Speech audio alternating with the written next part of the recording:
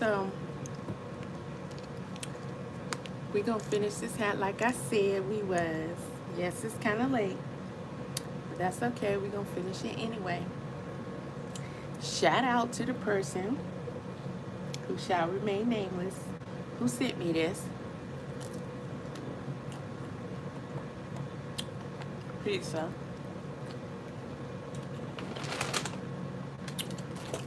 From Domino's. And it is my absolute favorite type of crust. Crunchy thin crust. And I put crushed red peppers and I got some ranch dip. I like the garlic dip, but hey, I didn't order it. I didn't pay for it. So we are gonna finish this hat as soon as I have my little pizza. So we're gonna do a little pizza party first. And I'm looking at something, y'all. Brianna Lachey, if you remember who that is. She is from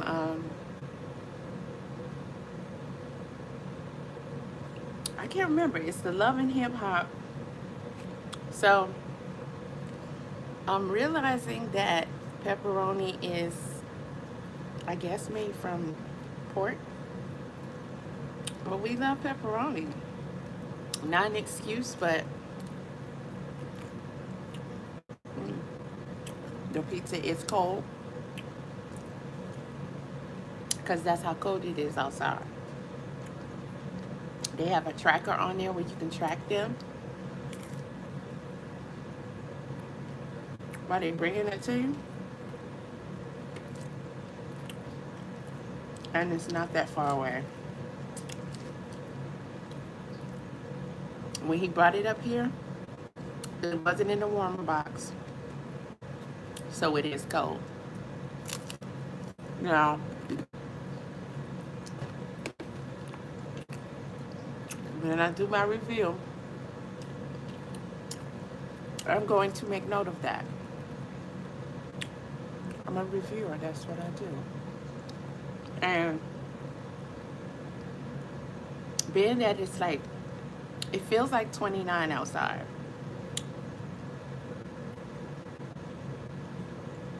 It feels like 39 in here.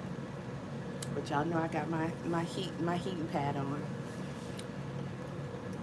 But he should have had this pizza in the warmer. And he didn't. But I like the thin crust. It's crunchy like a cracker.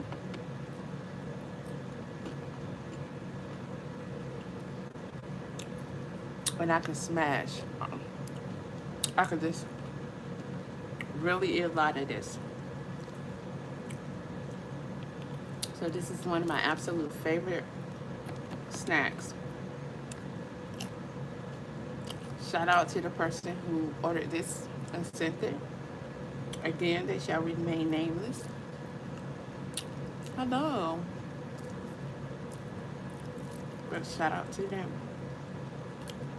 If y'all aren't following me on TikTok, it's the same name as my YouTube name. And right now I'm live on TikTok.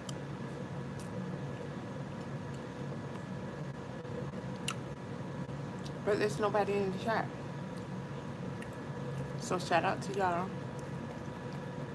Well, I'm not going to say it's my favorite snack, but it's one of my favorite snacks. And it's thin crust pizza.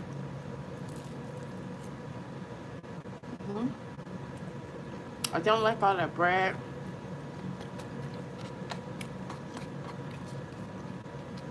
Regular pizza, I would have problems with it. But thin crust pizza, I don't have no problems.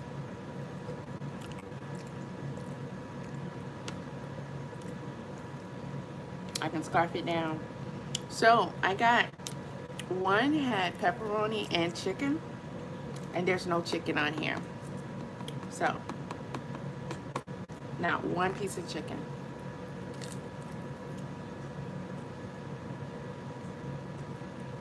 So you know I'll be reporting that. The other one is pepperoni and Philly steak, and there's hardly any toppings on here. And they've done better.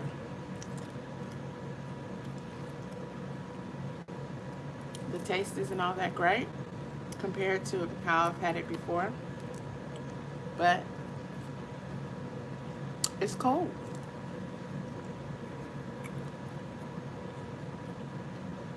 So the ranch is helping it out. Now listen, y'all. I want you to go to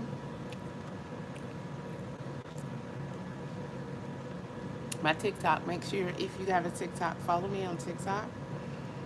It's Soul Search with the 4 1s and a 0, just like over here. Okay, Sam. Hopefully my moderators will come in, and hopefully some of you will become so regular that you can also be a moderator. Because Sam, you gotta go.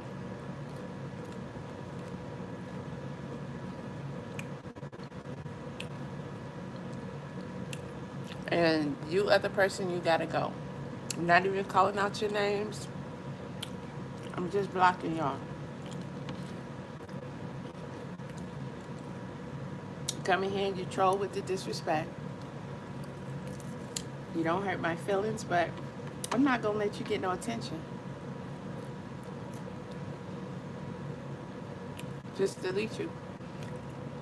What's up, Tarvis?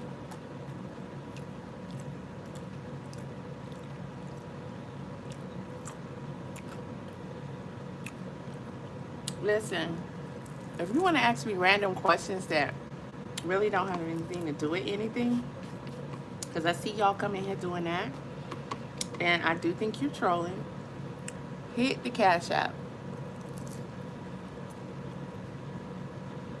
Let me know you sent the Cash App donation, and I'll answer your question. Thank you. Pizza.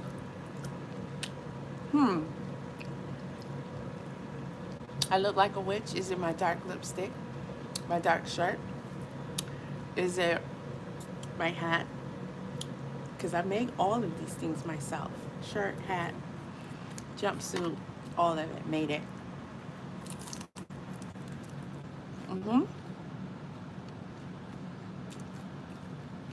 And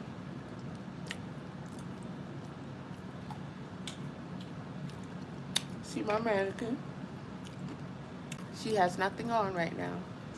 But my mannequin is actually bigger than me.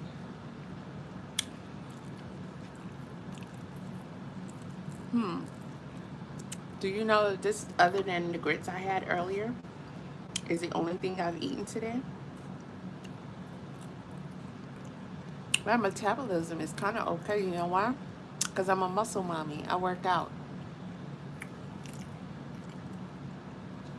Right now, I'm not going to say I'm trying to gain weight,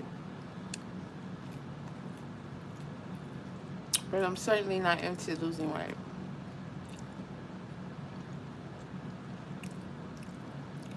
See? Trolling. I'm going to put you in timeout. Okay? How about that? They don't know Cyrus. And I'm going to ignore them. I'm just going to put them on timeout. Thank you, Nesquik. I kind of like that name. Reminds me of that Nesquik drink.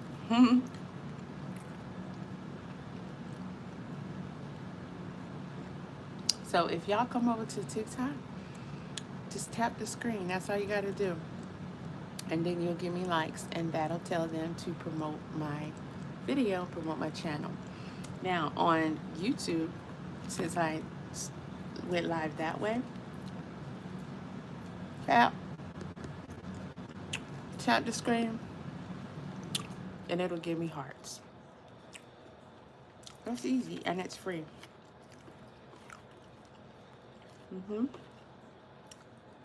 So we're gonna finish a hat after I eat.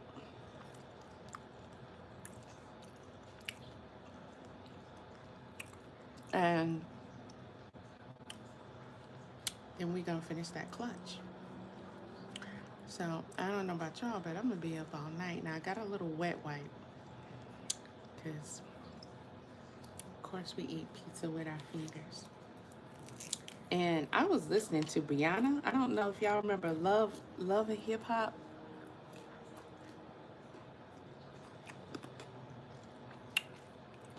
What's the name of that show? Where they have the children on there. And Brianna is Kendu Isaac's daughter. Kendu was married to Mary J.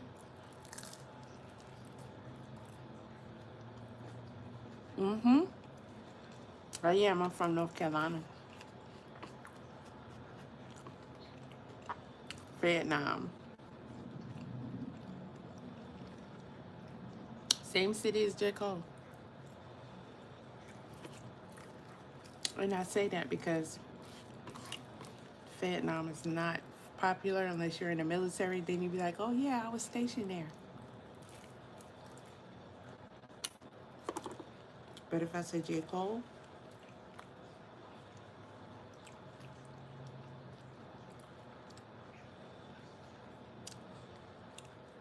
mmm, crooked letter, Mississippi.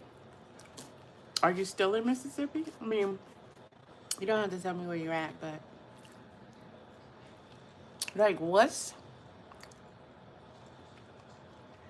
is Mississippi popular for? What is it known for? Because just like the S's in the name, I drove trucks for 12 years. And one thing I can tell you, my TikTok, I'm also live on YouTube. I'm going to change my effects real quick.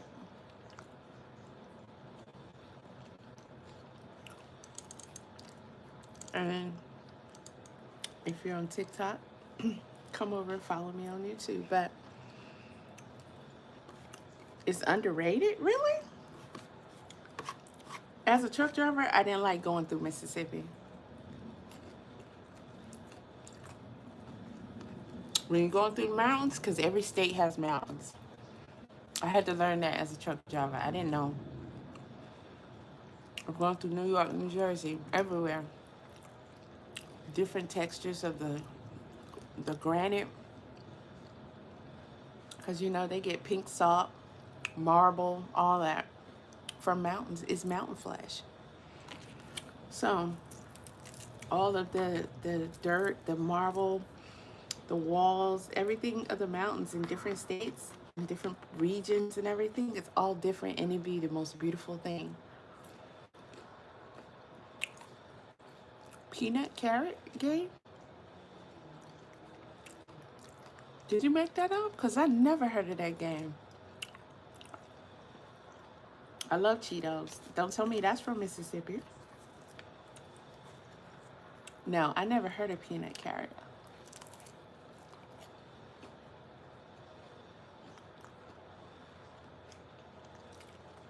Oh, come on. I'm gonna get you up out of here. Since you had to come. I don't know what brings y'all so much joy coming over here with the. I can't call it X-rated. Because it's so juvenile. But TikTok, they tripping on YouTube. Now, let me tell y'all about TikTok, YouTube.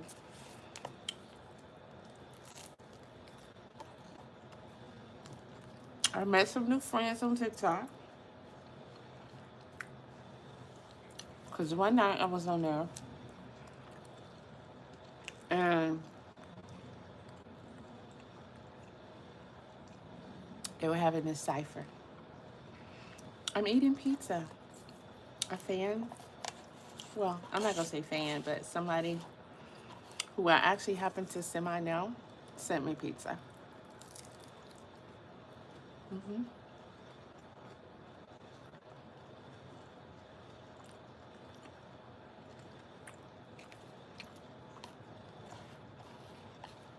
Yep. Well, they sent me the Domino's gift card and I ordered the pizza. So,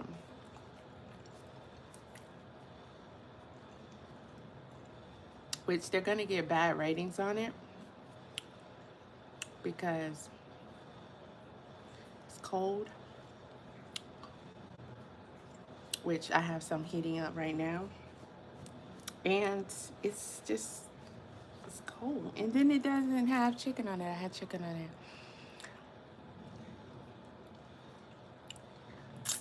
There is nothing crawling on my hat. Where? Is it your mama?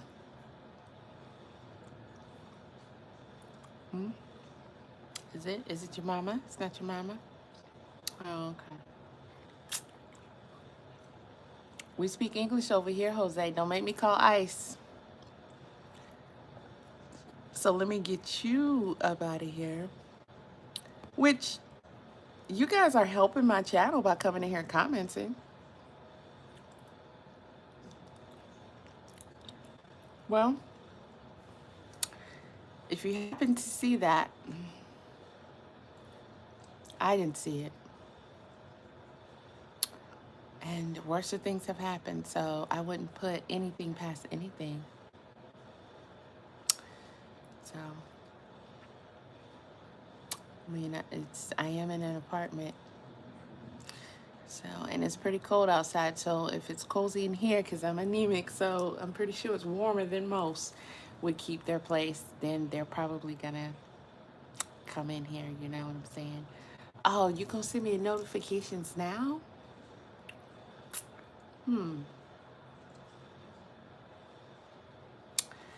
Okay, so y'all, I'm going for my second round. Because you know what we do with pizza. I don't know about y'all, but I snap. And then by it being thin crust, I can snap. So I'll be right back. I'll be right back.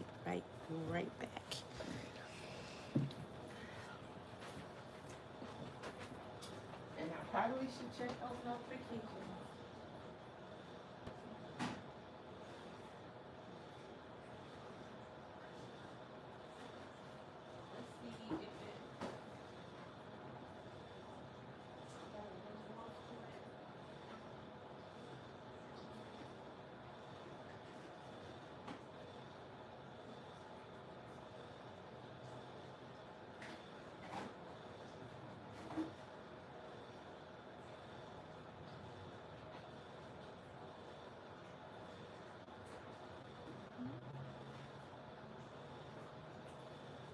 So this is a little better actually. I didn't even put any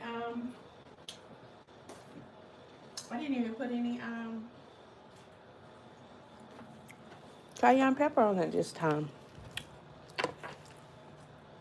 So I had it on warm a little bit. And it's actually a little better because now I can taste the layers of cheese and whatnot. And they really didn't give me my chicken. So,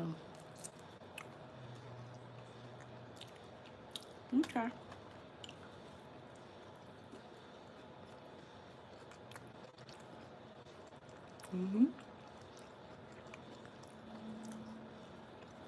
Greetings to everyone that's coming in here and being nice and respectful.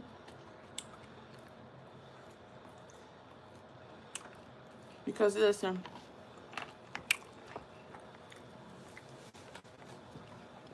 first of all, how come you're the only one saying that? And if you saw it, I didn't see it. Okay? Haven't seen any.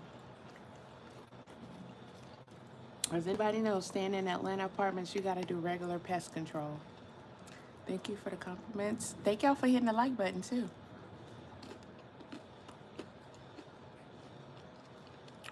$18 people watching.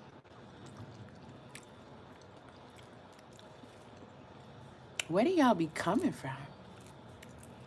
Well, guess what? I wasn't offering it to you.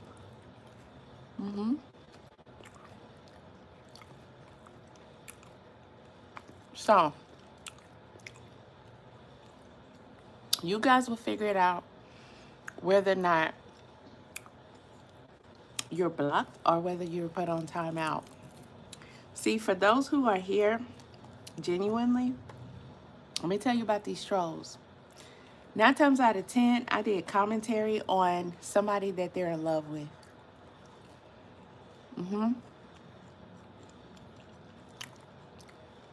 Someone that they fan after.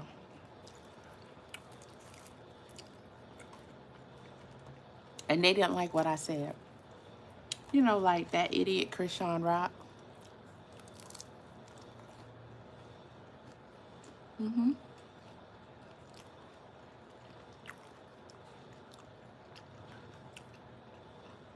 See, they sound like rock tards. Now, give me 1 minute, y'all, because I'm getting a lot. Sorry about that, y'all.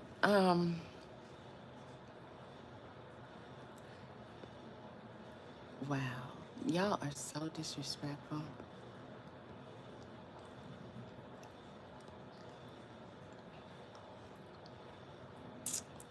Sun-kissed of a goddess. Okay, that looks familiar.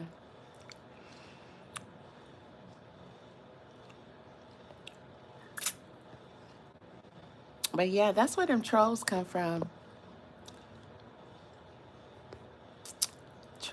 The trolls come from. They don't like the commentary that I did, you know, on their favorite creator that they like to suck off every day. So they come in here talking shots. And this tea is so strong, y'all. Because it's winter, it's ginger, turmeric, garlic, and some special herbs. I'm only sipping it because it has absolutely no xylitol, no type of sweetness, no stevia, and it's super sour. So I have like elderberries. I do have added vitamin C.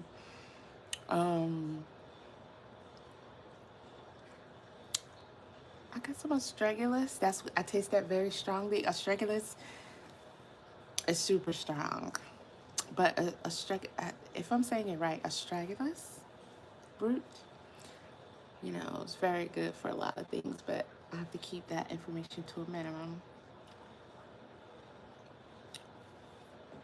And it is very strong. I'm gonna have to add some just water to this. And I normally can take my bitters, but I don't know, maybe it's the pizza that's throwing me off. So I'm big backing it tonight, and I keep getting these notifications. I need to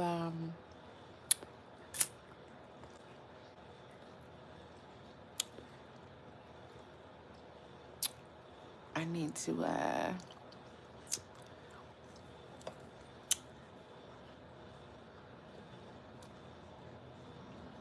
log into the app right away and sign up once they come through, but it takes forever for it to you know, rotate. So I was watching Brianna. Either way, Brianna is from the show. I can't remember the name of it. And you know, they doing her like, you know, Krishan get done on the internet. They're trying to say Brianna Lachey, who I liked her. Uh, she's not the most stable. Some background information. She is the daughter of Keanu Reeves, Keanu or somebody who was married to Mary J. Blige. He was her manager. He was like a papoose, and he took her money. She had to pay him spousal support for a very long time, and you know, she was pretty devastated by that marriage. But hey, it's good to see Mary married, right? Mary J. Blige never had any children, but Brianna Lachey It's his child, and she's close with Damon Dash's children and Damon Dash himself. And so she got on the show. I'll turn it around so you can see her face so you'll know who I'm talking about. She got on the show. She was pretty popular on there. She was also like godmother, I guess, to Peppa from Salt and Pepper and Trench's daughter, who that is a dumb brat. Pep's daughter got with some deadbeat named Sam or whatever, and that child, that is a whole, they own drugs, and he be abusing her. Got her, he be our kid, she like a boy. He got her dressing like a boy, cutting her hair off, all that. Then they had a baby. But here go the notifications again. I wish they just, okay, it's gonna be my last time. It just keeps rotating and rotating. I done refreshed it, started it over. I don't know. I might delete it, then download it again, see how that works. But if it's meant to be, it'll happen, right? So she has a child named Seven. He's a boy, and he's probably around 6 or 7, maybe not a little older. And they say she's not really a good mother to him, just like we know Krishan Rock, for all you rock tards in the chat. Hi, Charlotte. I'm from North Carolina, too. They say she's not a good mother to him.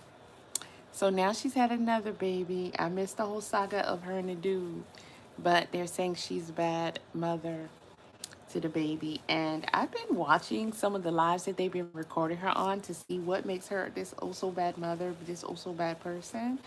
And I am biased because I love Rihanna.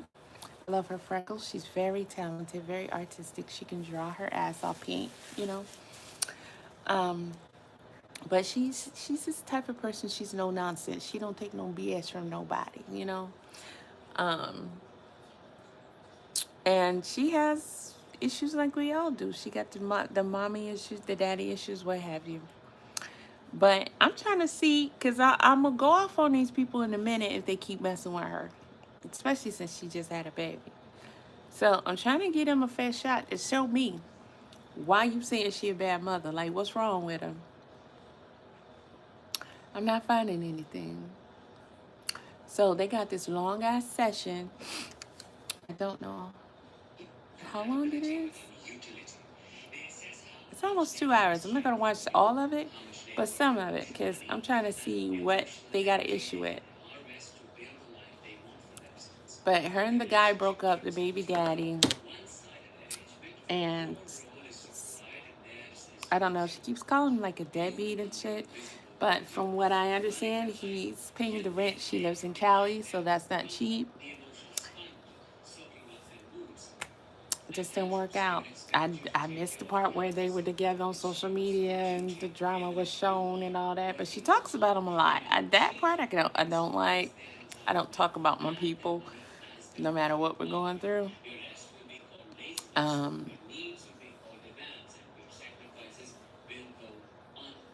She's looking kind of rough, but she's a new mommy and she's on all the time.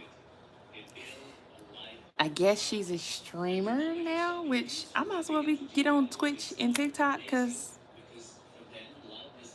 and then maybe I'll do more content. Right now, I guess I'm just kind of trying to get used to being on camera a lot. Here come those notifications again. Okay, I'm going to get some more pizza because I ain't full yet. So pizza mukbang, yes. Plus it's heating up, so yeah, that is that.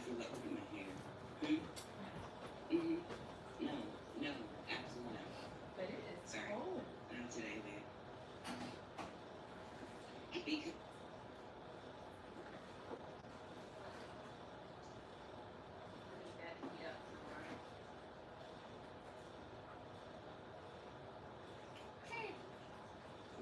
What are you fussing about?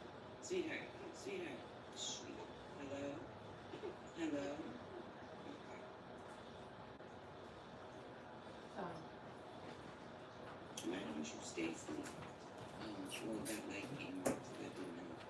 It's not warm enough for my taste. But this is the one with the Philly steak on here. I like the really, really thin crust. This is a little warm.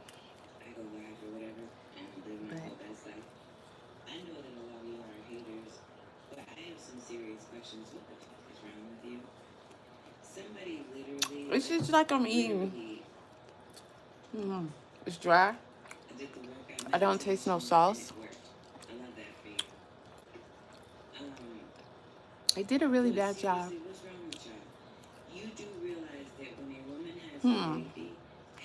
Thank you guys for the compliment. But I remind you of your ex.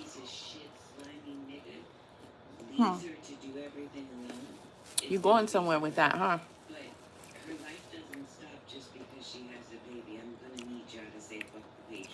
Let me see. Let me get off TikTok. So TikTok.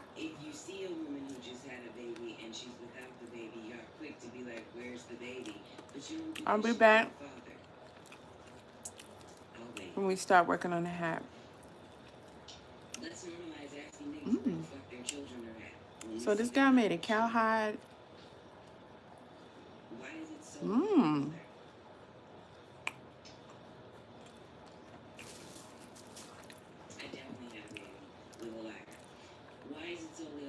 These coats look warm, don't they? I think that's sheepskin. I like the hat.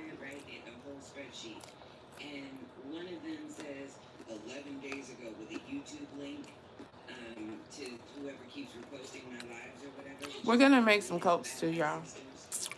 Eventually, one day.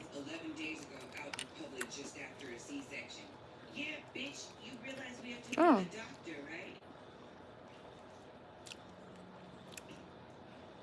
You liked your ex. That's good. Hopefully you still like your ex. Y'all not beefing. I mean, I don't have any hard feelings against any of my exes. You come along. At one point, you make each other so happy. And you're just here to teach each other lessons, to help each other out, and to learn lessons. And I've only been, I don't know if you want to call it in love, but I've been totally smitten, and I do mean smitten, of a guy once in my life. Once. Now, I have exes that have can see me online. They know my social media. So if you guys are watching, I'm sure that guy knows who he is. I'm sure he knows, because he knew I was crazy about his ass. You know what I mean? But you know, you just have to move on. And sometimes, just like it happens in divorce, when you break up, it gets a little ugly sometimes. You know, sometimes there's disrespect. Sometimes you're like, ugh. Everything that you used to love about them gets on your nerves now, and it's just, the feelings change. You know, sometimes you're hurt, sometimes you're mad, but shouldn't hold on to that. Let me see, y'all. Hold on. I'll be right back. Let me see if I can catch this notification again. Here we go. The bullshit. Keep hitting it's up, and it's just not doing it. So in a minute, I'm going to... How did her hair get like that all of a sudden?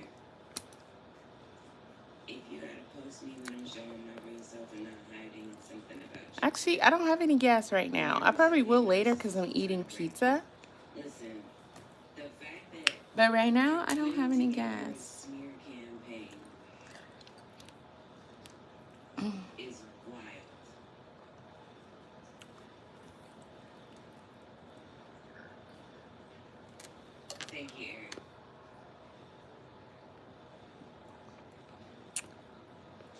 This tea is so strong. I don't know why she do her hair like that. So she want people to talk about her? Like, what's... Well, she's not married. See, that's... Listen, didn't I just explain this? She's not Mary J. Blige's daughter. She will cuss you if she hear you saying that, because she's just... She was already an adult when her father married Mary J. Blige. Yeah. What'd she say? Oh, well, I can reference this to y'all, because you don't know what I'm going through. You know, a lot. My father just passed. Because C-section babies have a lot of mucus, to be fair. Oh, she has C-section baby. If you gotta post me when I'm showing my real self and not hiding, it's something about you, yeah. When you're a resilient narcissist will try to break you. Listen, the fact that you're putting together a She says her ex campaign is a narcissist, but... is wild. I don't know. So... Thank you, Eric. Look at this. Lil Wayne. Okay. I don't like him, but... Fucking promoting his ass or her ass. Your artist ain't got a place to stay, nigga. You talking about you, so you still, so what, I'm gonna sling out you till it's time? What if they'd have said fuck me, cause I said fuck them, and said y'all can't stand this motherfucker. We gotta go to Atlanta. You gotta move what the fuck that your artist say do. You gotta do. Don't tell me about no, it ain't the promoter fault. It ain't the promoter fault. But they gotta tell a promoter, man, we had your artist that you promoted, we had him out here with no place to stay. No place, your bus left him. No place to go. Well, what else can I do? But when you and the promoter gonna realize this was the situation. I got an artist who out here ain't got no place to stay. That's your situation. You telling me about a fucking promoter. Fuck the promoter in his ass or her ass. Your artist ain't got They no had place to him stay. out there with no place to stay. Okay, well, you know, there's that. He's rich now, so... Whatever. All right, let me go check on my pizza. I'm gonna put a lot of cayenne pepper on there this time, and it's gonna have my nose ring. To this place. But I still that's haven't good. fully finished moving. And let me get I some do this ice. shit by myself though. And I got some fuckwit talking about I'm working because I'm doing what I gotta do so I can take care of what I gotta take care of. What the fuck are you talking about? What are you talking about? What are you actually talking about? Well, when you're berating me on the internet, nobody's berating you. Me telling my story and what I'm experiencing is not berating you. Once again, for the dumb fucks in the back, if you don't like the role you play in my story, then play a different role. Because you were fine with me being live and telling all my business when you were the hero. Then you switched up, so the story changed. You're writing your own story, bro. I'm not the liar here. Make that shit make sense.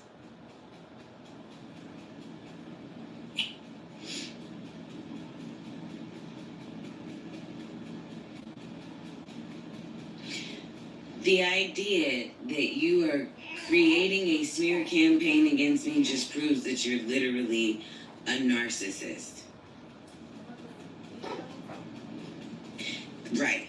The surviving Brianna bullshit was crazy. Mind you, I was pregnant and the nigga was supposed to be here and chose to go to Florida instead and get drunk and then chose to go to the Bahamas and then sent me a fucking video of him in the Bahamas drinking, talking about it's so good to be home while I was in a homeless shelter. So then the YouTube video posts some shit like her arguing with people on the street. I'm not arguing with anybody on the street. I'm literally expressing how I feel. Go fuck yourself and die. I hope that whoever he fucks next suffers a whole lot if that diabolical bitch is helping him for real, for real. Tell him. I absolutely moved by myself. Do you know how fucking painful it is to move a bunch of Tell him, shit girl. upstairs after a major surgery? And this nigga's telling people Dill I'm lazy. and cayenne pepper on it this time. Let me get my heating pad back. As he sits on 'Cause it somebody is else's cold. couch on phone calls all day, That's pretending why I he's like her, making because she money. be going But in. yet, every See, if day I you start say you're going gonna in pay on something y'all she like didn't that, come. Make it then make you sense. gonna feel away. Okay? Make it 'Cause make sense. Your friend gave me a job and then you told she him don't to play. fire me. Because if we're not together, what's the point? She's the point. Shout out She's the again point right here. to my It's called buddy that financial sent me abuse, this y'all, by the pizza. way. You know you done That's messed up, literally right? called financial abuse. So you took away my way to make money so that I could pay the rent and the bills. Mm-hmm. Oh, she did say he Okay. got her fired from her job when she was pregnant. I don't know what he said she did, but he got her fired.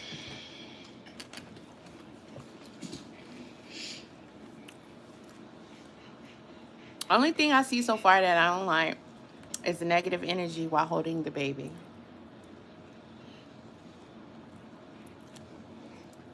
The baby is absorbing that. Plus, she breastfeeds. You don't know. I don't know. So she actually makes good money online, just going live and talking shit to people in the chat. So y'all keep coming on over and I'll keep talking shit to you, okay?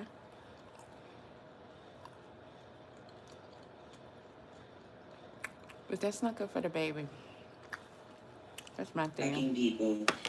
Trash. Garbage. Completely. But I guess them bills getting paid. I know God will make a way. That's not the point. I can't believe they didn't put chicken on my pizza. They gonna get it.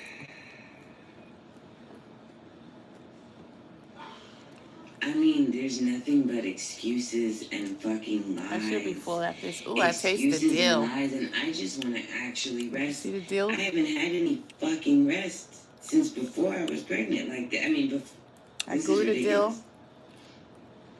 and dehydrated it myself. Ridiculous. I think he does love you, but One he piece of can't handle chicken. you because he can't even face his damn self. He's too weak. He likes to escape. Girl, he tried to run in the middle of the conversation and was like, because we're arguing. I said, nigga, a conversation's not an argument. Like, a conversation's not an argument. It's a conversation. I don't like her talking And about in her ex, relationships, though. hard conversations need to be had. But there can be no growth when you're resistant to it. You can't grow if you can't see where your errors are. I know you mad. This nigga fixed his mouth talking about, well, we had a conversation. Because I said, how you going to be mad that I'm on the internet telling my fucking business when you met me like this? You supported it in the beginning. You were all good when you were the hero. You got on the live a bunch of times in the beginning. You just tried to get on the live the other day, and I didn't even say anything to you. You made yourself look crazy as fuck. Why they don't put that on the YouTube? That's how I know it's you, bitch. It's you and your peoples. That could be That you true. band together with. That's how I know it's y'all. Because why they don't show you looking psycho? But also, this is why we have to watch who we have babies by. Bitch, okay, let me explain something to you, and I pray you never go through this, or maybe you need to. Because what you don't do is victim blame. She quick with it. Okay? Let me explain something. If a motherfucker lies to you, and his surroundings lie to you, what are you meant to do? If you do a background check on the nigga, but the nigga's name is so fucking basic and generic that there's 45 of him, what do you do?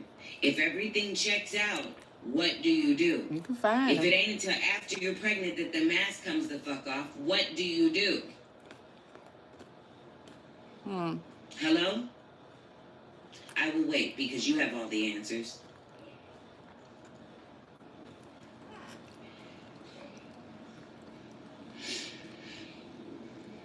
How long did on YouTube? How long did she wait till she got pregnant? It's on YouTube. It's a couple of channels that Home Depot just hates when you do this, but they can't stop you. they be So posting you her really like wanna just crazy. coat the whole thing and then just let it soak in for a few minutes. Once you've got it covered, They don't like her. give it a quick wipe and I've always voila, liked her. good as new. I don't agree with her because I'm sure she talks about other Too less things, to be stressed. I'm waiting for you to answer, babe. but when they post her, she ranting about her ex. And I just don't She think that's always right. waking me up. Now stay focused, Cece. I'm having a fucking It's conversation. not healthy. Or Why excuse sit up yourself there and stress respectfully. about it? Thank you. That is exactly right, Her Kisses Bliss. Narcissists will sell a whole fucking sob story to an empath, which is exactly what happened. When I met him, I thought he was just escaping an abusive relationship, and I had even witnessed some of it with my own eyes. I would which not is get why with I know somebody who's exactly just what the escaping fuck an is abusive happening to me right relationship now, because you did that shit to another bitch. that I And know had of. her looking absolutely fucking crazy. Had her looking absolutely crazy. But what I've learned in my narcissistic survivors class, or narcissist survivors class, is that's called reactive abuse. It's called They do have reactive those abuse. classes, She wasn't the abuser and the aggressor in the even for beginning. She free. was probably great. I mean, I don't know their relationship, so I'm not even going to get into it because I really don't give a fuck. Frankly, I know what you've done to me. Do you get what I'm saying? And now she's starting to sound like she telling the truth. I know your family don't even like you. And that's crazy. Because y'all spend time together. I don't spend time with people I don't like. That's weird. That's Yeah. super weird to me. I don't do that shit. It's super weird. If I don't like you, yeah, and I feel like you don't like me, Yeah, you look uncomfortable. Okay, I know, baby. That one was uncomfortable. I see it. I see it. they say she don't burp her baby. She burping them right now. Literally, love bombing in the beginning. I'm the victim, look at what she's done to me, she cheated, she did this, blah, blah, blah, blah, blah. And all I saw was what I saw, which was her being fucking evil. Or seemingly, you know what I mean? So, as an empath, I was like, oh my God, I'm so sorry that you had to deal with that. Fast forward a year and a half. Listen. I see it now. Do you understand? If I'm talking to someone, I'm going to ask. Because people, don't they always do that? Don't they always ask you,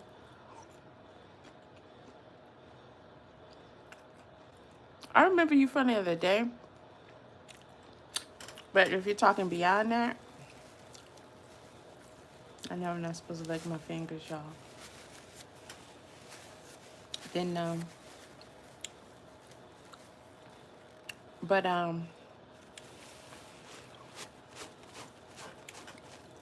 if I'm talking to someone, most people like to ask you, so you was in a relationship or you was married, why didn't that work out and all that? Or why you not still with why you not still with the people you was with? Things happen, people move on. I don't like that. I bait and I don't take it. So I'm not gonna say anything bad about my ex. I'm just gonna be like, it didn't work out. It was not meant to work out, I guess. We moved on. I don't have anything bad to say about him.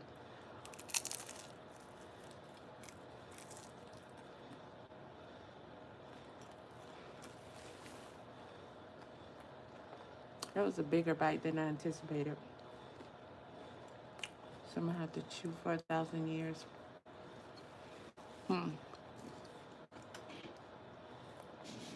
Why do you smell like maple syrup?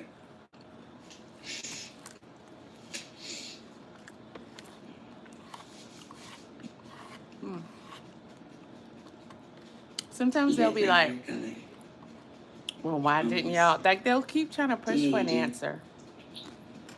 She's gonna have sandy hair. Like me.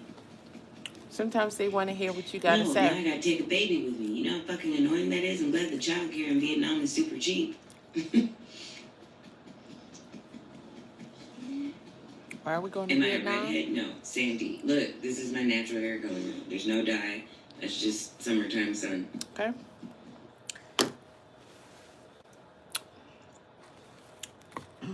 Sometimes people just be quick to bash their ex. And then they'll tell you all the bad things that person did, all the bad ways they made them feel. I don't go no further. If you're just talking bad about your ex,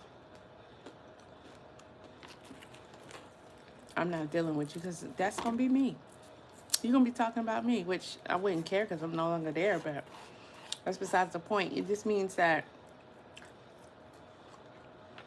your perspective on life doesn't flow well with me.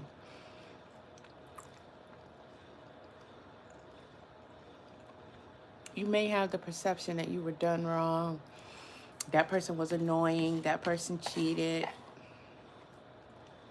That could be a statement of fact. Or that person, right? But what about you?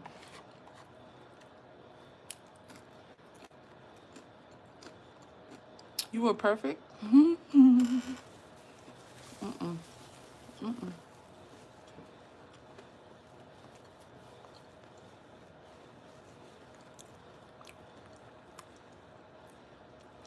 I'm in the Eastern time zone. Man, you're right. Breakups usually are not, good experiences. It's not something because you wanted to be with the person, right? But 9 times out of 10, we both contributed.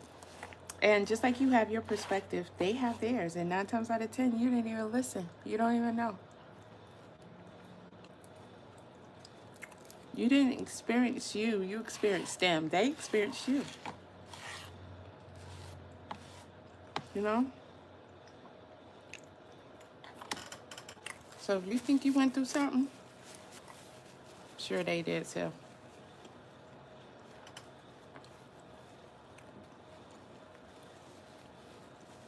Only thing I'm going to reflect on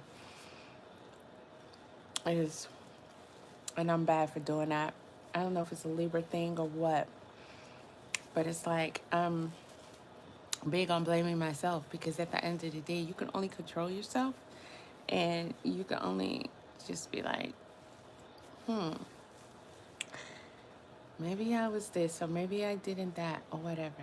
Unless you truly have an honest conversation with that person, you don't really know unless, God shows you certain things about yourself and be like, yeah, you did talk too much. You know what I mean?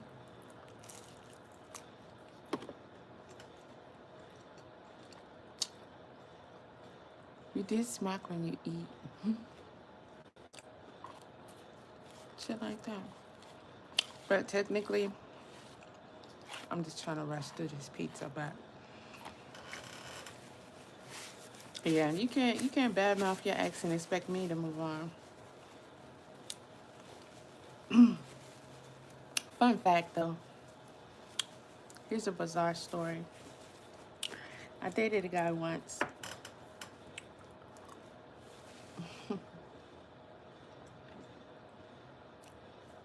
He was married. He said his ex-wife put a curse on him, like some voodoo or something like that.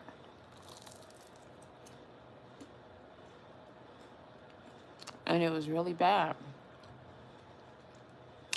Like, I can't remember what it did to him, but he said he really went through it.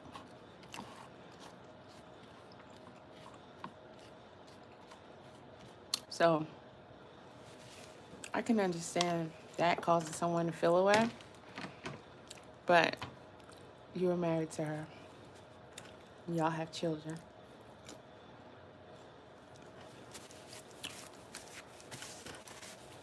I can't badmouth my children's father. That's just me. We went through it. But we're good now.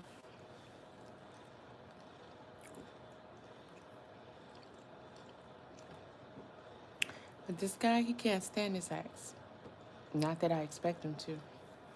But he doesn't mind expressing it. I mean, he harbors some really, really bad feelings for her. And I'm like, damn, y'all got 2 children, bro. I can't tell somebody to get over something, but when that energy is that bad still for another woman, and I'm a woman in your face, it's just kind of scary. Because sometimes dudes see women kind of the same. Like what one woman does, you kind of. So if you can't understand that you're better off because, hey, you survived it and you're not with her, and life moves on, and what she did to you was what she did to you. I don't know what to tell you, but guess what? Guess what the worst part of it all is? You say I don't waste energy on what happened, I push through. Facts, all facts. And you know they will. You know they will. But you know everybody ain't ready for you just because they had access to you. And sometimes you're just not, y'all just not in the right space for each other at that time. You know, it could be some of that too. You know, it could be that they haven't elevated enough, you know, or it could be you haven't elevated enough. But you know, we always gotta, sometimes you gotta toot your own horn, but sometimes you could be the shit and you could be the shit and you still need work done on you.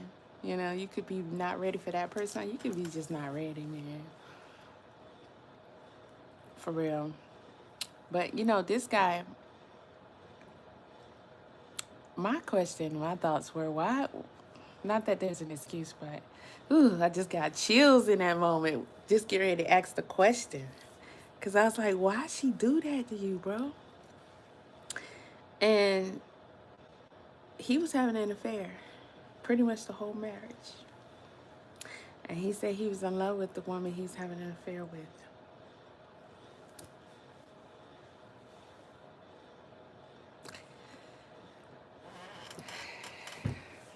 To this day, it's just,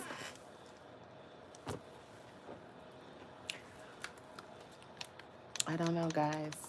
If somebody told you that, would you date them? Would you look at them differently? Yes, everybody has a past. But if you're doing that throughout a whole marriage, then you're going to have the nerve to feel away because she felt the way and she did what she did. Like, you can't poke me in my eye and tell me how to get back at you. If I blow your brains out, you can't say, all I did was poke you in the eye. Well, you did poke me in my eye, though, didn't you? And on purpose, too, huh? Okay.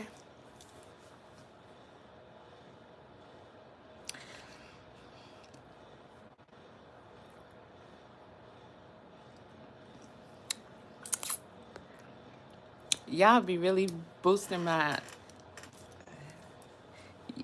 thank you, pretty girl Jameer. I like that name, too. That's right. Speak it up. Speak it up. Let them know. You got that confidence, okay? Well, my breakup was caused both parties, me and her, looked like we was losing trust. Ugh, that's a terrible thing. You cannot see. That's what I'm saying. Like, how can you trust somebody that just told you they had an affair on their whole wife who was having their babies? Um, like, bro,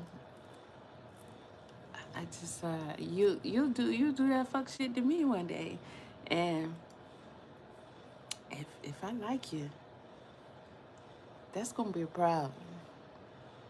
Okay, you gonna put somebody else's life in danger, and I don't want to go there. I don't want to go there because I know that's disrespectful. I know it's disrespectful, and I know, you know what I'm saying. I'm not even gonna speak like that, but we just don't want to be in those situations. And if that's your character, take that shit and go somewhere else with it. Okay. And that's the what are you growing? Oh, you see that? You know, they used to call me that when I was younger, like in my 20s. They used to say, you look just like Foxy Brown. But I don't want y'all to clip farm me and have me out here like Clarissa. So here's what we gonna do with the hat, y'all. We gonna get back on the hat. I like this light because it just gives like different. And I still ain't put the link in the chat for the light. It's so bright. You gotta be careful with these LEDs. Let me turn it down some. But it's on the party setting. The party setting right there. And I already showed y'all it has different settings. I'm not gonna go through them because the the light might bother people. But I'm gonna turn the percentage down. The intensity is only at 50%. You can see that right there. I'm gonna turn it down. So now it's at 0, 1%.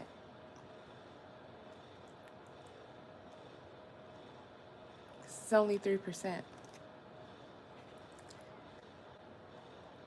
So let's see, 5%. I just like the different colors. Kind of remind me of these lights up here, which I have rows and rows of those lights, and I need to put them up correctly. I got some that blew out over here, but they're just about everywhere. But this is all wrong, so I just want to line them all the way around the ceiling. And once it started to get cold, I was like, okay, I'll do it when it warm up next season, because when it get cold, all I can do is just cuddle up under my heater, my little eating thing, wrap up in it, and just be like, warm me, you know. This is an old spot. It's not fully insulated like that, so it's not cozy like I like it. Now, to have a fireplace in front of me going, that would be great. And there is one in the back, and I have a desk and everything, but I got fabric on it, so I can't put my sewing machine up there. So let's take the lid off because we're gonna get busy. So let's see where we're at with the hat. So I gotta finish doing the columns, and when I finish doing the columns, I'm gonna start putting hand sewing some of the beads and embellishments, and then we're gonna go back to the machine. So I'm making it colored. We are using the gold embroidery thread. It's a gold embroidery thread. If you can see that. I don't know, but it's like metallic.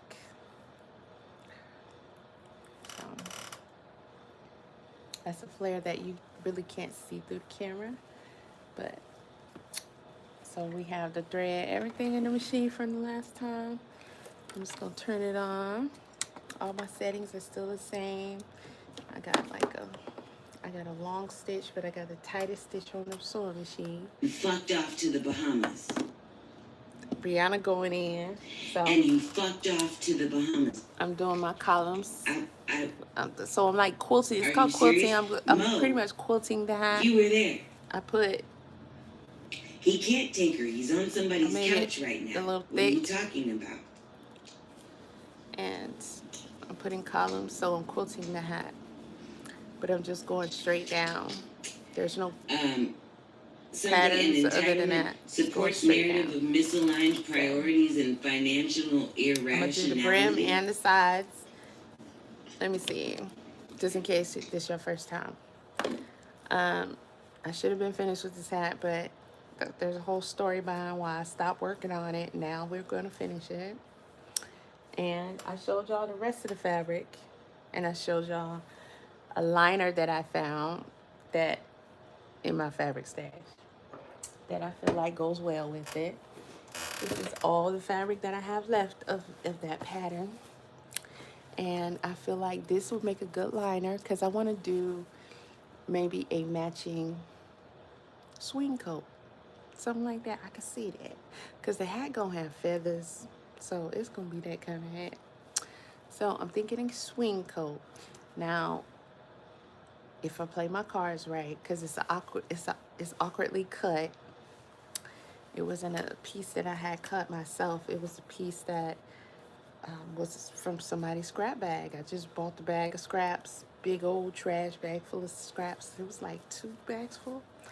And I only paid like a couple of dollars for it. And this was some years ago.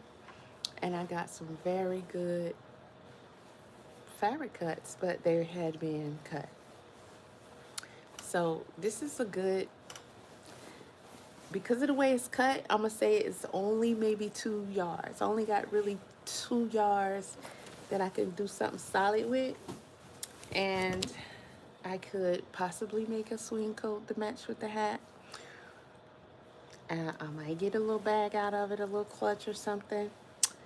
But that project won't get started today. It's already after midnight. But we're gonna work on the hat. So after we work on the hat, the next thing is to finish this clutch. That is a whole nother project that I started on it. And we're gonna finish this clutch. So after we finish this clutch, we're gonna come back over here and figure out what we're gonna do with this fabric to match the hat. Once the hat is finished and it has more personality and style and all that, then we'll be able to assess, what do I want to make to go with this hat? Gloves, swing coat, a clutch, maybe 2 items, I don't know. A bag. But I'm leaning more towards some kind of swing jacket. Yeah, something like that.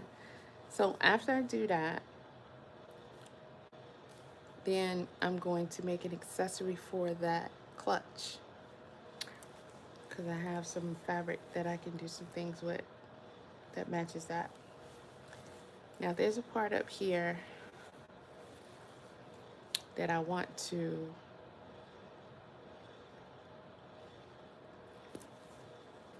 do something different with, and when we get to the front I'll show y'all. But for right now I'm just gonna finish doing the straight lines.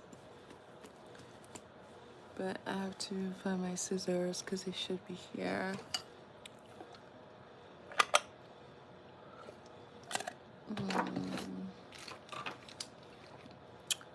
So that T is not pleasant. I got very lucky. I don't know how I managed to do that. But I wrote 18 paragraphs last night while on live with y'all, while nodding off. That was crazy. Okay, I'm let me so finish grateful brim. my sis I'll was do on the there brim. too, because she was keeping me alive. Like, y'all was really feeding me energy, or I would have definitely passed out. But this is what's crazy. I did my homework, right? Wait, why was I telling this story?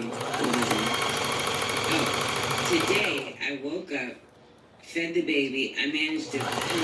I thought, like, because my breast milk was diminishing, I thought it was something I was doing wrong. I thought it was like the stress. I thought it was like an improper pumping schedule, because she's been weird about eating lately too. She hasn't really been eating like as much as normal. But what I found out is she's going through a growth phase, which Okay, is why I'm not she's nowhere near no currently babies. It's cute. not That's eating cute. Oh, well, she showed it. I'm but gonna get off whatever the this case- because I'm not finna sit up here and talk baby talk. Cause I don't have no babies. And sorry. The Ultimate RV Show is returning to the Cobb Convention Center. I can't relate in like Atlanta, that. Georgia. It's been a And long Mission is free. time. Join us February 5th through the 8th to shop special show pricing And on I over just 150 fully I ain't staged trying to new go back down RVs. that route. Be the first to see the latest RVs with exclusive So. first looks and new 2026. Imagine you own a restaurant, and the difference between having a line of hungry customers out the door every day or your establishment. So I went all the way to Netflix. Did not mean to do that. Let's go back to YouTube.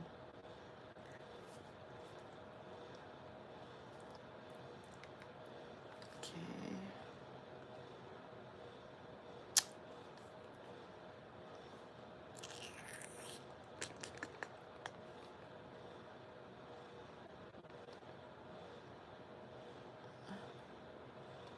Every day.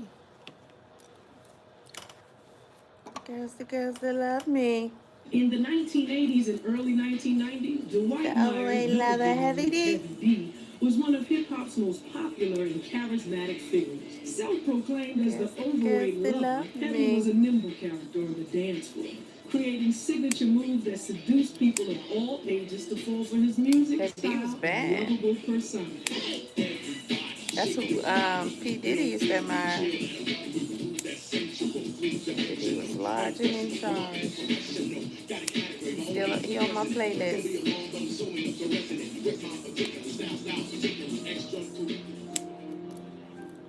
I don't know too many people who have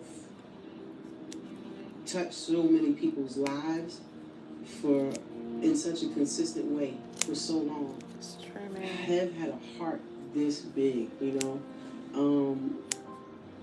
And it was always love whenever you saw him. It was like a big hug. Sound like And you felt the Latifah. love in the hug. And even guys had to That's give what up it the is. hug because he was just lovable like that. But he was also smart and he was also strong and he was also super He's an capable. overweight lover, And, heavy you know, D. he was a pioneer and he set a great example for me in my life. And Girls that love God me. bless him, you know. I still can't believe he's not here. You know what? Wonder what happened to him.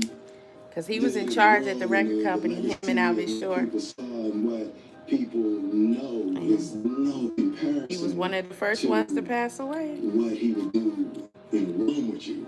Maybe did he? Push you to want to be Now the in best rituals, version you know, of we all yourself. The idea that look his back thing and be was like, always about helping somebody. I That was the wonder thing if that, did it, he left you me know? with that necessity and that demand to Makes always be able to help sense. somebody. He wanted to be You know, like with him. his He wanted last his tweet was spot. be inspired, you know, and that says it all right there. It's like be He wanted to be inspired. large in charge. Is it good to you? I like it. Ooh, I like it. The old P2, PS2. Dang, PS2? That is old. You blowing dust off that. I got a Wii U and the old school Wii. My PS4. No, PS3. Make your head spin like a merry-go-round. Take control like Charles in charge. Man, they just what? I'm gonna get a copyright. No. I'm tired of editing out those songs, man. We're gonna have to mute that. Let's see. They supposed to be talking, not showing the video and all that. The heavy wasn't no joke, boy. He jump around, dance and everything. They look like Kiki White in that video. Dwight Arrington Myers, Heavy D. Heavy D was born Dwight Arrington Myers on May 24th, 1967. Whose voice is that, in y'all? Danville, Jamaica, and grew up largely in Whose Mount Vernon, voice New is York. that doing His it? mother worked as a nurse, and his father as a movie equipment MC. repairman. Every time I think of him, MC I Light. see a That's smile. MC He Light. gave all of himself, you know, for those smiles and the music. And would always have open arms Foot to pad everybody. keep slipping away from me. Across the whole community. When he was walking through the city, walking through the world, it was like you enjoyed the music. So definitely, he could be serious at times. Oh, that's his daughter? Able to play this. We got our own thing. Everybody, shake your body. We move at the party. Sensational, phenomenal. Blah, blah, blah, blah, blah, blah, blah, blah. That's when they used to dance, y'all. Y'all youngest don't know nothing about that. It's called dancing. We used to do it. We used to have school dances. And we used to dance. We used to dance, y'all. We used to dance. Ooh, we used to dance. I'm talking about get down on it. You see they got knee pads on. They used to dance. You see them dancing? It's called dancing, y'all. You don't know nothing about that now. You don't know nothing about that now. No, you know, it's all right. Shit. Come on, y'all. They playing the hell out of the music. Okay. It's like Sting and, you know, like Maxi Priest, and it would never be really a rap. You know what I'm saying? Every rapper was competing with each other, talking about, you know, come to my hood and the bridge is over. And so that was never really in into that. So his creative process actually was simple because all he did was ride around and he took his surroundings and he just wrote about it. One of the things that was most interesting to me about him was that we'd always be in a group of kids hanging out on the block. And if Dwight saw that you weren't super involved or super engaged, he reached out to you and pull you in. And so when you look at he brought everybody in Mount Vernon along with him. He wanted everybody to be part of Always the fun. good ones that get taken out by people like Pete Diddler, the Diddler. The 5 boroughs is bordered on 2 sides by the Bronx. And hip hop actually started in Hall singing a hook, if I recall correctly. Now that we found out, I just got my student refund check. $2,500. I put it right in the bank and sent him the cash. And him and Eddie F got together and they made this incredible demo. So Eddie F, of course, being the brains of the operation, took the initiative to I'll be kind of get us all together. Rocking And I with the remember recording the first rhythm of the heavy funky beat beat. demo. And I believe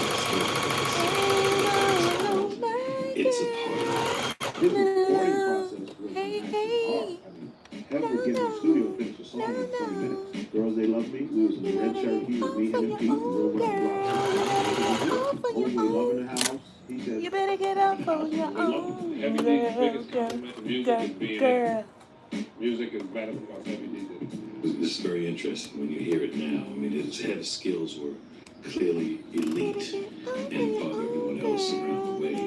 And his delivery was just so charismatic, and he had something special to give. Obviously, we all figured that out later on around the globe. As the big stuff came out, I remember the day it happened, and they were all at Lorraine Park in Mount Vernon. And I was down there, and he was sitting on the railing. And Troy was sitting out there. And waiting. And all of a sudden, You think of some it dope came on the on the rope? radio, and Nope. we were just like all like screaming out at Lorraine Park. Zero. We couldn't believe it was on No the radio. static. We were so It ain't hard to excited. He was tell. excited. And then the phone started ringing at home and shows and, you know, So my taking this real serious. My parents were so happy. freaking thread came out because I didn't extend it far enough. This machine has a retraction that is out of this world. So I have to Uptown's kicking it. Back when they had the Coca-Cola sweaters. re-thread it. All that stuff I'll make you dance and prance till you had enough. You could get enough of me. Yo, Mr. Big Stuff.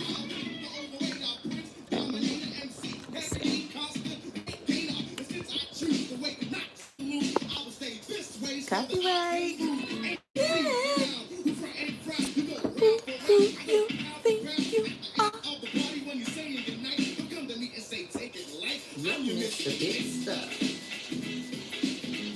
Big Stuff and Girls They Love Me were comic and fun, as Heavy D played up the oversized personality with colorful style.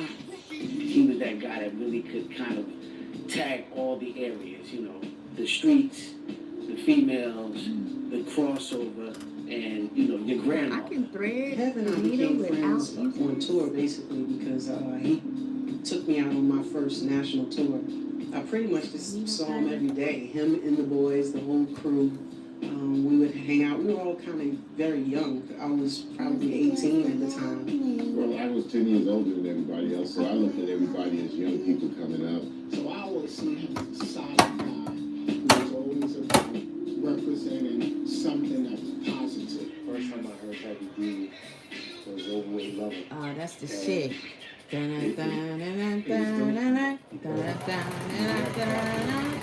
she in the room, women smoking jacket on. You know? Fire person smelling in the girl was warm. I had to make my move. So Jenny, I kiss her, whisper in the ear, and tell her that I miss her. She try to play me with her boyfriend stuff, but I don't really care, because I know he's a punk. I smack him like a roach if he tries to approach.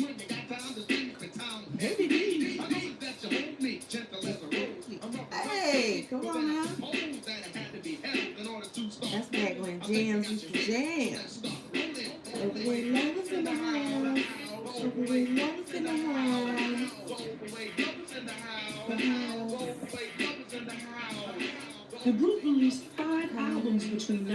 1987 and 1994, 3 of which went platinum. Heavy D and the Boys became key figures in softening hip-hop's hard edges. He was a lover, not a fighter. Right? He said all the time, overweight lover, right? He was no gangster. He spoke right to the heart of most of the core consumers. My father was a preacher, and on the way to church, my dad would put on hair just to be, you know, cool, because, you know, he was driving to church with his son, and he wanted to kind of, you know, relate. He put on a heavy record. I'm like, I'm thinking, my dad is, man, he cool. Yep. Summer '86, it was us, Jazzy and Fresh Prince, Have, Will Smith, get your ass out of here. EP&D, Salt and Pepper, Eric B. and Rakim. You ain't in We that all cat. had You ain't no singles rapper. That summer, we met Have on the New York Will day, Smith got the place called the Rooftop, and it was sort of the Jazzy Jeff and Fresh Prince introduction into the world of New York hip hop. At least for Philly, so that wasn't an easy. It wasn't an easy run, but Have was one of the first people that really embraced Jazzy Jeff and the Fresh Prince. Was a great supporter, really early, and just he got it. Music, mother smile, baby grandmother smile, like they weren't offended by anything. You can let the kids listen to it like it was the music for all Big ages, legs. all races, and sexes. His music always is up and loving and fun and made him to dance. I need to get my lineup simple for a tip. Just follow me on Prize Picks. Copy mine. Okay, that's the only thing I'm a copy. You know I'm original. I did this. Because you first. original. Download Prize Picks. New users pay $5 and get $50 instantly in lineups. YouTube gonna make us listen to that Booking.com has all kinds of stays. For those who love family resorts, and for those who do not. Meet the first night cream clinically shown to reduce the effects of stress on the skin. Osea Stream Night Cream targets the root causes of premature aging, stress and sleep deprivation. It's clinically shown. His music made the public dance, but more importantly made them smile. A sentiment that was genuinely embedded in the heart of Dwight Myers and always displayed through hip hop. We would always incorporate like R&B and rap, and that's why our first album was like a struggle for us, because it was like nobody was really accepting it at the time. You know, it was like it was just like you said, beats and rhymes. Right. So when we came out with like Eddie F was like the first brother to come out with a rap record with arrangement, a chorus, a break, a bridge, and it was like everybody was wait, should we write this? And not and so and not and so. Have like he really didn't care Why is Will Smith hating so much? other people said. Like he kind of had his own reality going on, like the overweight lovers in the house. Like nobody was really checking for overweight lovers. He made hip hop sexy. He was dancing. Chub Rock couldn't be the shit without Heavy D. That's what really. It's the big man, yes, the big man, you know, the thirst quencher. You know, just something crazy. Not saying that I am, but I'm the jerk. To do a lot of them, like the big fly brother, light on his feet, hands out, I'm saying the track that, you know what I'm saying, like, you know. I'm not saying that, I'm saying the blueprint for you. I think I was greatly influenced by Hev music because Hev was part of that New Jack Swing kind of era. Like he helped usher in New Jack Swing. His music wasn't just beats and rhymes. It wasn't just hardcore. Right, like so when I a get lot up of here, people's music at the time, he wasn't hang with thugs. He would be around thugs, but he wasn't like a thug. So, and he would be respected by thugs. I kind of missed the mark on the other side. Heavy's music Do it again. So let's see. made hip hop popular to grandkids and grandmothers. Look at his big black. It was so across the board with us. Because the hardest cats in Harlem and Brooklyn was going all the way in on a Heavy D joint. When the Hev joint came on, he was everybody got on the dance floor. But then also, when you're riding in the car and it's playing on the New York radio station. Yeah, I had something negative to say about that. And that's not kind We required in hell. Summer Rain. And like I said, he was always trying to get me to do something that I didn't want to do or felt like I couldn't do. And so he was on this whole thing for like weeks and weeks that, yo, why don't you play the guitar? I was like, I don't know how to play the guitar. I remember Heavy So, D yes, was you in one can. of my You play- favorite movies, New you play Jersey keyboard. Drive, and he was You can play the cussing. piano. You can Heavy play D the never bass, you can cussed. play the He guitar. played No, Drug dealer, I son. cannot play the guitar. And he was running the block, So boy. he bought a guitar, right? I come to sit there, sitting there. I was like, he was like, man, just try it. Until this is his catchphrase. Just try it. I'm telling you, just try it. I was like, all right. I tried, and the first thing I played was the lick. That's it. You just record that. And that's how we came up with that record. I was like, man, he knew. I don't know how he knew that, but he knew. So, and I've been playing the guitar ever since. First time I met this gentleman, there was a party I did up in a club up in Mount Vernon. New Jersey Drive. The man at that time was this guy by the name of the ever-loving Kid Dust, which is now known as Brother Arthur. They used to work along with Carl Kanai. The ever-loving Kid Dust was a member of the Almighty Universal Zulu Nation. He was the man as far as the MC is concerned up in Mount Vernon at the time. He actually would be a party in Mount Vernon. I think the name of the club was called the Bank. I could be wrong. The opening act was this gentleman.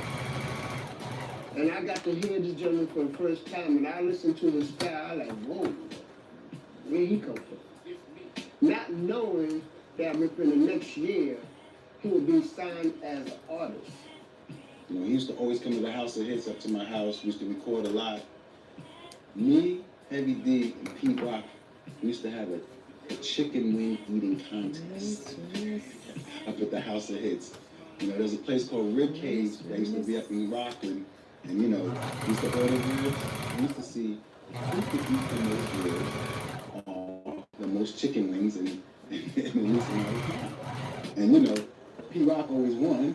But, you know, those are some of my, you know, fondest moments of being with Heavy D, other than creating some of the songs that touched the world. But, you know, Heavy D he's like winning a million, you know. The best guy you ever want to know in your life was Heavy, for real. Our last conversation was about how good we both looked and how good we were doing. You know what I'm saying? Real talk. It was like, you know, of course, you know, Hev always been good on his feet. You know what I'm saying? But he seemed like he was getting his health in order. I was getting mine in order. No, and it was one of those conversations order. we used to be doing on and it was off air. It was just, you know what I'm saying? Just standing there and just talking. It wasn't about radio. It was just like catching up. Like, man, you look good. Keep doing what you're doing. And it was a longer conversation, but it wasn't radio. It was just, you know, the time that I had a chance to speak to him, not knowing that that'd be our last real conversation. You know? And I remember when I lost my brother when I was 22. You know, I really became disillusioned about the business because people would say, yeah, I heard about your brother with people carried out the raffle. I heard about your brother, can I get a picture? Like in the same sentence, and I felt like people really didn't care. And Heavy D and Patti LaBelle were two of the people that really, from the business, really reached out. And I think Hev, because he had lost a brother as well, he knew the pain that I was feeling, he knew what I was going through, and he just encouraged me to let me know it would be all right, that I would make it through it. I think he inspired the entire hip-hop nation, honestly. Like, I can just keep going on with names and names and names, but Hev is just a big ball of inspiration. Like, I mean, when you see Hev, he lights up a home. I mean, anyone that's been privileged to be in his presence, Hev is just inspiration. When you look in the dictionary under the word loyal, you should see Heavy's face. Hands down, without a doubt. I saw him one day, he was very, very poor. Some guy in the street, he survived. He's like, cool. And he got all jumped up. Took his coat off and gave it to him. And I said, that is something else. You are something else. So that guy was cool. Really not cool. This gentle giant who was always willing to help anyone who was in his path. He did a lot of good for a lot of people, and people would be surprised how many people he's helped in this industry. So many. It seemed like every time I would get ready to do something stupid, drink myself on the table, I would run into Heavy, and he's like, what you doing? And it's like he always knew that I was about to do something ridiculous, and he was saying, you're better than that. No, you're better than that. Just watching him after night go out and give it everything, no matter what. It was inspiring to me, artistic, and just as a man, that concept of one person, one life at a time, leaving your mark and creating your legacy. He would just say one thing that would really, make my stomach hurt. Like how a brother is with a sister. But what I realize now is that was his way of making me tough. That was his way of poking me to make sure I was still being inspired. Abby was more like a mentor, a big brother, a guy with a real big heart. He just recently got together and going to Vegas, and he got on stage with me, and we found out, we talked on there, and we laughed, and he gave me so much wisdom, so much advice. Have played a very significant role in a lot of our lives. He's touched so many people's lives that every time someone would call me or say, and they would say things like, he's done this for me, he's done that for me, and everybody has the same thing to say. He was my best friend. One of the hottest rap crews in the business. This is the latest single on the MCA label entitled The Overweight Lover in the House, and they are Heavy D. He and the boys took a ride on the Soul Train in 1980. His collaboration with Teddy Riley's DJ sound and dancing, grooving, and mimicking his signature form. Even Don Williams, who was sold to embrace hip hop, had to recognize and respect that the overweight lover was definitely in the house.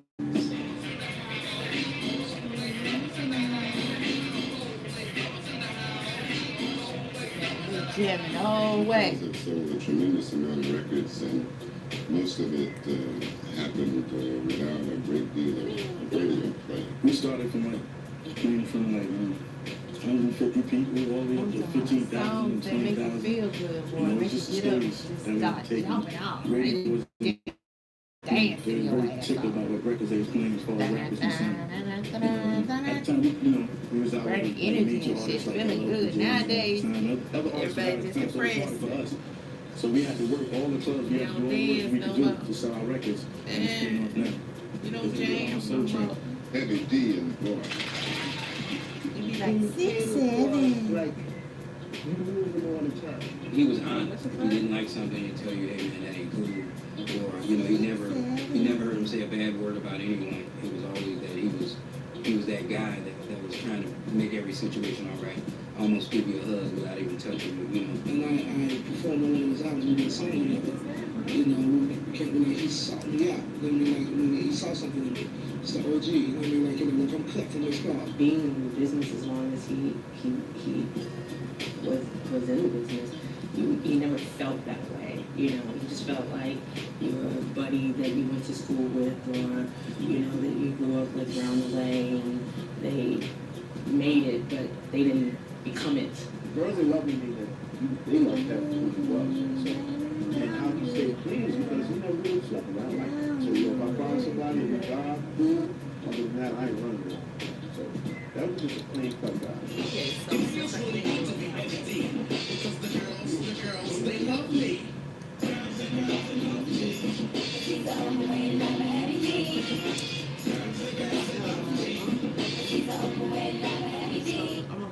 Checkers and Rally's $5 MVP meal deal makes you a big deal. Choose the new mushroom Swiss, spicy chicken, or cheese double with fries, drink, and dessert. Just $5. Be a big deal for just $5. Only at Checkers and Rally's. This eats different. Parents, if your child seems cranky or acts differently, it might be more than just a mood. It could be their nutrition. Many kids eat a lot of beige foods like mac and cheese and chicken nuggets, which can lead to nutrient deficiencies. Low B12 equals low energy. Not enough folate equals bad behavior. Not getting enough zinc equals feeling sick more often. That's why when I found LA, I was so impressed, because it's a flavorless vitamin medicine with no taste and no sugar. One packet of nutrients equals to 15 cups of broth from vitamin B12. It also provides more vitamin D3 compared to 400 mushrooms. There's more than 2 cups of spinach and more than 5 servings of quinoa. All I need to do is stir it into any of my kids' favorite food or drink, and they don't even notice it. My kids not only seem happier, but they're even doing better in school. If you want to see your kid happy and healthy, you should try LA. His experience from the time Mr. Big Stuff, he loved it. you know, through the early 90s, and more people into our circle around us, like again, that might have taught us life experiences, personal experiences, you know, had things to offer that we might not have ordinarily been exposed to, but it never changed him. He stayed at home. He didn't run out and buy a mansion. He didn't run out and buy 1,000 cars. He stayed at home. Heavy D was very, you know, low middle class neighborhood like every black kid. Honestly. None honesty paid him real. Heavy D was the mayor of Mount Vernon, and it showed. Well, Mount Vernon is a city that's full of square miles. You have Denzel Washington that comes from Mount Vernon. So the music is fluid and happy.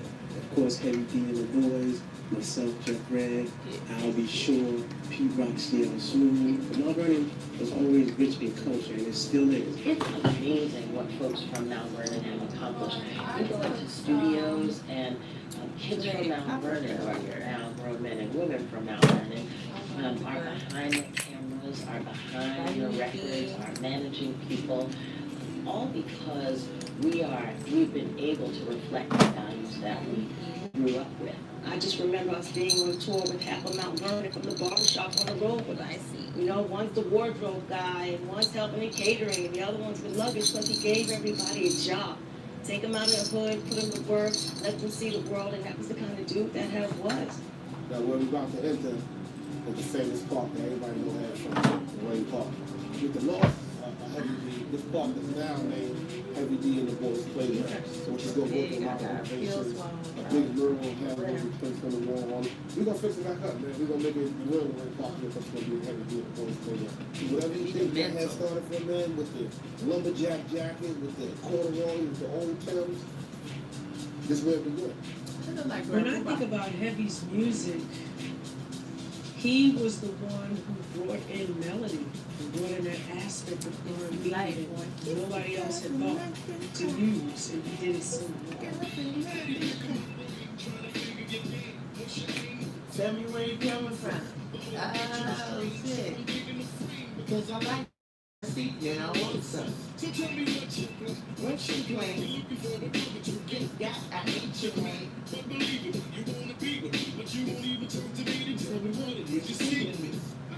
I was on tour with Hev when Trouble T. Roy was killed, and I was just in such shock at how he was even able to make it through that tour.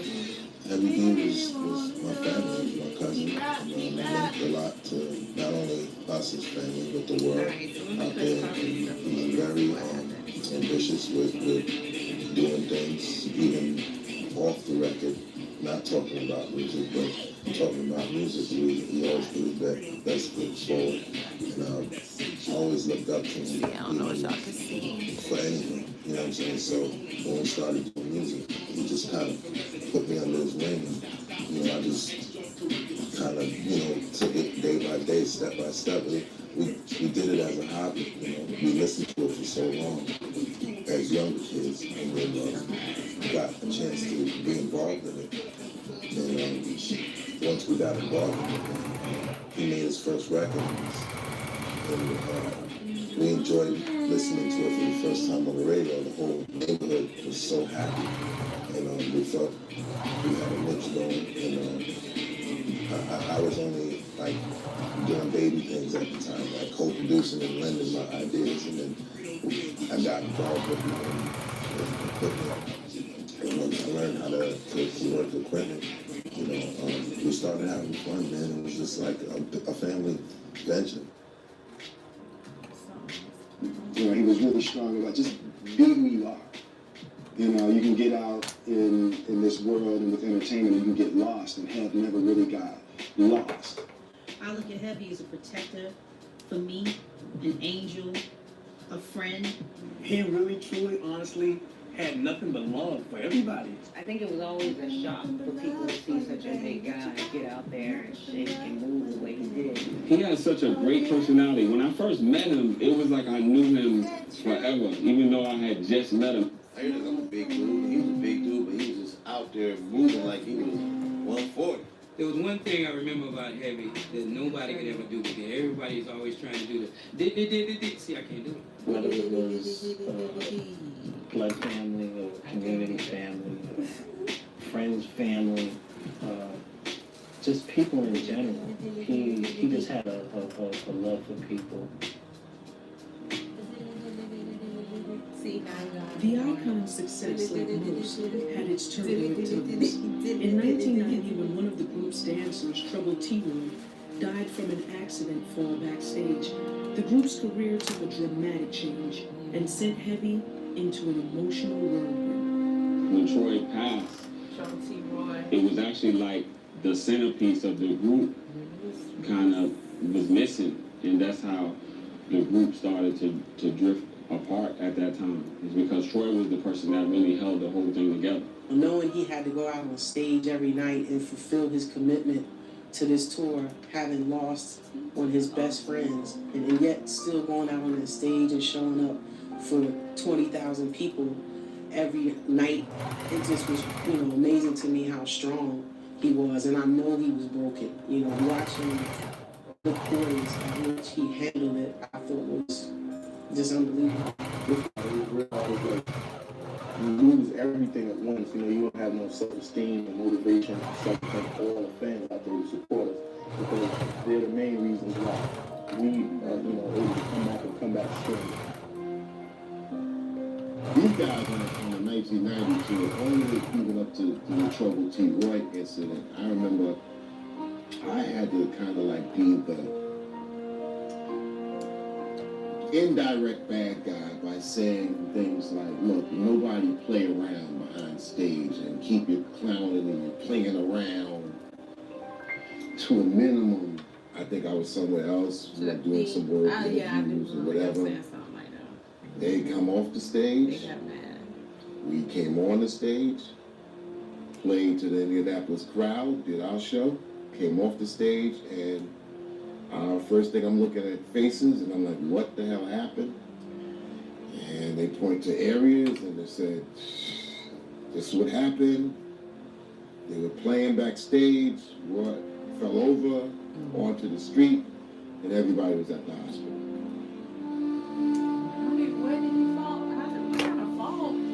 I want a visual of the fall. Something like that would happen. We all go to the hospital. The whole tour, the whole damn tour. I never understood that. How you fall on the stage and die?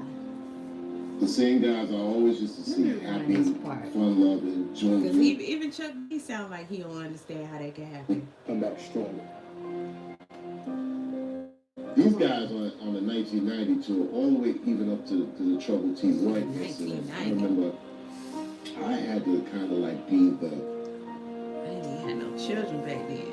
Indirect bad guy by saying things like, look, nobody play around behind stage and keep your clowning and your playing around to a minimum. I think I was somewhere else, doing some work, interviews or whatever.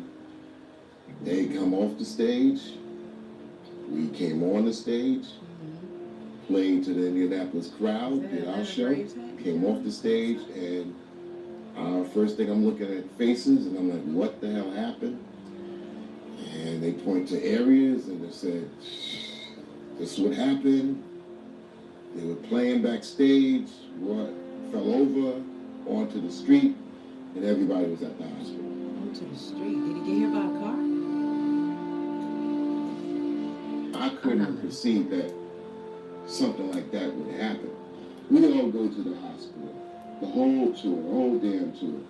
And the minute we walked It through was the door, controversy behind that though, because they was beefing, I think, with the same guys I KRS-One. always used to see happy, fun-loving, jovial, clowning, playing.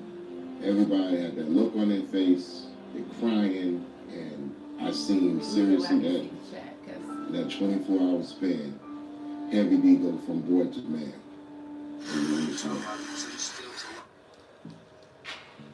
In the mid-1990s, he became the president of Uptown Records. And in many ways, his influence extended beyond his albums, as he discovered and mentored new talent and collaborated on hits such as Jam with Michael Jackson and All Right with Janet.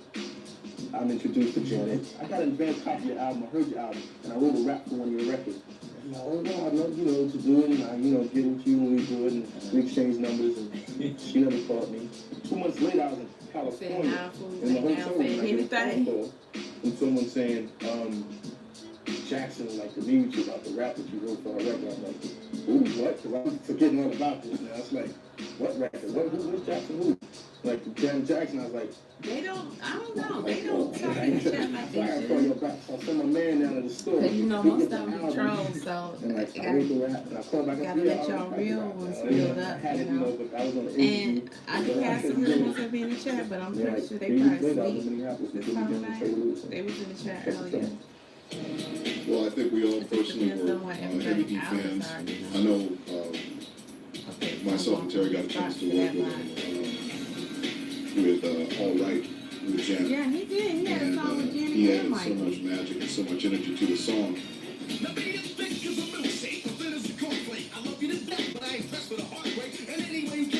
was bad, boy. Got a song with Jenny and Michael.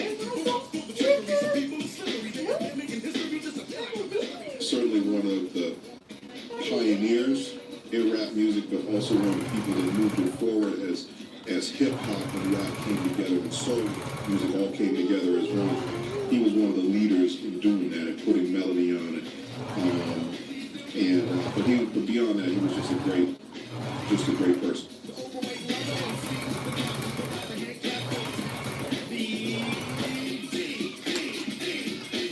I think it was 1990 where the Fresh Prince of Bel-Air came around. And so, we went west. We started looking in the TV world. And Queen Latifah and LL, we started seeing the possibilities of moving from the hip hop and being able to parlay hip hop into something else. And Hev called, he was like, yo man, I'm moving to LA. He was like, I think I can do that. I wanna act, man. I moved to Los Angeles to do Living Single as an actor, and Will was already there, and we were all friends. Like, we had all toured together, so we were all good friends from just being on the road and growing up in hip-hop. Hev's acting career could have been even larger than his music career. Yeah, he was a good actor. They said, man, the kid acting. I'm telling you, you see his ass in this drive, you be like, what? Man, yeah, I had lunch with Bobby the other day. I'm like, Bobby, who? Oh, Robert De Niro. I admired him for taking the craft very seriously, and he did. He started training and he was studying in LA. I know he was taking a bunch of workshops, and he started doing a bunch of plays. I've seen Hev actor, I've seen the movies, but I see Hev come on stage and I watch him get into the character. I literally say, yo man. With the new Blue Apron, you don't have to subscribe. Get delicious meals on the table in as little as 15 minutes. No subscription needed. Keep the flavor. Ditch the subscription. Blue Apron. Join the more than 7 million adults, like Michael, who've taken Ozempic. As touring music. You're real actor. The first time we met was on the set of Living Single. They told me, Yvette, who was the creator and executive producer of Living Single, she first told me that Heavy D was going to be a new love interest for Regine. And I was like, really?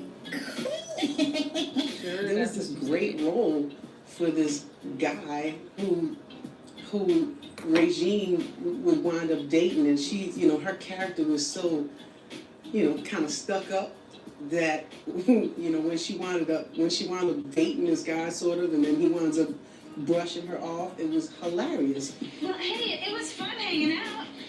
We were friends, right? And friends hang out. So I'll call you. All right. Okay, take care.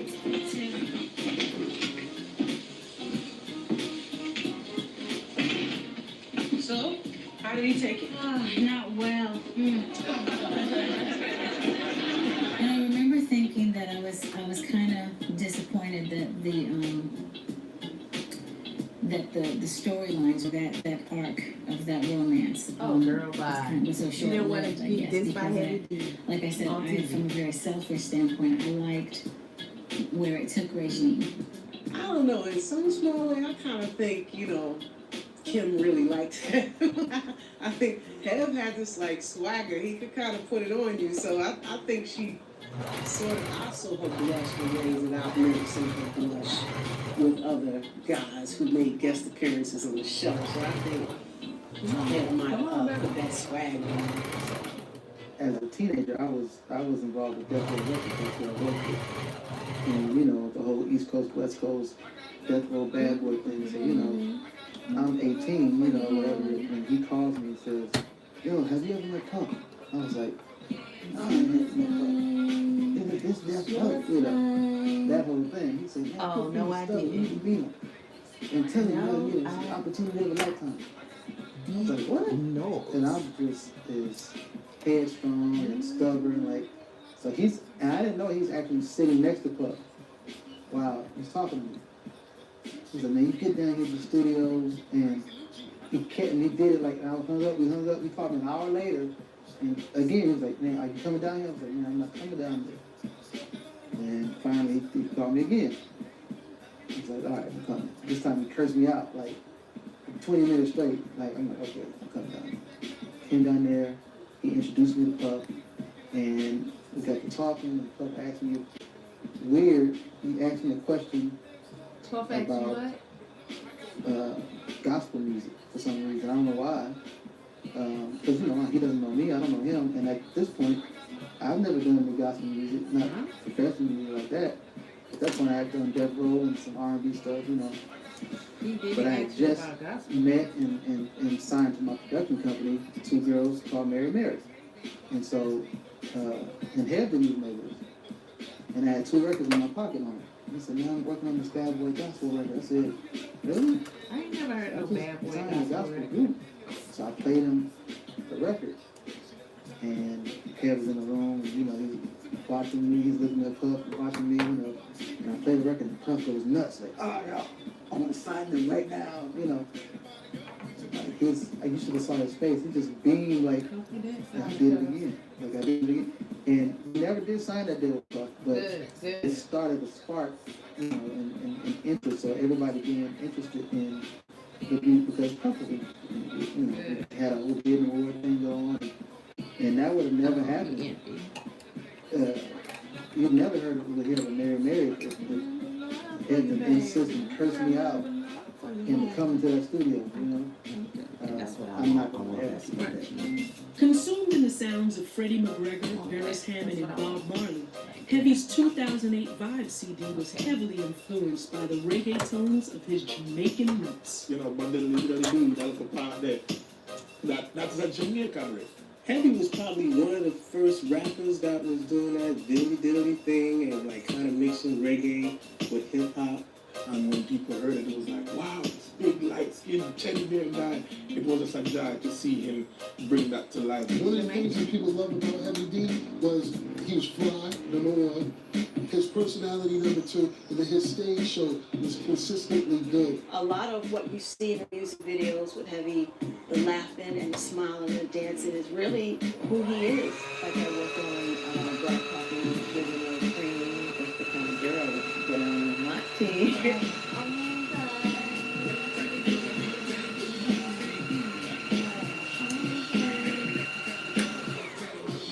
These deaths shook the foundation of the hip-hop community. With one day of preparation, hip-hop legends worked through the night to perfect the tongue-twisted, syncopated flow of Heavy D. I got a call from Pakistan. He just came out of the club Blue Sky at like 2 a.m. in the morning. And one of the Pakistanis called me and said, yo, we're going to do this for Hev. The Heavy D tribute was a very interesting project because I was so emotionally wrapped up in it. People calling, people trying to see who would participate, and I was really trying to see if I can get even more people to contribute because I felt the bigger, the better. Time was of the essence. I didn't sleep for a couple of days for that. I know that what we did and the intentions on what we did was really, really, you know, clean and was sincere. You know, I feel we did good work. I feel we did great work, and I feel Heavy D was very happy because he know the love was there. At the 2011 Soul Train Awards, legends that came before and after Heavy performed a tribute and had the entire country chanting, "We got nothing but love for you, Heavy. We got nothing but love for you, Heavy. We got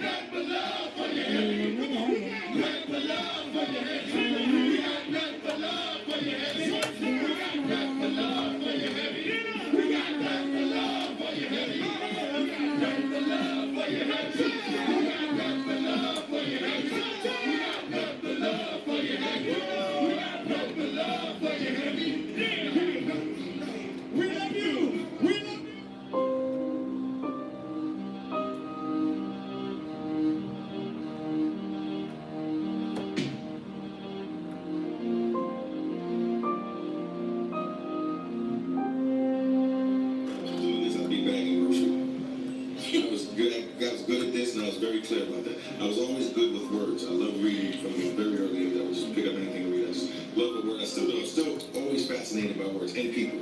To me, those are the two most dynamic things in my structure. Like, I could always look at people and just words. Like, it's, I think the American language has too many damn words, but 17 words to describe one thing is very unnecessary. Yeah, I got a voice message. Is your picture? Yeah, handsome. When'd you take that picture? We'll not talk about that. I got a voicemail from him that I saved just before he passed away. Yeah. And on the flip side of that is a voice message from Troy, my best friend who passed away in the future. And I got a voicemail. That's ironic. November 8th, 2011, Mount Vernon lost one of their sons when Dwight Arrington Myers died unexpectedly of a pulmonary embolism in Los Angeles, California. Really? Heavy D credits the streets of Mount Vernon for his upbringing. Thus, it was only fitting that Mount Vernon be the home of his final farewell. I hold on to the good things that people have to say. There's no way I walk the streets, nowhere in Mount Vernon that said, Mr. Myers, I'm sorry, you had a great son. In a lot of ways, I think God sent me to heaven. God sent heaven to me. You know what I mean? Because I know I wouldn't be who I am and doing what I'm doing if I never met him. His music, you know, touched everyone in such a positive way. And it was so fitting to see, even at this service, to see how many people that showed up and that talked about their experiences with Heavy.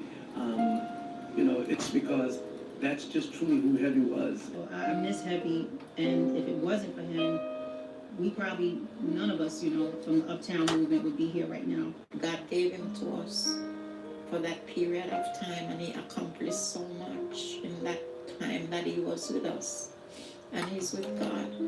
The outpour of love from people all over the world, it's beyond just New York and California and the States. I mean, I've gotten phone calls and emails and letters from Australia, from Jamaica, from Ghana, from Nigeria, South Africa. I miss him a lot when I'm sick, because he would always be like, oh, it's okay, Zaya. And I would get that big bear hug. So I guess I really miss him, big bear hugs. You don't have a lot of friends in this life. I mean, think of a lot of constituents. You don't have a lot of friends in this life. So, one of my friends is Big Time by Heavy D in the water.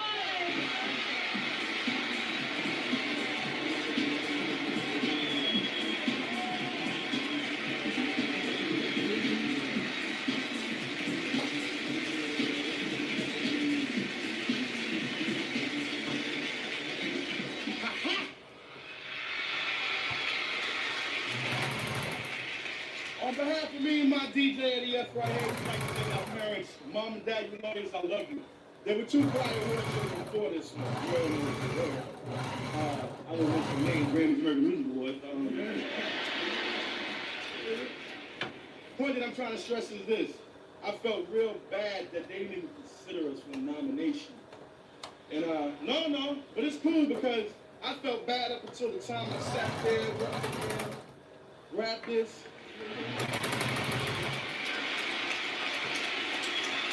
Hold up.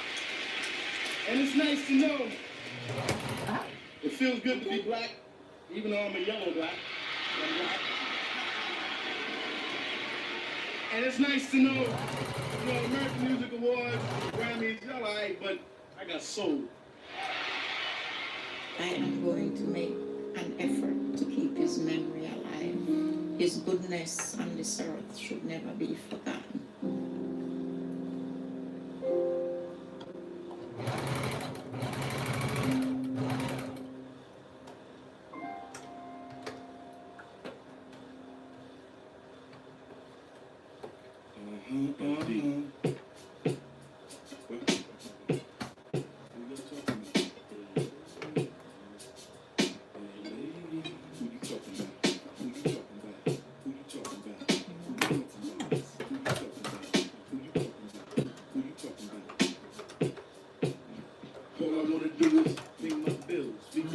We're wrapped around the thing.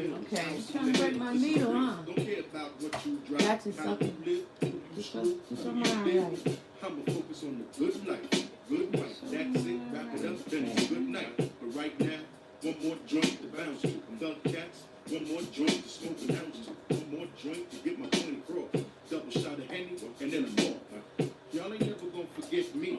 Y'all always gonna respect me to the death of me. I'm happy. Who keeps you bouncing? Happy. Who keeps you rocking? Happy. All night long. Happy. All night long. Happy. Girls, the girls they love. Happy. Who keep it in the game? Happy. Who y'all talking about? Pulmonary embolism. That's in your neck. Pulmonary artery goes down to your heart. All I wanna do is think my bills, air, blood. Stack my mills, house in the hills. This is real. Remember, I was once told I had full pulmonary blockage. That is very serious. So how do you have a pulmonary embolism? Good night. But right now, one more I drink don't know. That's perfect. one more joint to smoke an ounce. One more drink to get my point across. Double shot of Henny, and then I'm off. Y'all ain't never gonna forget me. Y'all always gonna respect me to the death of me. I'm happy. Who keeps you bouncing? Happy. Who keeps you rocking? Happy. All night long. Happy. All night long. Happy. Girls, the girls they love. Happy. Who keep it in the game? Happy.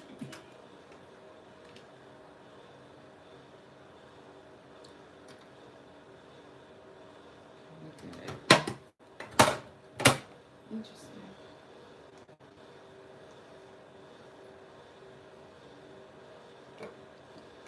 Make sure my battery is.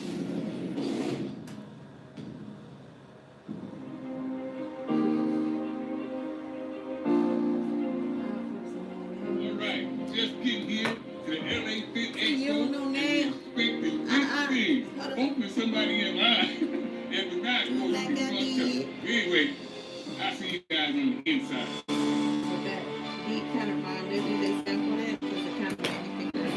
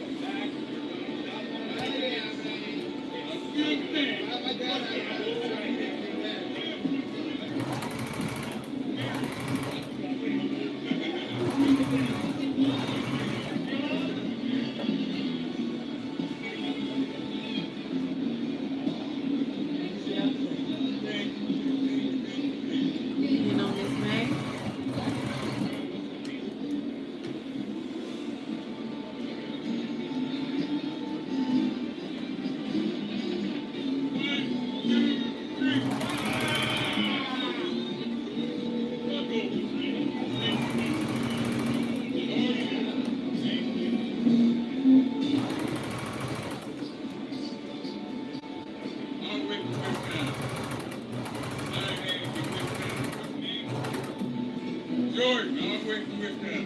Ain't no you all day, man.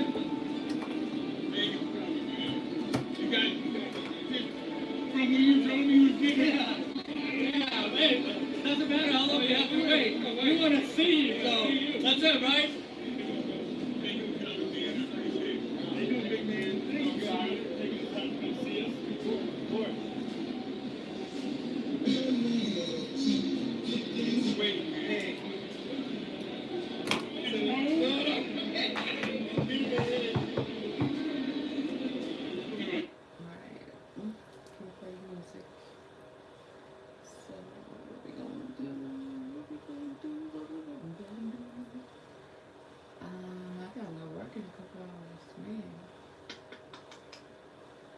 Get some sleep. So we're not gonna finish it heavy. But technically it is Monday, so we could finish on that later. We don't like tonight. You know what I mean?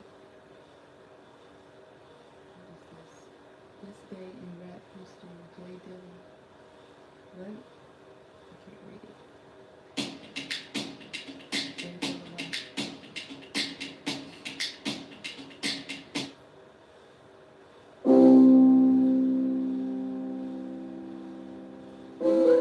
I used to be confused. I thought J. Dillon passed away, but then I thought he didn't pass away.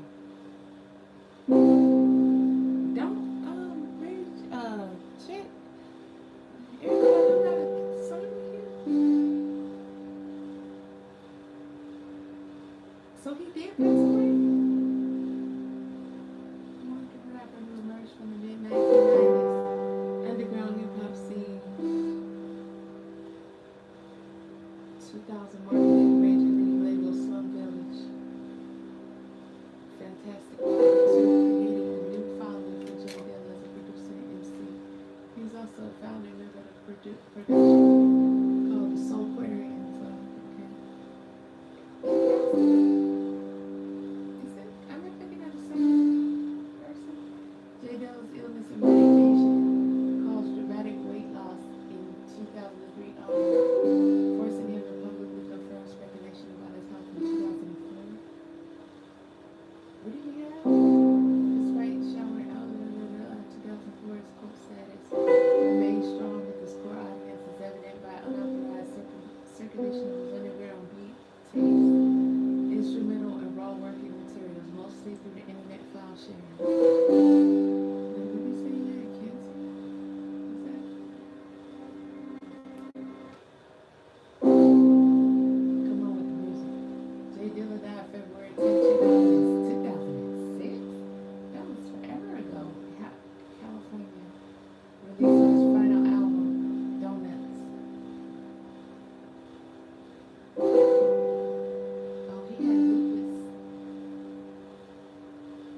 Recently touring in a wheelchair, but he concealed the downturn of his health from his manager and close friend. He was in a wheelchair. What was there to conceal? Upon his death, he had several projects planned. Slum Village T3 interview March 2015. About 150 unreleased beats, some of which feature Slum Village's album entitled Yes, which was released June 16, 2015. Is that after my new baby daddy? No, the young one. The biggest girl. Shining 75%. Dilla died was complete posthumously by Karen Riggins. Whoever she is. J. Dillon and Molly's collaborative album was released in June 2007 by Stone's Throw Records as a 2-CD deluxe edition. So what would be more?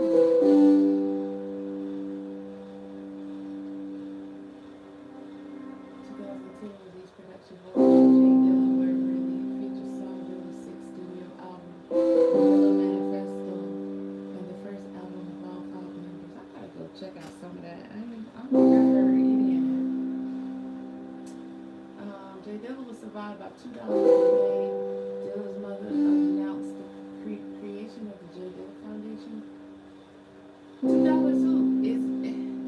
Is that Erykah Badu baby daddy?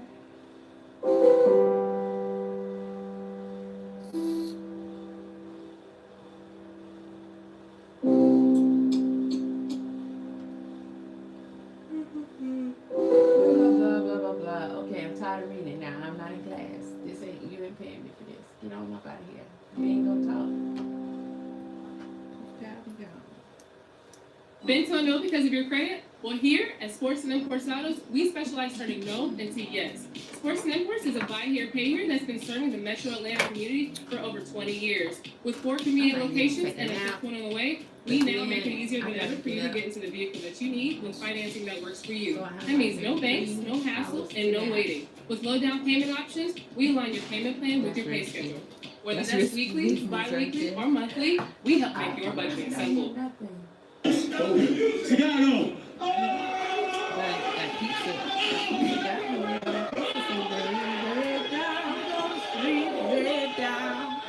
Okay, so I'm feeling that. I think I want to do the whole thing like that.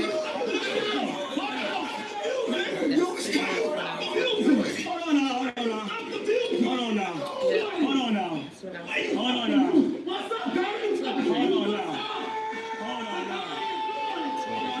There you go. So I think we don't set it out. Finish what we start with the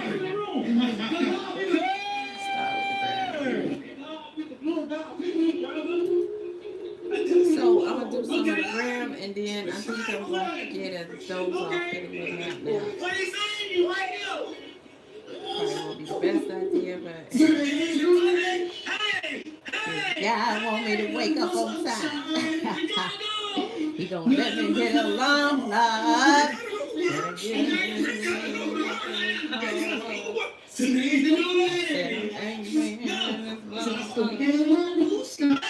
My little thing.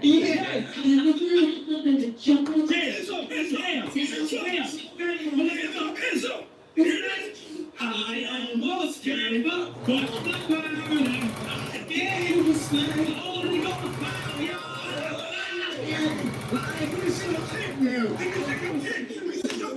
Come on, I smile. We're not even going. See that smile? So I smile. Hey, wow, I smile. They're making a lot of noise. Oh my God.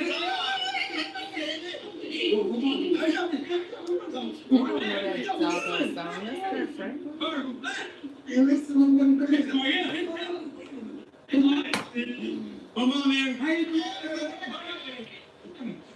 doing? How you doing, Mama? How you doing? Mama, sit down. Hey, look.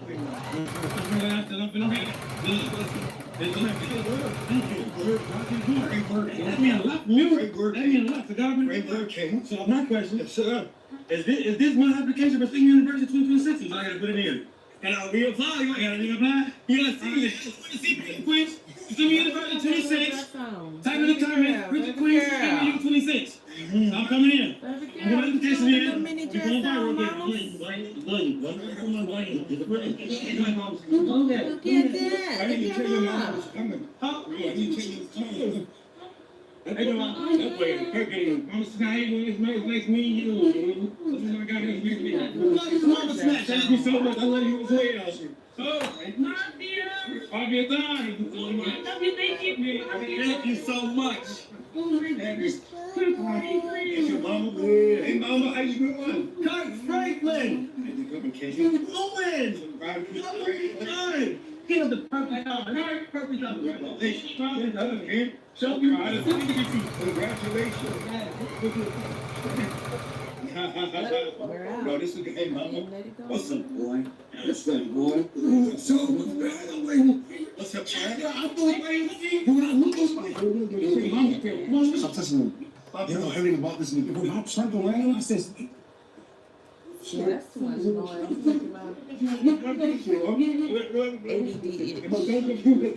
The music that's gone too far. You think we've gotten through without message. Well, that news thing, you ain't heard nothing. And it's a good through.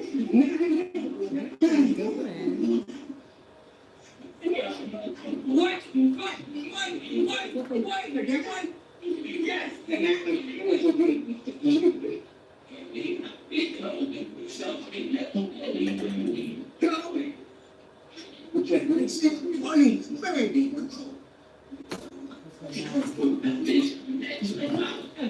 Bro, what happened?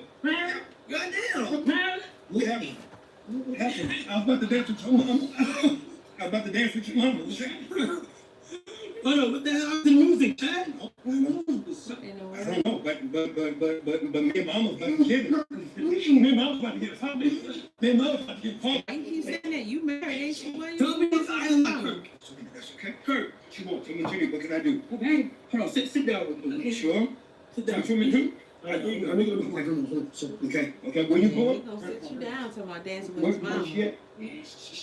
Call her. Check W. Are you heard? Let me call your come on. Franklin, y'all. W. Kirk Franklin. I just Franklin. You ain't gotta need it. Minister Dobbs. Call you in the lumber right now. Anyway, this is too many people talking. I can't. My brain says no. It's too much for me right now. Too much. Sponsored by ExpressVPN. So XXX means unknown temptation. For some time, the X was the only unknown numeral to me. Like John Doe, you get what I'm saying? John Doe stands for unknown. I actually just put it together, unknown temptation, because I feel as if that's what my life revolves around. XXXTentacion is top 5, dead not alive. Before passing away, the emotional rapper made his mark as an innovator in both hip-hop and unconventional barbecue techniques. But aside from dropping a catalogue of chart-smashing records, including Look at Me, X gained a great deal of attention and clout from his ongoing legal disputes as well as his constant feuds. Many rappers have both built and lost their careers rapidly as a result of misguided beats. Often for a young up-and-comer, a highly publicised feud with somebody in the upper echelons of hip-hop can very quickly catapult you to the same level. So if instant clout resulting in a beef is your preferred way of making it to the top of the hip-hop game, then who better to kick off a beef with than the ultimate clout-owning fool, then it's Drake. Like most quality cuts of beef, this one originated in jolly old England. It's February 2017 and Drake is jetting around the world on tour looking to meet culture. Sometimes it feels like Drake maintains his flag, sucking the clout out of SoundCloud rappers like a Dementor from Harry Potter, then tossing them aside like a backup dancer at a Madonna after party. So at some point on the tour, Drake is in Amsterdam previewing his new absolute banger with British Peckham legend Giggs, KMT. And if you don't know, KMT stands for Kiss My Teeth, or like that, KMT. Oi, oi, put on that new Drake tune. No, put on... Yeah, that's the one. That's my jam. Anyway, once this snippet dropped, a lot of people are noticing that Drake's flow at the start sounds suspiciously similar to X's flow on his song, Look At Me. I guess Drake must have thought he culture vultured Giggs and X at the same time. Maybe the two would cancel each other out. Ain't nobody in doubt about that shit. Drake sat You down got for away an with interview it. with That's British what legend so far DJ on Sewist Earth. and discussed the similarities between his flow and X's. Basically saying he could see the similarities after the fact, but he wasn't biting X to begin with. So I'm just like, yo, what's happening to me right now? You know, so I'm sitting, I'm like, I'm trying to read, like, figure out who they're talking about. I find out who they're talking about, and I listen to it. I'm like, okay, I see where people could draw like this comparison off of like the first two lines, whether it be the cadence or the rhyme pattern, whatever. Yo, it's crazy that people think that after all this time, after all I've been through, that I'm the type of person to go pre some song that's on SoundCloud. It doesn't have like 2 plays, it has plays, you know, he has this cult following, and go and think that I'm gonna like take that and make it my own. Like, I'm not stupid, I'm not like a person like that, you know? X obviously reacted to the situation very maturely by coming to Twitter and saying that Drake's career is over. That didn't age well. But while we're here, we might as well fall foul of X's entire claim that Drake stole his flow because of the fact that in 2015, Lil Uzi Vert used pretty much the same flow on his song Super Saiyan Trap. That song actually came out in July 2015, several months before X's Look At Me first debuted in December 2016. And even if that's not enough for you, for many years before this was even used by Lil Uzi, several rappers have used flows which are kind of similar. Anywho, X ramped up the grizzy disrespect to a whole other level, making phone calls from jail to DJ Academic, who I assume was in his mother's basement, basically refuting Drake's claim that he didn't know who X was before KMT came out. Basically, XXXTentacion is saying, yo, what, nigga? Bro, you knew about me. Like, I mean, you reached out through someone else who's a mutual friend or something like that, and you gave me props in the interview you saw. You were well aware of me, and if you were well aware of me, you were probably well aware of my song, so don't act like you just found it after the fact and you found me recently. Yes, according to X, Drake's camp had actually already been in touch well before KMT. He took which XXX is up out unusual, here. because Drake's camp He usually stole only his get in touch song. for a few the morning after.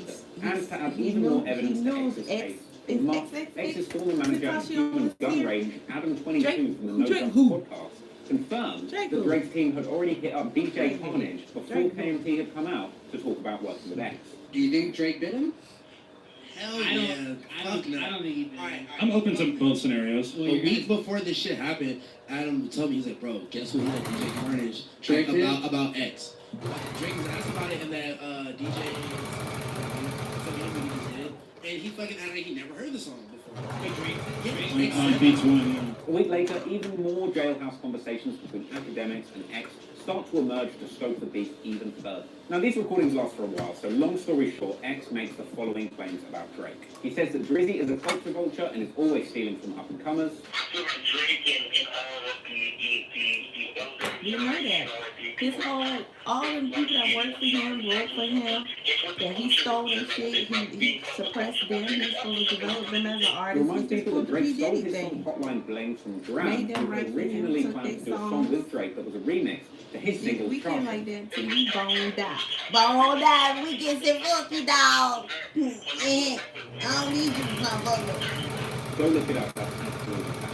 And thirdly, and probably the most bizarre part of this entire story, in my opinion, is that X basically suggests that Drake should have come to his court date and put in a good word for him to the judge. I could reach out and like, yo, how the fuck can I help you?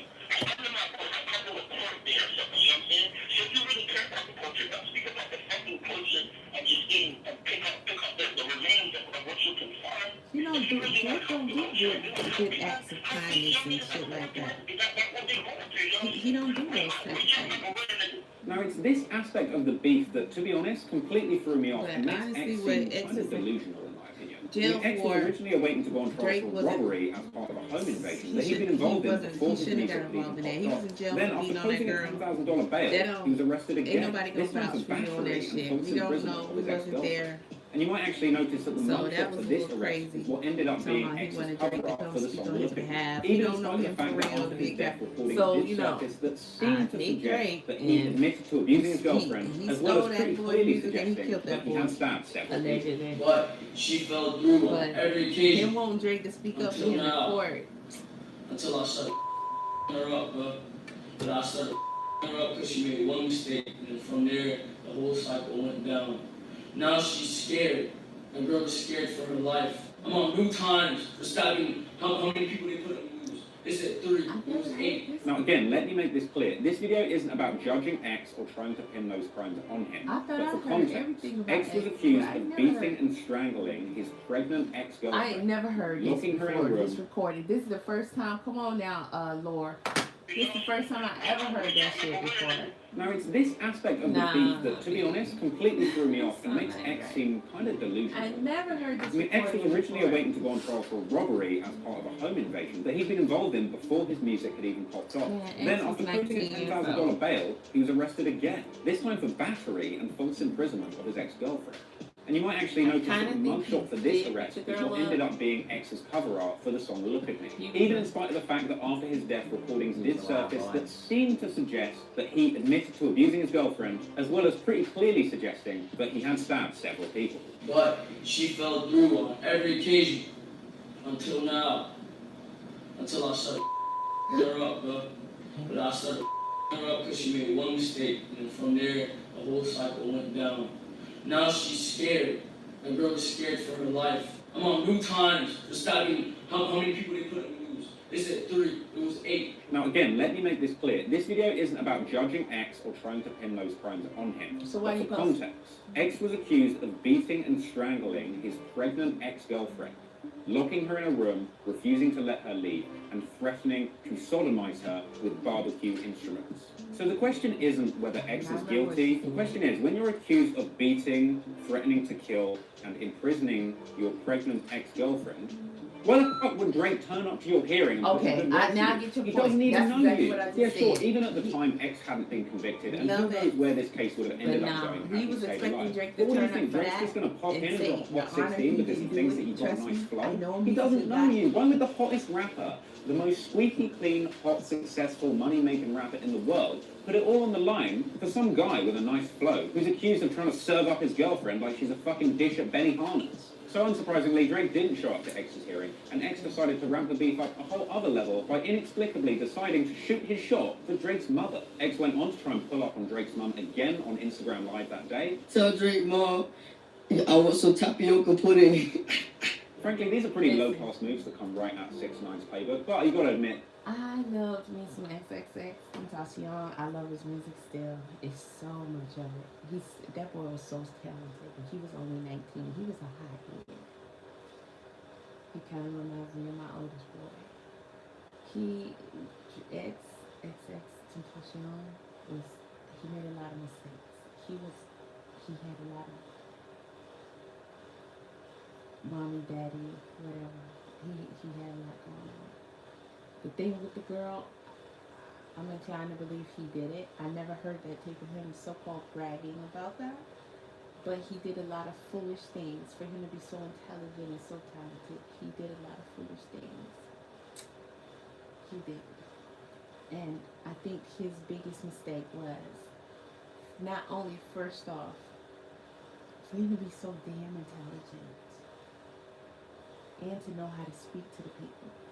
Why would you continuously call Drake out for something Drake actually did, but then turn around and then try to say, oh, since you want to work with me, which Drake was alluding to, allegedly, that he wanted to work with X, but he was really trying to steal his shit. Since you want to work with me, come down here and vouch for me so that I can get off. Bro, you and that domestic violence don't have nothing to do with Drake. The situation, nobody vouching for you in no domestic violence because nobody wasn't there. And he don't know you. It's too much to risk, too much to lose. Nobody's even trying to be associated with somebody who may have done this. So cut the shit. But he did not understand that. I'm confused. He talked about it publicly. Where all he had to do was come vouch for me. They let me off, and I could be selling out. I could be I could be and we could be and get out your head, movies, boy. Like, what are we talking about here? That shit was on you. You fuck up, you pay the price. Ain't nobody with their worth their salt with anything to lose is gonna come in and be like, yeah, this person that I don't know for this situation that I wasn't there for, he ain't do that, y'all. Let him go, cause it's me, Drake, saying that. I was just like, some people you're not meant to fully understand. Cause why didn't this boy get the live? This boy was talented, like he was so versatile. Like he was good at his shit. But he had a lot of demons he was fighting. He had a lot of other shit going on, So, hey. They're very entertaining. By the time April rolls around, X is not ready to take his foot off Drake's neck yet, and begins dissing him once again for using his fake Jamaican accent. Another quite amusing diss that I'll file under culture vulture accusations. Wait a minute, are you talking about Drake or are you talking about X? So the question isn't whether X is guilty. The question is, when you're accused of beating, threatening to kill, and imprisoning your pregnant ex-girlfriend, why the fuck would Drake turn up to your hearing and put in a good word for you? He doesn't even know you. Yeah, sure, even at the time, X hadn't been convicted, and who knows where this case would have ended up going had he stayed alive. But what do you think? Drake's just going to pop in and drop a hot 16 because he thinks that you've got a nice flow? He doesn't know you. One of the hottest rapper, the most squeaky clean, hot, successful, money-making rapper in the world, put it all on the line for some guy with a nice flow who's accused of trying to serve up his girlfriend like she's a fucking dish at Benihana's. So unsurprisingly, Drake didn't show up to X's hearing, and X decided to ramp the beef up a whole other level by inexplicably deciding to shoot his shot for Drake's mother. X went on to try and pull up on Drake's mum again on Instagram Live that day. Tell Drake, Mom, I want some tapioca pudding. Frankly, these are pretty low-class moves that come And right then out on top of that, but you've got to admit they're very... On top of that, he goes and he faults Drake so much. If he'd have just stuck with this nigga stole my song thing, he'd have been good. I mean, people was gonna do exactly what they did, in my opinion. However, X just made it worse because he was disrespecting Drake's mom. So I'm going to I think that's what he made Drake go ahead and shut his ass up permanently. Throwing the mama thing in there, plus you stole my song. He wasn't letting that go. And as long as he was around, people were gonna eventually be like, Drake, nigga, that's XX song. I can hear that's the song. It's just, you don't have to know a lot about music, but I was surprised at how many people questioned or what he acting, because he's telling y'all it's the same beat, same cadence, same flow, and it's like you could listen to both of the songs and be like, that's the song. It's identical. The only thing it is he made it worse. Drake did a worse version. People say, well, Drake version was better. No, nigga, you just whack and corny with no taste. But I'm gonna finish quilting the entire thing. I'm gonna do the gram, quilt it like that. I'm gonna do the entire sides, quilt it like that. And then start adding the embellishments, the feathers, the jewels, and all that. So tomorrow today is tomorrow, but later will to be continued. And so of course, so of course I'm gonna have to clip the top, which I'm not gonna be so quick to do that because I'm not extremely quilting it. However, the size is the size. So I don't want to give too much shrinkage to the size of the top, because when I add it to the hat, I don't want it to be too small. So when I put it on, it doesn't fit right. So when I cut it, I didn't cut it with the whole quilting thing in mind. I'm just kind of free flowing with the hat, just letting whatever come out, come out. So I may end up not quilting the top and just having a straight top with everything else quilted. That would not make me happy, but that may be what I need to do to ensure proper fit. It's not too much shrinkage with this quilting, but it's definitely going to cause some degree of shrinkage. And I didn't give excess room for that. So we'll see later what I decide to do. But again, I do have thin wire at the brim. I didn't want to have too much stiffness. I wanted to have some easy flow to it, but still be moldable. So if I wanted the hat to, however I wanted it to lend itself in any given moment, I could switch up my style for it with the wire. I could do anything with the brim with the wire. I've used a very, very thin wire. I used a copper wire. So I also have the copper energies. And again, manipulate it any kind of way. Got a whole thing of wire over there. And jewelry and all that stuff with it. So I think she's gonna look nice when we get finished. She's gonna look really nice. Your wife is sewing a bag right now? Oh, shout out to her. You're lucky man. She can make you anything you want, I bet. Okay? She's on mine. Right? You understand? People don't know about that. That's a luxury right there. You can get at that sewing machine and you can just create something. You know? You can just size your people up and be like, okay, I'm gonna make you a shirt. I'm gonna make you some pajamas. I'm gonna make you something real nice. I'm gonna make you a nice little suit. I'm gonna make you a personalized bag. I'm working on, I'll be eventually making a bag for my son out of his Carolina Panthers, fabric. So, y'all can come along and ride with that. I'm gonna shut it down for now because I'm sleepy. Finish the hat later. But so far, y'all, this is where we're getting. I'm getting some Willy Wonka vibes. I don't know why, but I just see out.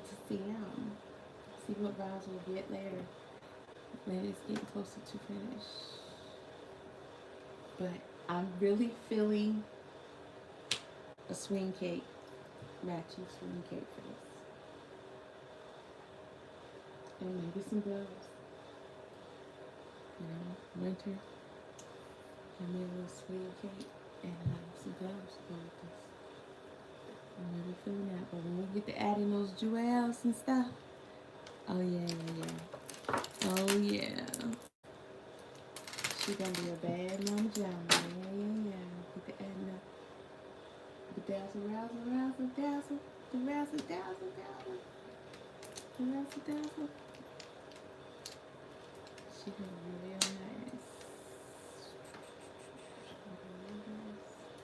I want you to see this. Did you wear somewhere? She gonna be real nice. Even the other jewels and the feathers and things. I mean, we're winging this one. We're winging this one. That's what I don't feel. Trying to sharpen our words with proper words. Is it this? Sir? I'm not sure what you're talking about there, sir. It was, that's the old one.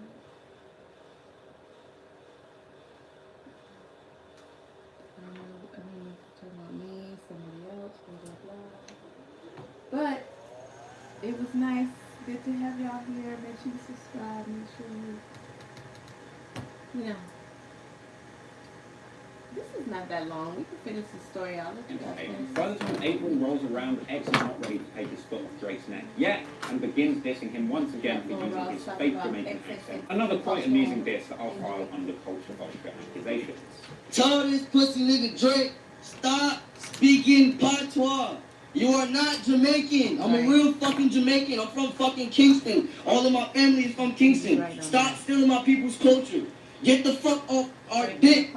At this point, Drake still isn't talking. He seems to be taking the high road. But then again, in mid-April, things heat up a little bit more, and they start looking like they're going to spill in. Straight up culture. So before you know it, Chicago drill rapper 600 Breezy decides to book a first-class ticket on the Cloud Express and throw his name into the beef. He came out and said that he asked Drake if he should get an X. Apparently, Drake responded the same way he does when you ask him when the last time he saw his kid was. Nah, he shrugged. My homie, can I get on somebody else? He always say no this time. He just gave me a shrug like this, whatever, because he took it. A few days after that, X responds to 600 Breezy stepping up for Drake, saying that Breezy should shoot X if he sees him, and that X could get Breezy knocked off in his own hood.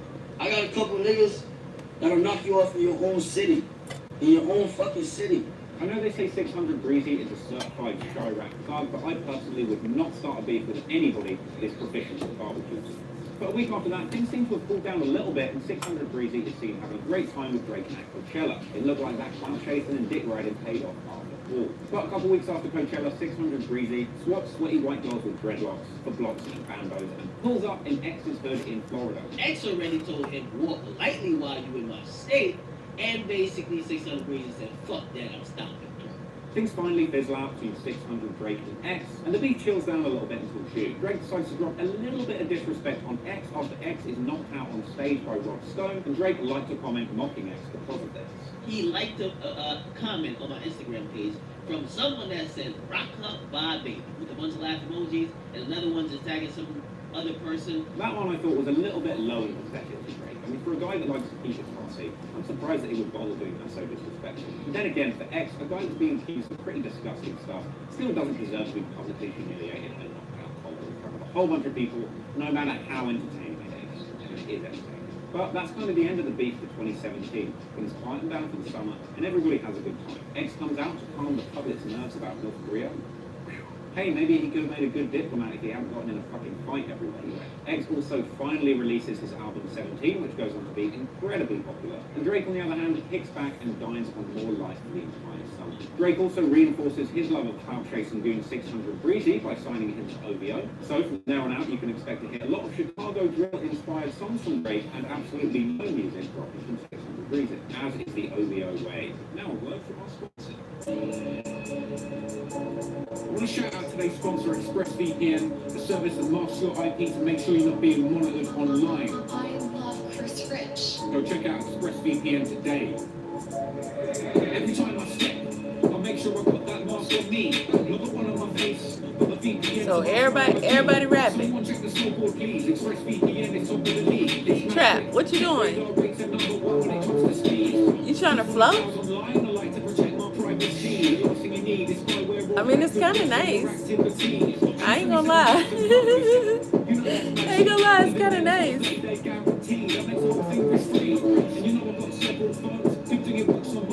Okay.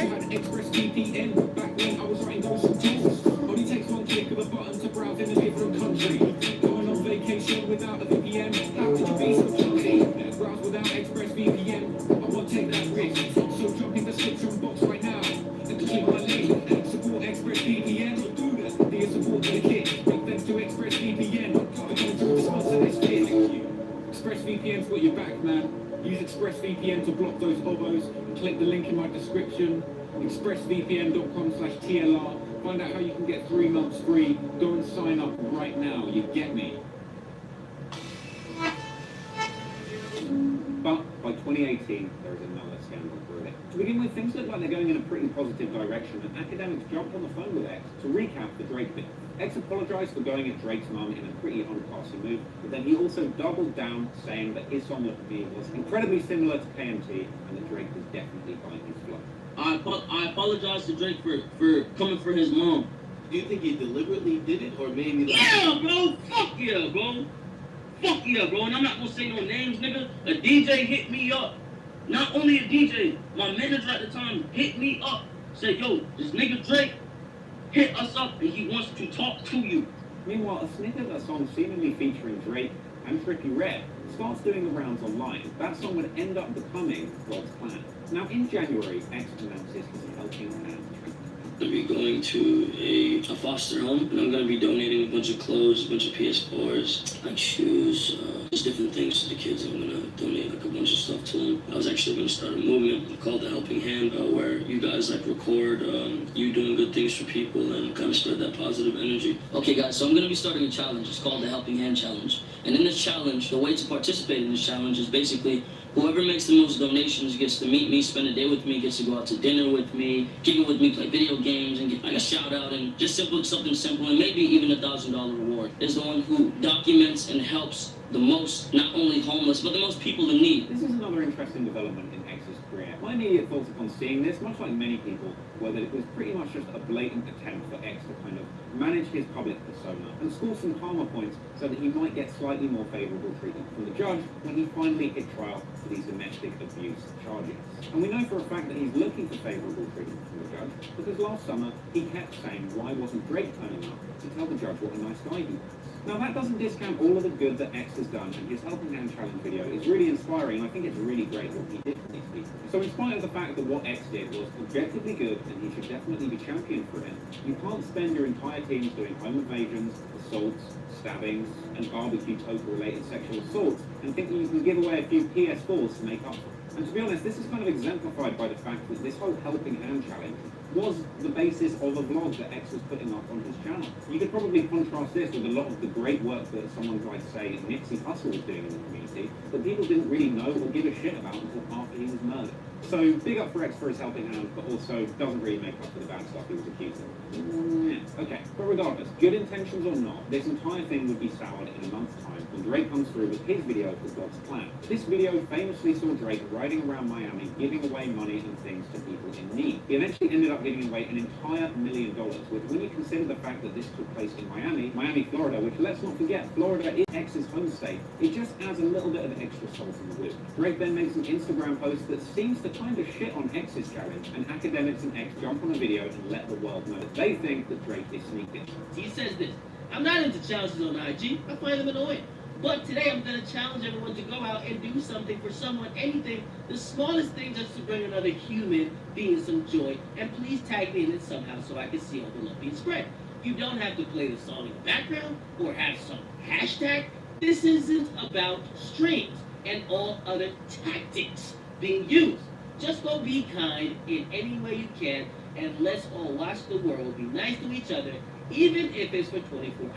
Thank you. Now, Here's the thing, because there's a couple words in there, a couple phrases that I was like, kind of seems like he's taking shots at that helping hand challenge, all right? Looked like he was. So in what was at least an exciting development for DJ Academics, he actually got a phone call from Drake, and apparently the two of them chopped it up, had a conversation, and Drake said that he wanted to make it very clear that he wasn't actually trying to sneak diss X in his Instagram post. Hey, I thought it was a pretty obvious sneak diss, the people thought it was, but Drake said it wasn't. This wasn't really enough to convince X. Hey, I don't want anybody to take my remarks to Drake as a diss in any shape or form, because I am actually really happy about what he did for the city.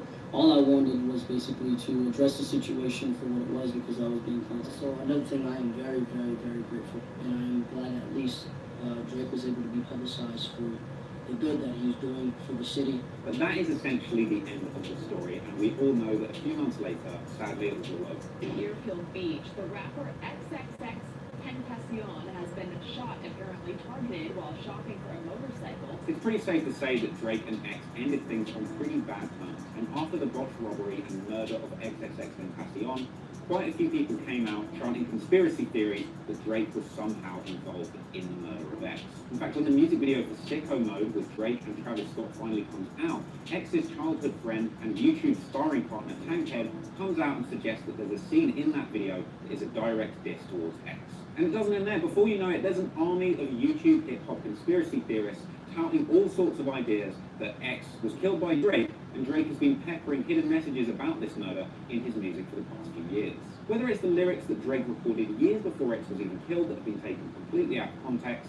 Triple X, SMS, that's the only time I ever shoot below the neck. Yeah, that could really refer to taking naked pictures and sending them via text message, aka SMS. Right? Or whether it's the alarming, if slightly innocuous Instagram post that X made before he died, suggesting that if anything happened to him, that you should blame Drake. Or even the most half-assed conspiracy theory of all, the idea that supposedly the song Mob Ties is all just a cloaked expression of Drake saying that he has been killed. Hey look, I just wanted to give you all of the facts, all of the information about the entire beef, start to finish, between Drake and XXXTentacion. Now look, I don't want to give too much credence or fuel to conspiracy theories, and I also don't want to get another knock on the door from the Illuminati like I did after my 50 Cent video. So rather than actually weigh up all the evidence, let me pass you on over to the hip-hop conspiracy experts at infolaws.com.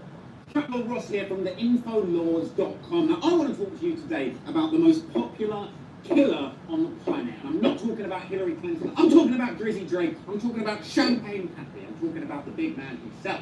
He killed XXXTentacion, we all know he did it, we all know he talked about it, to keep his career going. He killed him as a human sacrifice, as a spirit cooking experiment, to keep his career going throughout 2018. 2018 was his year because he killed X. Don't believe me, let's have a look at what the man said himself.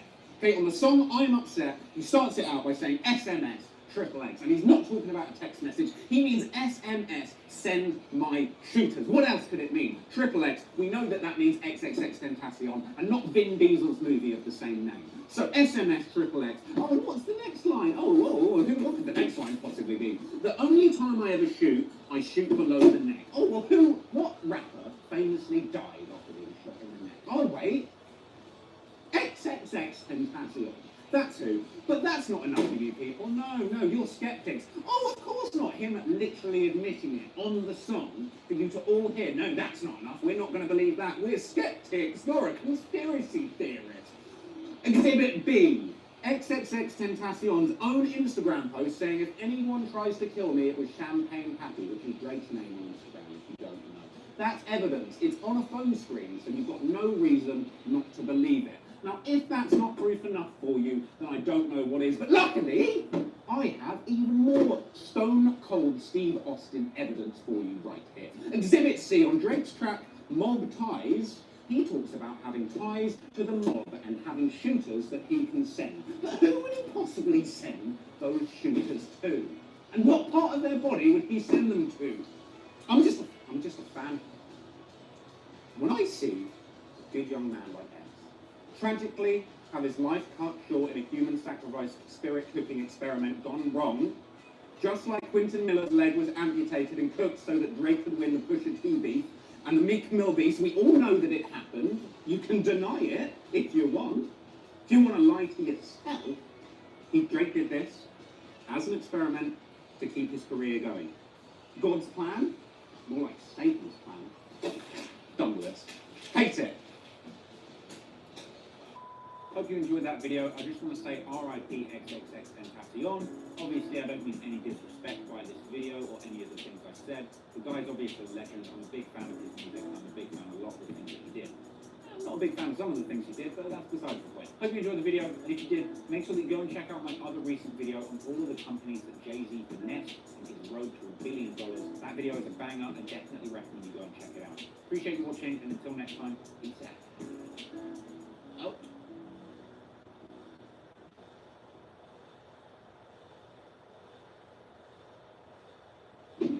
At Raising Cane's, we focus on making the most craveable chicken finger meals, getting them right every time. That's why we hand batter every chicken finger, mix every cane sauce, butter every Texas toast, stir every slaw, salt every fry, squeeze every lemon, and brew every ounce. We do this inside every Raising Cane's, every day. Because when you do it right, you can taste it in every bite. Raising Cane's chicken fingers, one love. AHS presents the ups and downs of homeownership. The water heater isn't working, and you don't know what to do. But AHS can help in real time over video chat. Fix it over video chat with American Home Shield. Sign up today at ahs.com. This is your marketplace. We're at the stores you know. How much is this? And love. Nice jacket. But we're not looking for deals. Let's keep looking. We're searching for clues. This isn't it. Our mission? Exposing a side of the fashion world that's far from pretty. Have you ever thought about those who actually make your clothes? You will now. Our journey begins in Newark, New Jersey, one of the busiest ports in the United States. But not everything that arrives here gets in. As we get a little further down, you're going to see a shipment that's suspected that the goods were manufactured by forced labor. Acting Port Director Edward Fox takes us through a warehouse full of blocked imports, food, blankets, and a big one, clothing. So, Director, I want to ask you about this shipment that you seized out of Dandong, China. The allegation is that North Korean citizens were being brought into China, held at the factory. Several of the key elements of forced labor were present. There was debt bondage. They were being restricted in terms of movement. Their travel documents had been seized. Does that mean that no clothing from that shipment will end up being sold in the U.S.? That's exactly what it means. But they are getting into Canada. Shipping records reveal more than 100 shipments from that same factory over the last decade. And our team is on the hunt for those clothes. Oh, I don't see it. This is made in China. It's not the right material though. From a mountain of shipping records, we find this breakdown of a jacket that came into Canada in the spring. It's on polyester.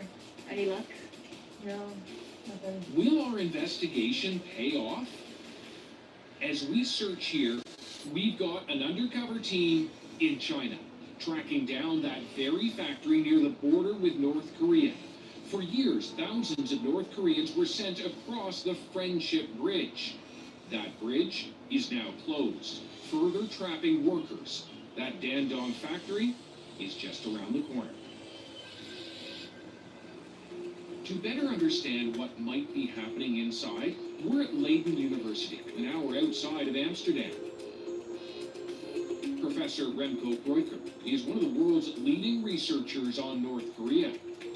It's good to meet you. Yeah, good to meet you. What do we know about North Korean labor working in China? North Korea exports its laborers to China. They're obedient and they're cheap. The perfect kind of worker you'd want in a factory. What's in it for North Korea to send workers to China?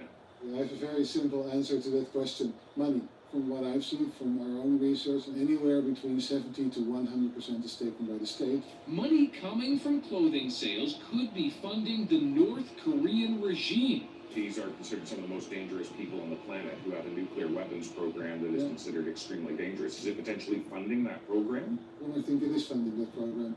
And if it isn't funding that program directly, it is funding it indirectly by freeing up other funds. It's why the UN Security Council ordered all North Korean laborers be sent back home. Keeping them now would be against international law. How dangerous would it be to try to locate North Korean migrant workers, say, operating in China? Well, although I don't know to what length the Chinese government would go to hide this from the international media, I would expect they would go quite a bit further than you and I are comfortable with. So I'd be very careful. We will, but we'll be thorough too. Digging through records for months, turning up this Chinese government pitch from 2017 for factories to hire North Koreans. Says North Korean workers will work 12 to 14-hour days. Willing to work long hours at lower cost, and that they won't talk back. Just a few years earlier, a government pilot project brings North Korean workers to the very factory we're investigating. Dandong Hwayan is actually listed as one of the factories that's participating in this program. So what about now?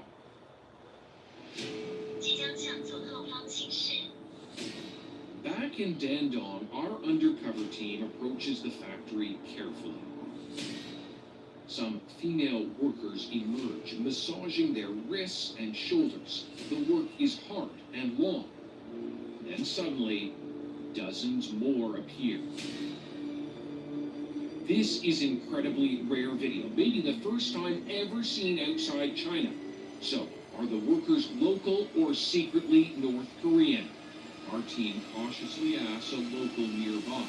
We dub their exact words to ensure their safety. 这服装厂上班的工人有朝鲜人吗？挺多呢。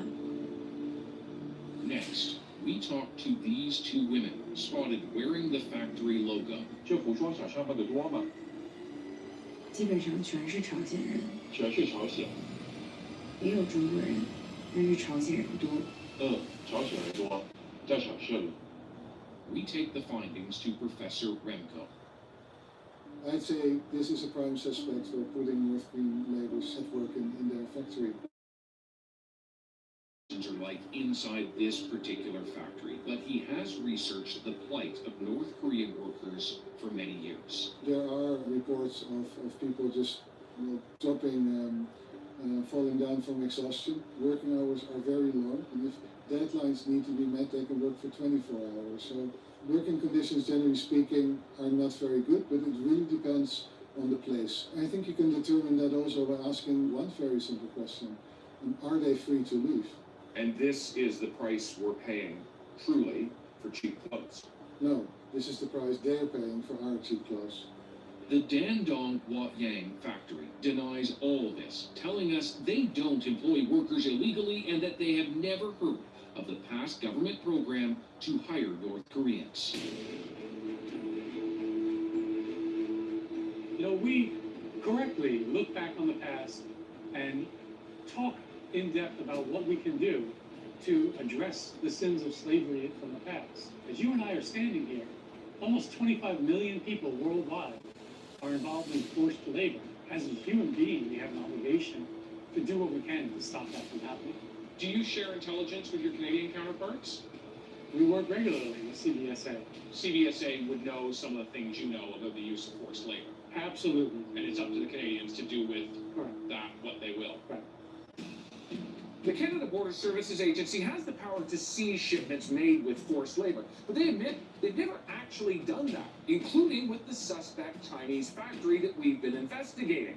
Ultimately, they say they rely on companies, the importers themselves, to be responsible for their supply chains, which means those who could profit from forced labor are the ones policing it.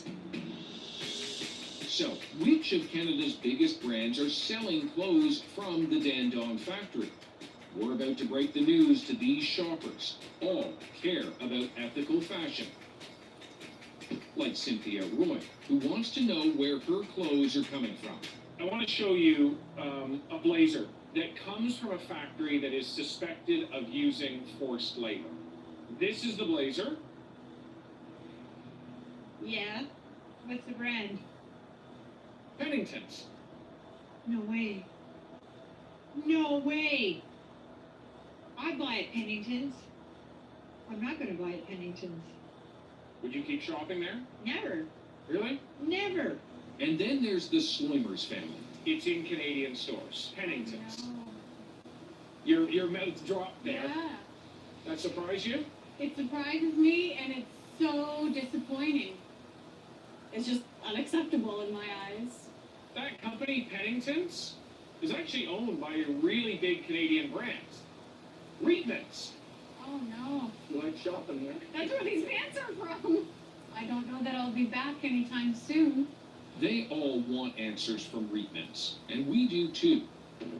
But they won't talk to us on camera. In an email, instead, Reitman says they haven't ordered very much from that factory and say that they have a policy against the use of forced labor in their supply chains. They also say their audits did not identify any forced labor or North Korean workers.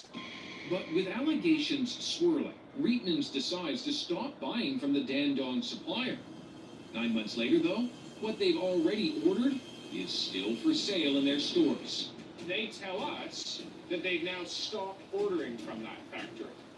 But this is still on the shelf. Oh my goodness. How is this helping to the workers? When you're working with them, you have the ability to change something, and you stop working with them, it's like you're washing your hands. It's not solving the problem. Can you trust the label? Digging into another Canadian retail giant. Would you like to know who? Sure. Yeah. Shoot me now. Who? You ready for it? Do you have a story you think Marketplace should investigate next? Tell us all about it on email, Twitter, and Facebook.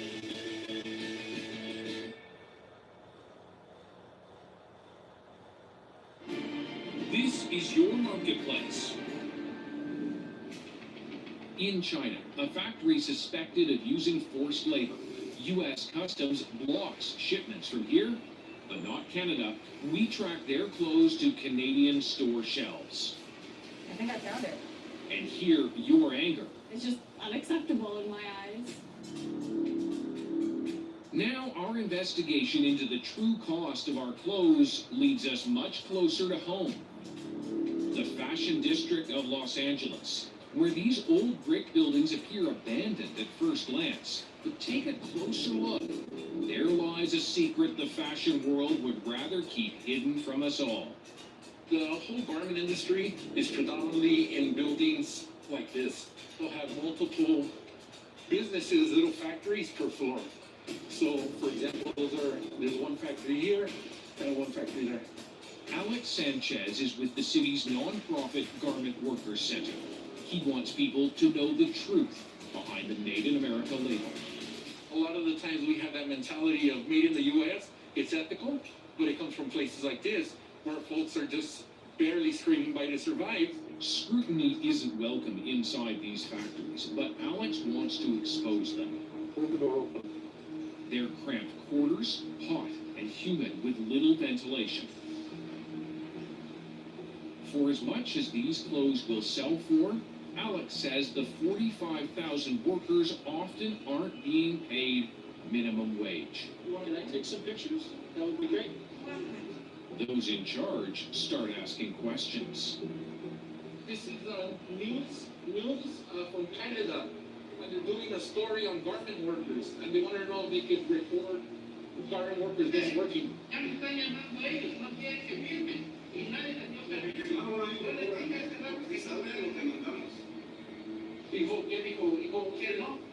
doesn't want, yeah, he doesn't want anybody for. So he wants us to leave. Okay. If you want us to leave, Sweatshop is exactly what that is. The new era of sweatshops.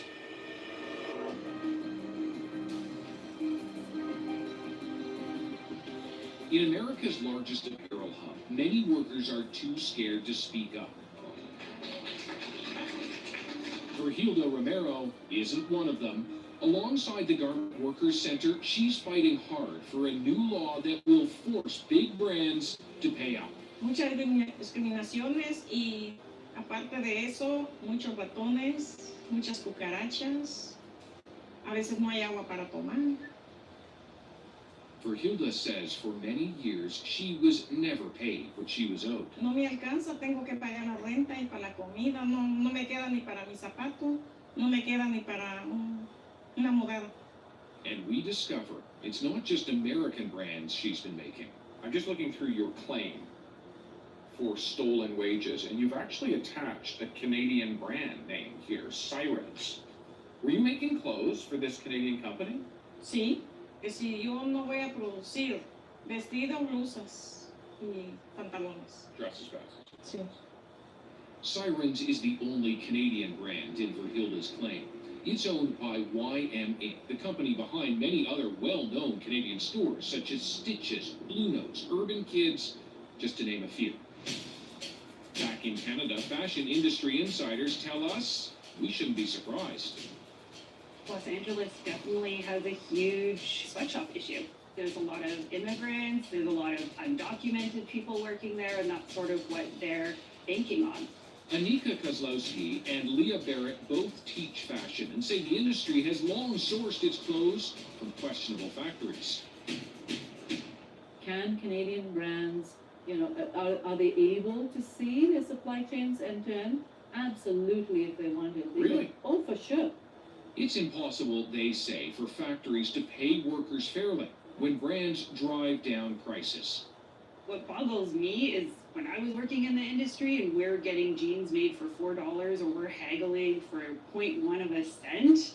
The people who are making those jeans, what are they getting even at those $4? A fraction. We don't understand the true cost of our clothes. And that cost isn't just about money. Y además las condiciones ahorita en las fábricas, que las personas trabajan muy pegados en las fábricas, y por eso es que a la vez siempre tenemos miedo de trabajar en las fábricas, porque es como mi caso mío, que yo fui afectada del COVID en la fábrica. Dolor de cuerpo, todo, ya ni pude caminar, ni podía respirar porque no aguantaba. Is this the true cost of that Made in the USA label?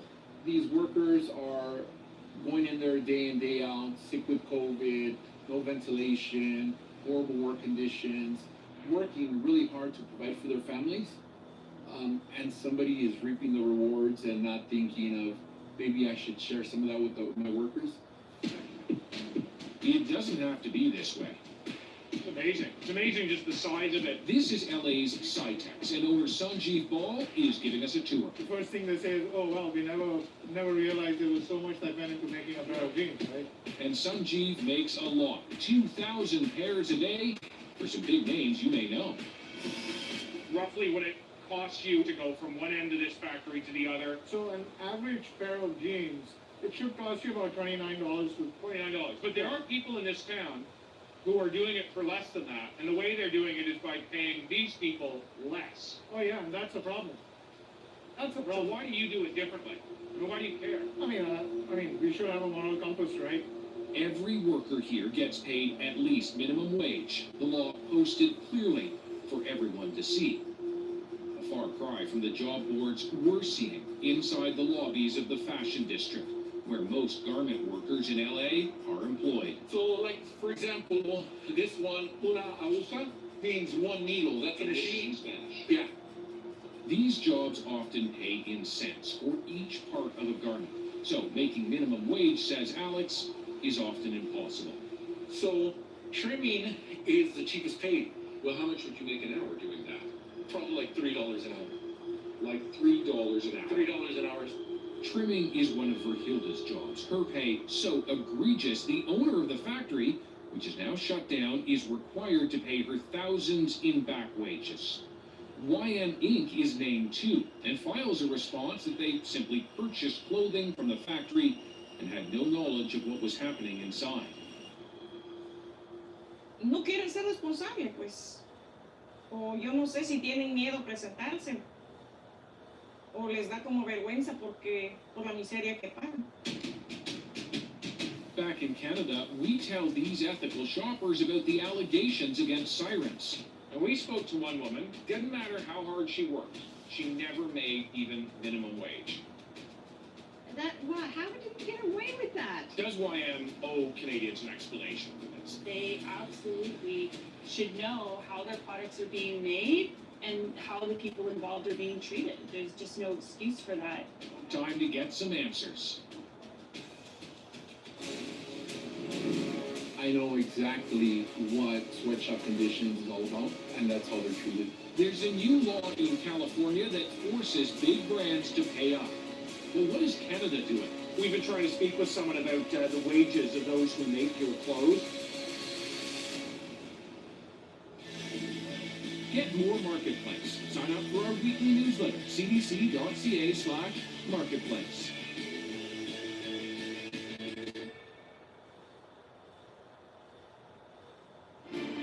This is your Marketplace. Having seen it with my own eyes, I know exactly what sweatshop conditions is all about, and that's how they're treated. If Canadian brands are exploiting the people making their clothes, who's responsible for stopping it? It's very easy to pass the buck. We know the U.S. is taking action. There's a new law in California that forces big brands to pay up when any worker in their supply chain isn't paid fairly. What is Canada doing? Our government says it's up to retailers to act ethically, but it seems not all of them are. And YM Inc. is facing some big questions. We're going to try one more time to get answers. It's David Common calling from CBC Marketplace. How are you? I'm fine, thanks. Listen, I think, we've been trying to speak with someone about the wages of those who make your clothes. And I know you've told us that the factories that we've talked to you about are not owned by you, so you aren't responsible. And you've also said you'll follow the new California law, which would make you responsible. But I actually wanted to ask about all the other workers. What about the workers in the other countries that aren't covered by that California bill? Because we're just outside. We'd be happy and grateful if somebody could come and talk to us about it. He responded, and we'll leave it at that. All right, thanks. I appreciate it. So that's as far as we get with YM Inc. YM tells us by email that it buys extremely limited amounts from California, but will still respect the new law and believes all workers should be treated fairly. In the end, the factory, not YM, pays up what Verhilda was owed. They're celebrating this hard-won victory, but she's not done fighting for those who make our clothes.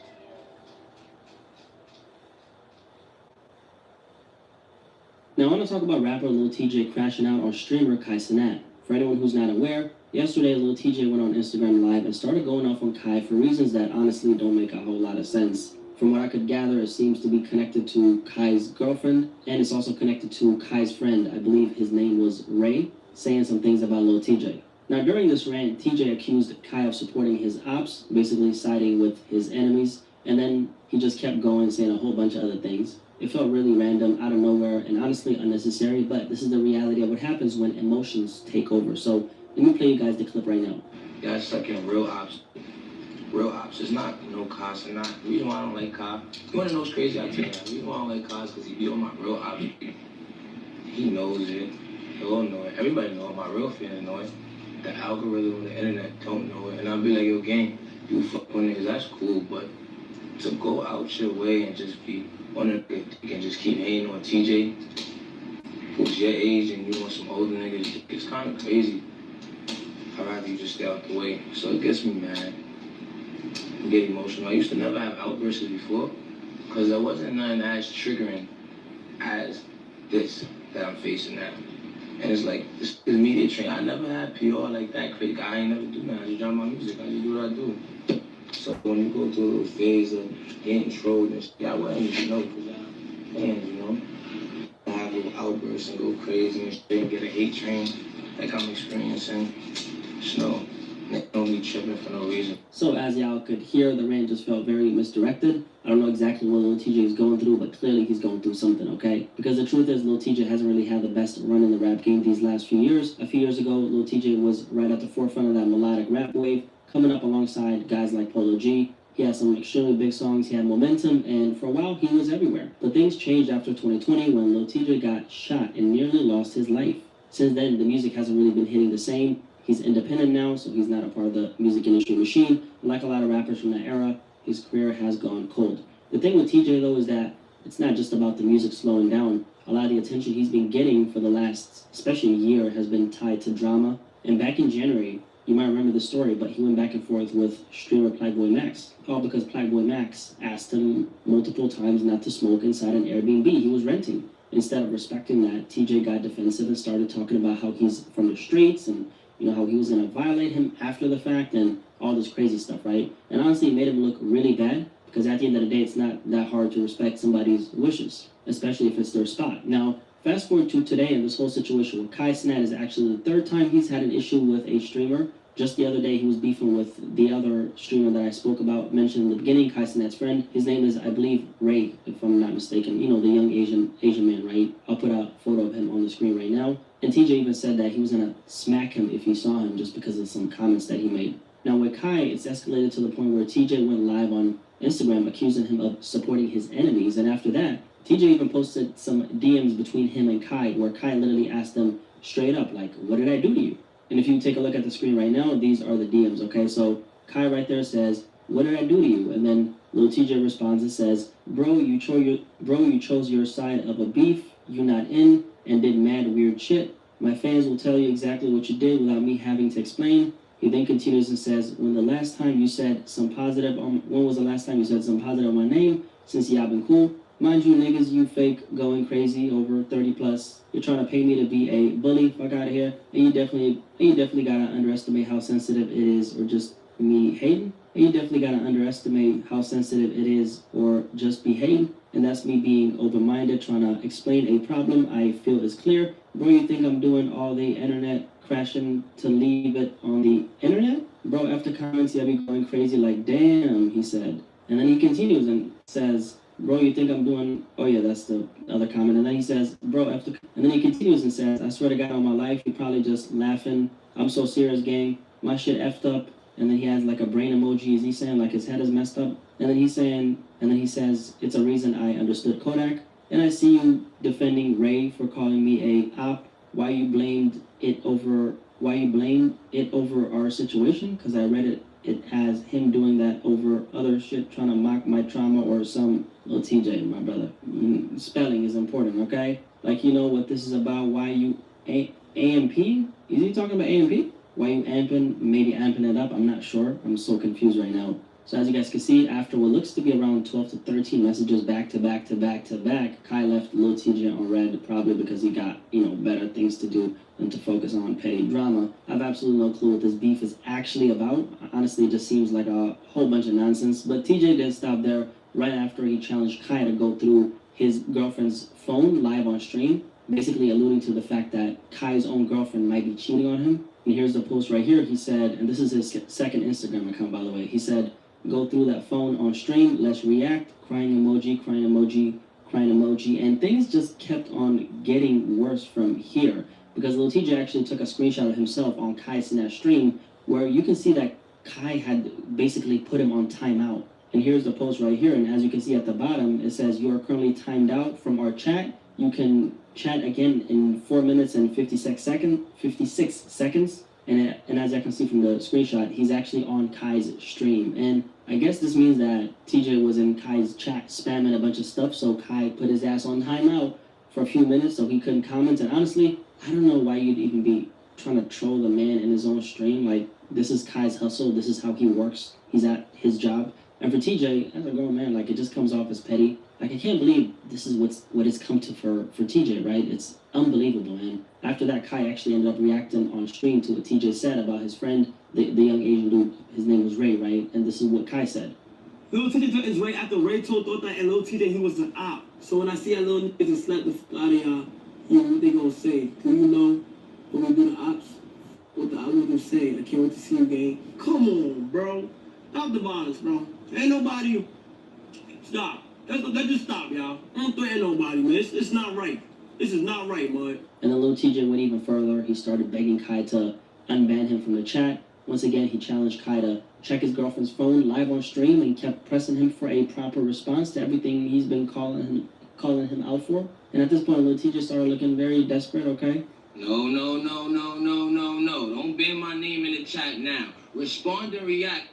I want to see how good your I want to see how good your PR is. Come up with something. Respond and react. Anything else you was going to respond to and say, oh my gosh, I'm such a civilian. He's bothering me. No, you was on the ops. Ask for this. It's over. And I'm not coming at you with no gangsters. Respond. You sicko. You sicko. Is that the reason or not? Go through the phone. Show the fans. The fans want to know, my boy. And then Lil TJ went on Instagram and posted a bunch of stories saying the following. And this is like 4 or 5 Instagram stories. He said, they scared of your power. You got everybody on ice, not TJ.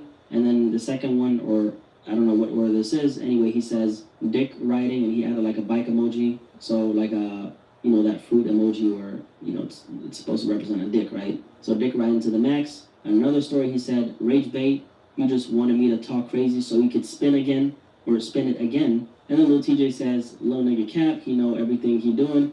Why you ask me what you do and don't respond? So at this point, it's like TJ is just talking to himself. But man, it really just goes to show how dangerous clout can be. Lil TJ is someone who's had billions of streams in his career. Like, he's actually had real success. And to think that just a few years later, this is what things would come to, it's absolutely insane and unbelievable. And to me, this whole situation highlights what jealousy and envy can do to a person. Because Lil TJ had it all, hits momentum, a wave behind him. But now, with the spotlight dimming, it seems like it's messing with his head. I mean, he even said, my head's messed up or something like that. He added like the brain emoji, right? And here's the thing, right? There's 2 ways people handle this. You can either use that fuel to get better, or you can let it make you bitter. Sadly, it looks like Lil TJ has chosen the second path.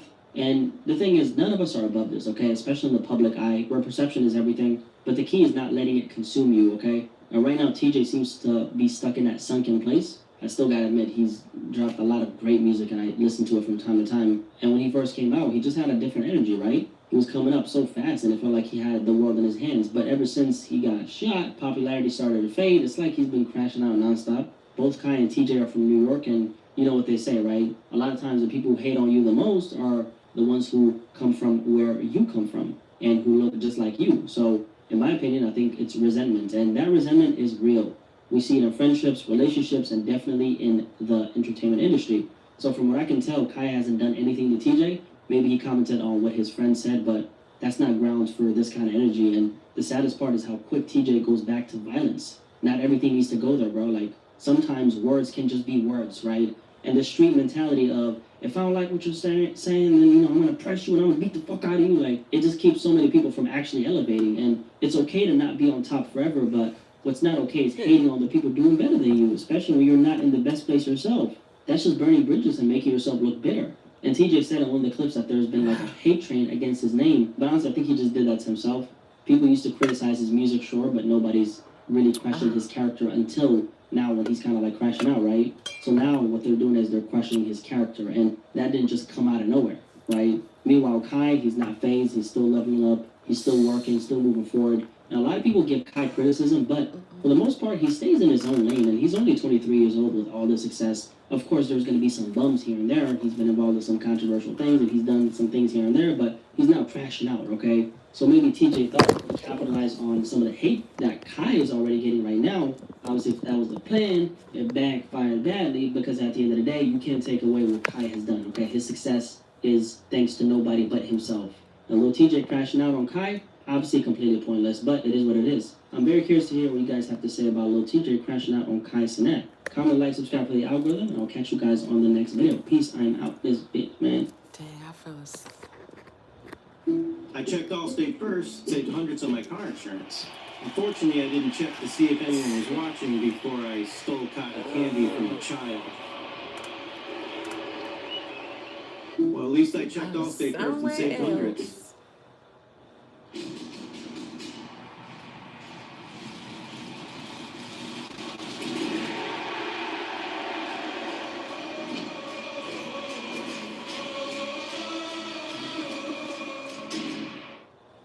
Hello, welcome to another video, and today I'm going to be reviewing other YouTubers' home gyms. Before we start, we're going to play a quick game which I like to call Every Time I Squat 270 Kilograms, you have to press like and subscribe to my channel.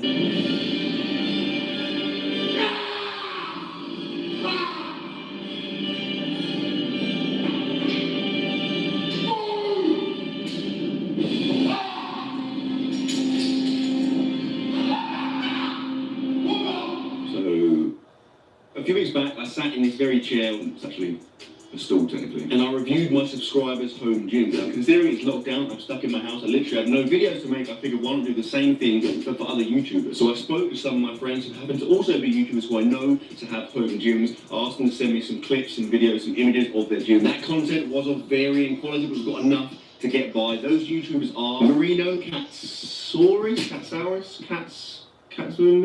Craig Ritchie, Lucy Davis, Zach Perner, Joey D, Joe Fazer, Brendan Campbell, Ryan Terry, and Travis S. I don't know what the S stands for, but S. Now, as of the last video, and to keep this as objective a review as possible, I'm going to be reviewing the gyms based on certain criteria. I'm going to have 5 different groups. Those groups are going to be bodybuilding, so how good is the gym for bodybuilding? Powerlifting, like what is the powerlifting setup like? Cardio, fairly self-explanatory. Aesthetic, i.e. how good does the gym look? And then ingenuity, so have you done anything cool, clever, anything like particularly quirky with the space of the stuff that you have? Now for each of those categories, I will award a mark out of 5, which gives you a total top score of 25. And just putting it out there, no one's going to get that. I am the Simon Cowell of gym judging. Anyway, without further ado, I'm going to share my screen with you right now. This is a bit weird.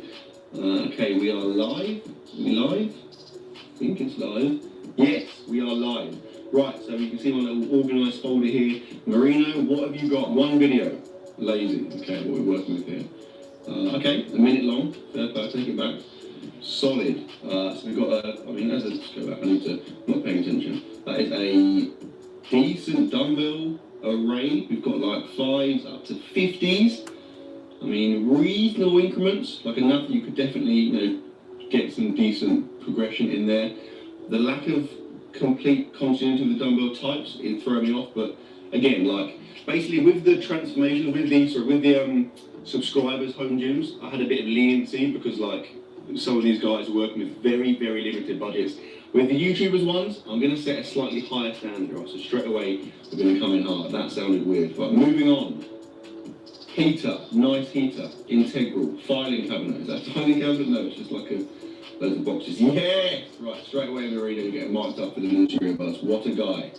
Okay, good. So we got like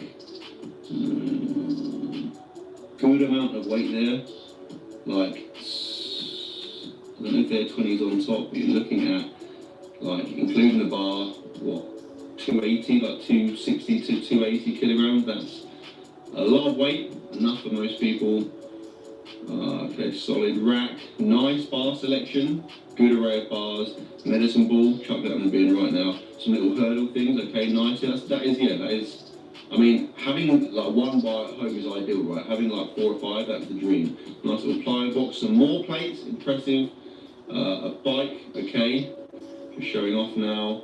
I mean, the aesthetic is nice, right? It looks really clean, like it does definitely appeal to me. It's a nice out. To be fair with North Marino, he did say he's waiting on more bits. I think he's waiting on a cable, maybe something else, but I don't care. It's not there now, so I'm going to go on this. Right, let's get to the judging. So bodybuilding, let's quickly review this again. So we've got a solid dumbbell rack, like loads of dumbbells. We've got a lot of weight, we've established that. You can obviously do all your compounds there with the array of bars. I mean, no machines, no cables, but again, this is a home gym, so the standards can't be too high. I'm gonna say 3.5. That may be harsh, but that's what we're going with. Right, powerlifting, pretty decent, right? We've got a lot of weight, like close to 300 kilos. We've got a rack, we've got multiple bars, we've got a bench, so you can obviously do all your main 3 lifts there. You can do some accessories with the dumbbells. I mean, you can't ask for much more than that. A nice solid floor, good for deadlifting on. I'm gonna say a 4.5. Cardio, I mean, you've got some random bits like the med ball, the little hurdles, you've got the plyo boxes, you've got a bike. I mean, that's a reasonable setup. Again, cardio, that's like, it gives you options, multiple bars as well, like some light dumbbells. I'm gonna say 2.5. And then aesthetic, like, I like it. I think it looks clean. It's all nice and dark and black and grey. Like, the dumbbells, it's annoying me they're not all the same, but that's obviously, I mean, that's quite, I don't want to be a dick, I'm gonna say 4, because I do like it. And then ingenuity, I mean, we got anything particularly out of the ordinary? Not really. Nothing like crazy innovative.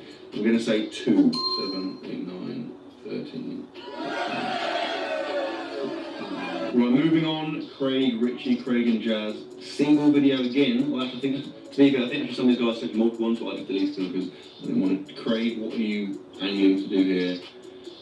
Right, Craig's talking. I mean, I've muted it, so Jazz, this is boring. Skipping past this. Don't want to see that. Okay, here we go. Gym setup. Right now, I know Craig and Jazz have a relatively small space, but from memory, they've made pretty good use of it. So let's see what we are dealing with here. Okay, I mean, straight away, obviously, these are CrossFit guys, so you know the cardio setup's going to be pretty strong.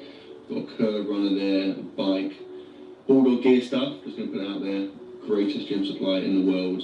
A nice rack. I think that's a fold-away rack, so again, that's like a really good use of space there. I mean, you can see the size of the space. They've got a lot in that space. Like, they've got a row there as well. That's pretty incredible.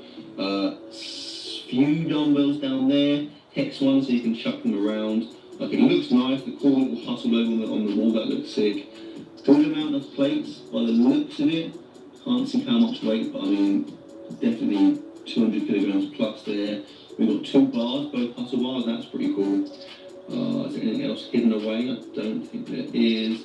Let's skip past this. Oh, that's like one of those little, like, what do you call it, little rollerboard thingies. That's pretty sick. Cardio, you can do cardio on that. Okay, yeah, so we've got 3 sets of hex dumbbells. Pain is temporary. Unless you are rigged up to a permanent electrical current emitting device, in which case pain is permanent. Yeah, I mean, that is, I do, there's a nice, sick, you've got a pink bar and a black bar, that's pretty cool. Okay, a massive beard. If I was going to mark the beards, that's a strong 5.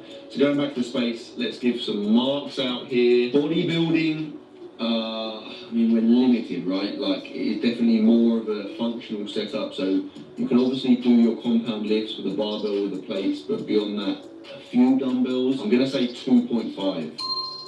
That's quite harsh, isn't it? But oh well, I've done it now. Powerlifting, solid, like, good amount of weight, a couple of barbells. You can squat, bench and deadlift, like, fine. In fact, you've got a bench. I'm sure I saw a bench. I see a bench then? It's got to be a bench. If there's no bench, I'm going to cry. There must be a bench. Craig, mate. Come on, I know I've seen a bench somewhere. Have I seen a bench somewhere? Am I losing my mind? Craig, mate. I mean, I know bench isn't a thing in CrossFit, right? But, okay, I might be wrong. I can't see a bench there, right? Which means that you can't bench press or do a number of bench-based dumbbell exercises. Powerlifting, we're going to have to say 2, because you literally can't bench press. You can floor press, but you can't do one of the lifts.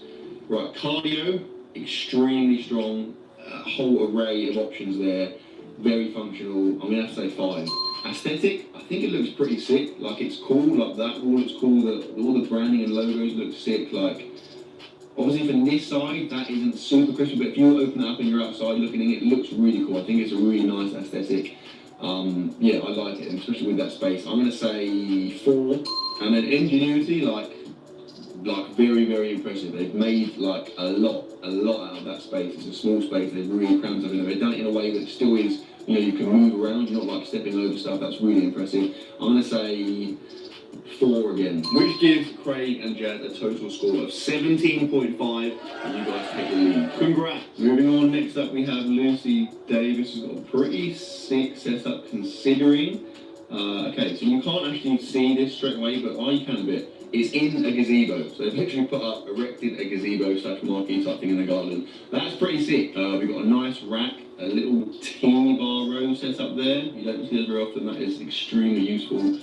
Good use of that container type thing. Belt, good amount of plates in there. Those bumpers are, I mean, that's the biggest set of bumpers I've ever seen. Jesus Christ. That's going to fill the entire bar sleeve. It will look cool, so swings around about. We've got like a box, plyo, / I don't know, I guess you can squat to that. Oh, nice. I'm not a massive fan of those bench setups, the narrow ones. It kind of freaks me out, but that is, I mean, it's quite useful to have that, like a fixed one. You can obviously do like overhead presses, seated bits on that as well. That's quite handy away from your regular rack. You've got a few dumbbells there, another foam roller, some kettlebells. Solid floor as well, it's got to be said. Bear in mind that this is in a gazebo, like that's a pretty decent floor. This is a meal. Saucy chicken Roma. Stacked spicy steak for just $7.99 each. Let's Asiago. Asiago bagel stacks are back. It just feels good at Panera. Booking.com has all kinds of stays because some love a rustic cabin. Others feel differently. Find exactly what you're booking for. Booking.com, booking.yeah.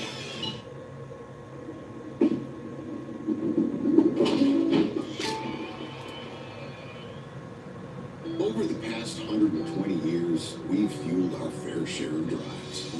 Each one magical in its own way. Because as long as there are great drives to be had, we will be here to fuel them. Texaco, forever in drive.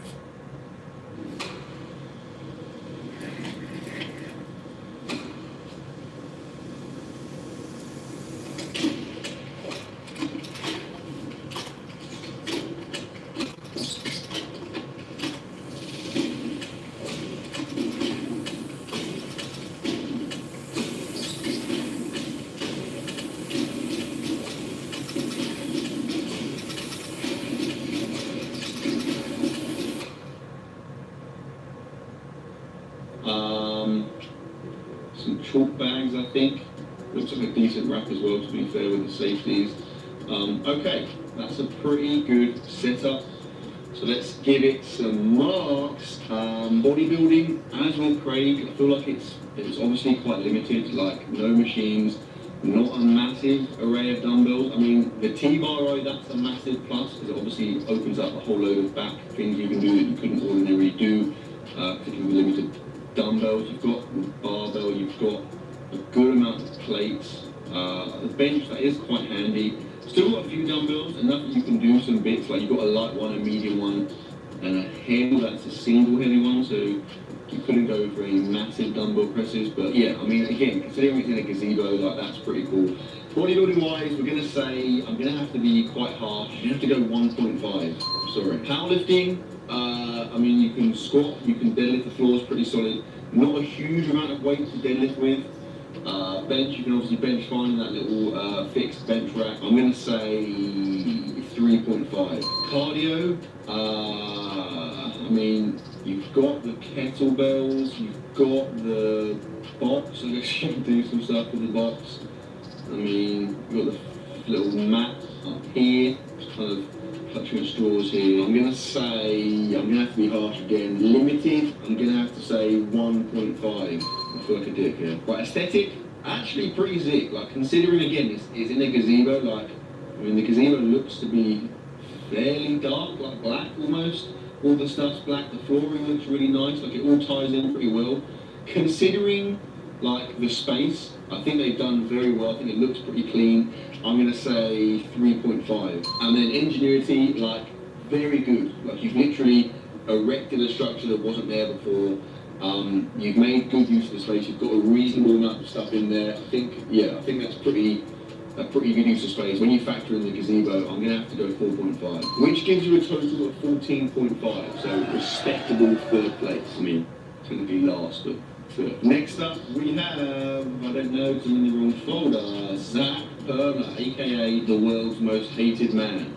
Don't know what said that. Okay, Zach. I mean, if you're unaware, Zach has pretty much a commercial gym in his house. It's absolutely absurd. I'll show you it now. If you have a home gym of your own, you're going to hate your life and just probably set fire to it after this. Like, that's ridiculous. I mean, I'm going to say no. Like, that's quite messy. Zach has made no attempts. I mean, he's in the process of cleaning it. Could at least finish it for the video, so I'm going to mark you down for that. And also because you're a rat, so... okay. Like, a lot of stuff. Like, I mean, the leg press, just going to put it out there right now. Like, Zach has never used that leg press or the squat rack in his entire life. Calf machine, definitely never used that either, as evidenced by the reflection in the mirror. But I mean, that's ridiculous. Like, literally a solid array of machines, loads of dumbbells, like cardio bits, belts, plates, like so much stuff. Cables, that is an incredible setup. It also looks pretty sick. I mean, it's messy there, but when it's tidy, I know it looks sick. But I mean, it's messy here, so I'm going to have to judge it based on that. There's another video. What is the other video? Just the other angle.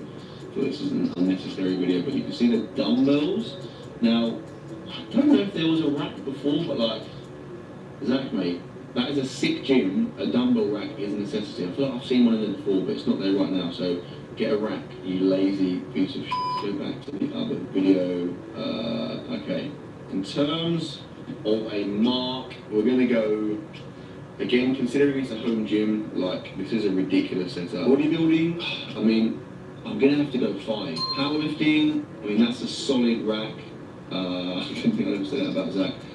He's got at least one barbell there. Plates, the floor looks solid. How many plates? Where are the plates? I mean the plates are spread out, but there must be a good amount of plates. I feel like, yeah, they're on the leg press there. He's got a lot of plates. He's got a solid, like that is like a really good competition bench there as well. I mean that's pretty strong. Just because there's no full-size bumpers or like a deadlift bar, I can't give it a 5 for powerlifting, but I'm going to say a 4.5 because the setup is really good. Right, cardio, we've got like a stepper, we've got a treadmill, we've got a bike, friggin' row machine, that's ridiculous. Like, again, that's got to be a 5. It pains me to give him this high mark, but I have no choice.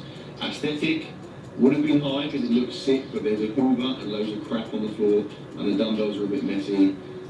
So Zach, for that lack of cleanliness, I'm going to give you a 4. And then finally, ingenuity. I mean, like, there's no crazy, you know, clever use of space or anything. I mean, they haven't got to because the gym's friggin' massive, but like, there's nothing that, you know, that's amazing, that's different, unique, or like particularly clever. It's just a sick setup. So in terms of ingenuity, like, I'm going to say 2, which gives Zach and his ridiculous gym a total score of 20.5, and he flies into the lead. Right, Joey D, another sick one I've seen this. I mean, he sent me 4 videos, so straight away, top marks for doing that. Extremely aesthetic, it's very new, like it looks sick and clean. Let's just watch the video rather than me talking. That's just a stationary video, awkward, but I mean, you can see, like, it looks pretty sick, the lighting's nice, it's fairly well, like, I mean, it's very well colour coded, is that the right, like, descriptive term? Yeah, like it just looks super clean and like just very, very satisfying to look at. You know what I mean? It looks like a, I don't know, it just looks like a super clean, awesome home gym. Yeah, multiple angles, treadmill, throw a treadmill in there. I think Joe actually bought the treadmill because he knew I was going to do this video and he wanted to score at least something respectable in the cardio category. But yeah, that is a very, very nice, really solid home gym setup. It's pretty much, I mean, that is like home gym goals, right? I think the majority of people will be extremely, extremely happy to have that as a home gym. In terms of marks, bodybuilding, we've got a reasonable, but a pretty extensive array of dumbbells there. Like, that's a good, they go up to 40s, is that 40s, 45s? Maybe 45, no, 50s, maybe 50s, as if Joe, I mean, Joe can't even lift 50s, but that's still a really good range, like nice incremental jump, so you can hit pretty much anything you want. So in terms of dumbbells, ideal, good barbell, weight, bench setup. Cables as well, cables, so key, like even without any other machines, you've got a cable pulley, as I found, you can do pretty much everything. In terms of accessories, it's ideal. So bodybuilding, I'm going to go for, right, powerlifting, deadlift platform, that's ideal. Obviously, a couple of barbells there. I know that he hasn't got a huge amount of plates, so like in terms of weights, you're not going to go mega heavy on any of the, like, I think like a deadlift, for example, you can't go mega heavy, so that's restrictive. But in terms of the setup for deadlift, squats and bench, very, very nice. The total weight is the only thing holding them back there. I'm going to go for I'm going to say 4, because it is still a really sick setup for powerlifting, and you could just do a ton of volume there. Right, cardio, we have the token treadmill. To be fair, you've got you've got like a punch bag as well, like pads. You've got some little, what are they called, little parallel-y, hurdly, whatever they're called, type things down there. Like a few bits that you could perform cardio on, like more than just one thing. It's actually pretty good. This gym is going to score highly in there. Cardio, I'm going to say, because of the punch bag, I'm going to say 3.5. Aesthetic, I mean, it looks really nice. You can't dispute it, does it really nice. The green and blue bands, like, that's annoying me a little bit.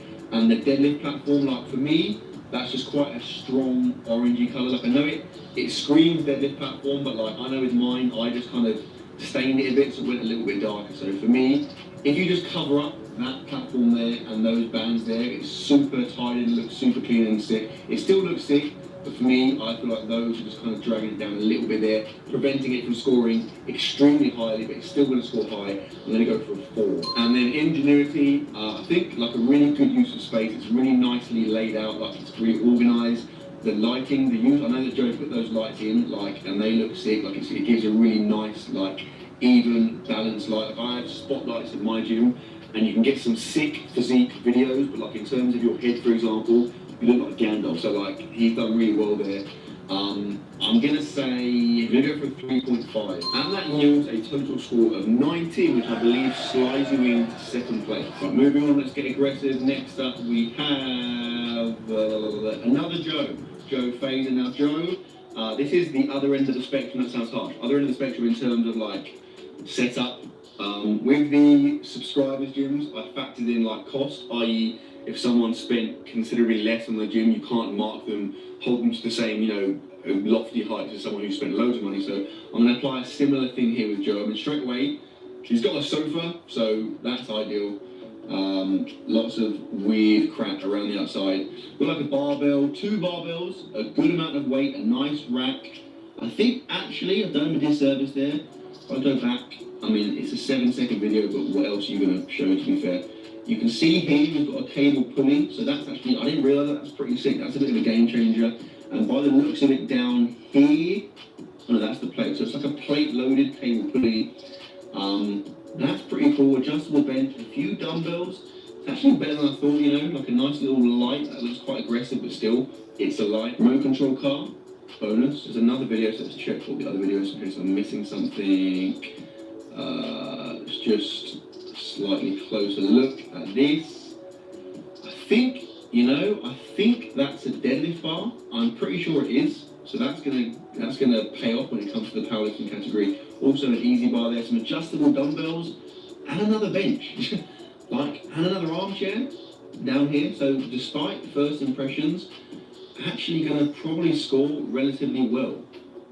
That's impressive. Right, so bodybuilding, you can do all your compounds, you've got a good range of dumbbells. When you throw in the adjustable dumbbells as well, that's really good as well, and handy in terms of space saving. You've got the cable thing there, actually quite solid, way better than I thought after having initially looked at it. I'm gonna go 3.5. Powerlifting, I mean, not a huge amount of weight.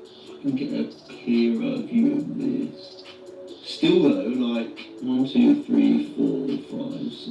Yeah, I mean, do you know what? I take it back. That's actually, I mean, looking at least, I think 240 kilograms at least. So that's reasonable. You've got a decent rack, you've got a bench, you've got a deadlift bar and a nice flat floor by the looks of it. So you can do your big 3. You've got a good amount of weight. The deadlift bar is a bonus. Powerlifting, I'm going to go for a 4.5. Okay, cardio. I'm not going to lie, Joe, you're probably going to struggle. I mean, the fact that there is a sofa in there doesn't scream cardio to me. No means I can see other than those ladders. Does that count as cardio, climbing a ladder? I mean, I won't give you a 0 because you can climb up and down those ladders. You've got 3 ladders, so even, you could have you and your mates in there just scaling ladders. I'm going to go for a 1. Aesthetic, I mean, let's be honest, not good. It is quite messy. It is a bit of a dungeon. I mean, it looks like it is a garage, and it looks like a garage, so understandable. I don't know. I'm trying to find a silver lining. I'm struggling. I'm going to have to go for a 1.5. Sorry, Joe. Ingenuity, I'm going to say quite high, because you've got the cable behind the rack. That's pretty cool. I know you didn't build it, but you've got it. That's pretty cool. You've got the adjustable dumbbells. That's an extremely good use of space. You think, let's assume those dumbbells cover 5 to 30 kilograms or so. The equivalent dumbbells, the space that would take up those dumbbells are very, very useful. You've got a good amount of stuff in a fairly small space. That's quite impressive. So I'm going to go for 3.5, which gives Joe Fazer a total score of 14, which is not too bad. I thought it could have been embarrassing. That's actually fairly respectable. Excellent effort, Joe. And to be honest, again, I'm only because of the likes of Zach's gym. I checked Allstate first and saved hundreds on my car insurance. Unfortunately, I didn't check if doing the Georgia bark at my boss would be appropriate. Go Dogs! Yeah. So we need Well, at least I checked Allstate first and saved hundreds.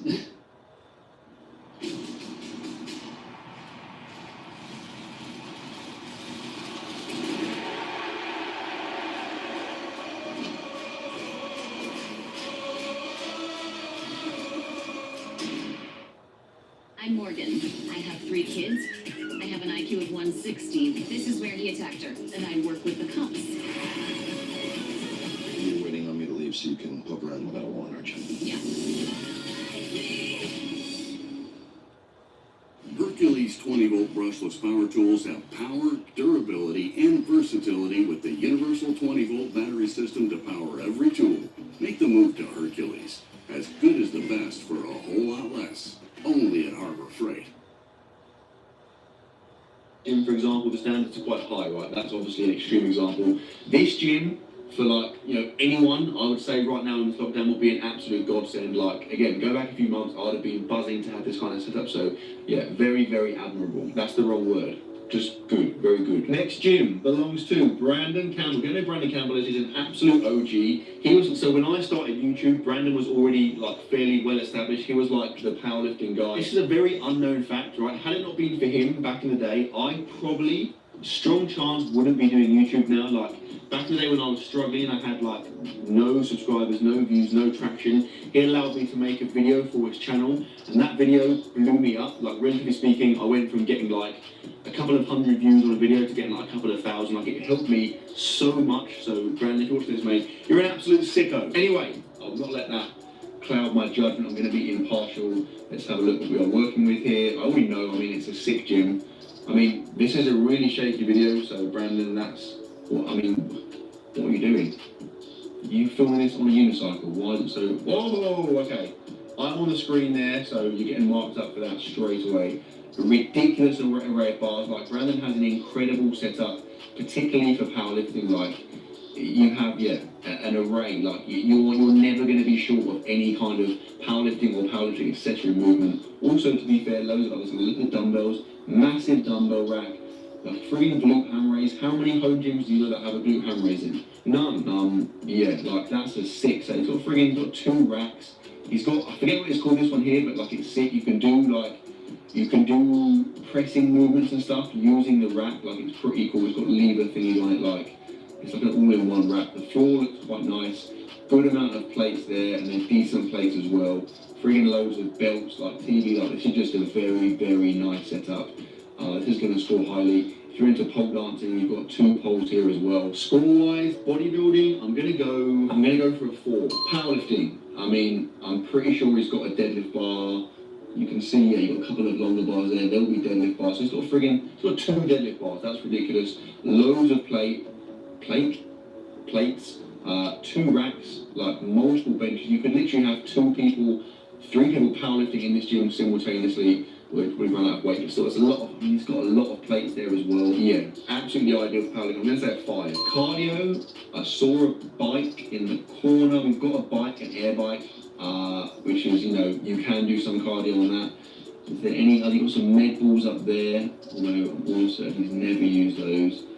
Anything else? More? Jesus, mate. There's like more bars over there. Brandon owns about 25 bars. There's a shortage of barbells on the east coast of America, then, I know why. Okay. I can't see much other than that bike. So for cardio, you can do some cardio. I'm going to go 2. Aesthetic, I think it looks sick. Like, it's an actual gym setup. Like, for example, compared to Zach's, if Zach had tidied his up and made it look presentable, probably would have been possibly on a par, but I think this actually looks possibly cleaner. I know it's clearly like a basement home gym, but I kind of like that. I think it's quite endearing. I'm gonna say 5. And then ingenuity, pretty good. There's lots of things. You've got the belt stored on the wall. You've got those bars stored on the wall. The other bars over there, there's 10 or so bars in this gym, and yet it doesn't look cluttered. It is a really nice big space, so he hasn't had to really work hard to make stuff work, but I think he's made good use of the space. There is, like I said, the storage is quite effective.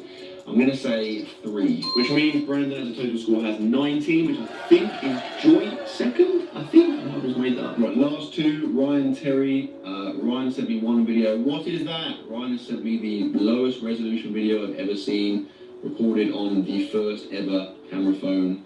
Although I've got to say, that's an outrageous view from the back garden. He's definitely chucked that in to get extra points, and it's going to be hard to get that out of my mind. That does look sick. This is a new house, and it's a sick house they've done. Okay, I mean, that looks nice. It's quite a small space, but straight away, aesthetic, very, very pleasing. We've got a good range of stuff, cables, got a good amount of cardio bits considering the space. Barbell there, plates, loads of dumbbells, bench there. Is there a rack? Am I just not seeing this? So you've got a cable pulley there.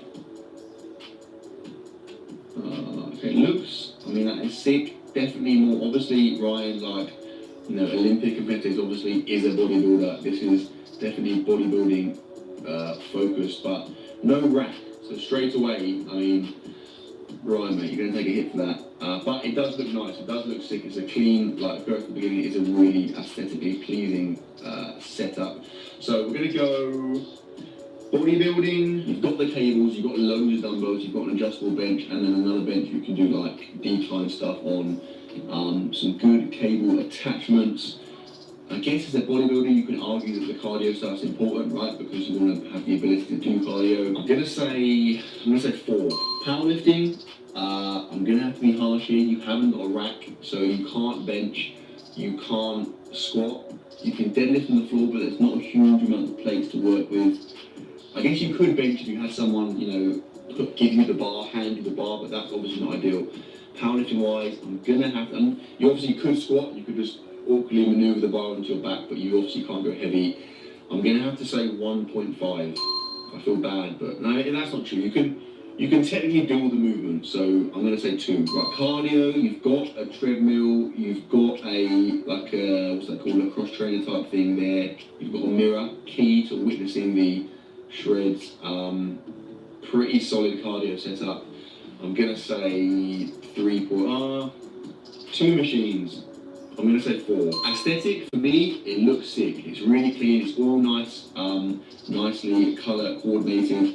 You've got a cool skylight there, which is gonna emit a really nice amount of light that would look sick with that mirror over there. Very, very nice aesthetic in my opinion. I'm gonna say 4.5. And then ingenuity, I mean, I guess it made good use of the space. For me, the lack of, I mean, basically, I can see why, but Ryan here has chosen a cable pulley over a squat rack, which, like, for me, that's just like a cardinal sin. Again, I understand why he's done it for his needs. But yeah, the lack of the squat, I'm just finding it hard to get over that lack of the squat rack. But yeah, good use of space. It's all organised, nice, no kind of crazy, you know, creative moves, but like still looks nice and tidy. I'm going to say 3, which means Ryan scores 17.5. Solid score. And last but not least, we have Travis S. Now, I mean, I've seen the video already. This is an 11-second video, cinematic, dramatic opening, and then from that point on, that's literally it. Nothing else happens. Travis, if I was giving marks out for cinematography / volume of content, you're going to score a 0 here. This is all I have to work with. Yeah, I think, from my understanding from seeing other bits that Travis has done, this is their setup, so it's a solid range of dumbbells on a dumbbell rack, and then a squat rack, barbells, and a bench. The floor's good, so obviously a good powerlifting setup.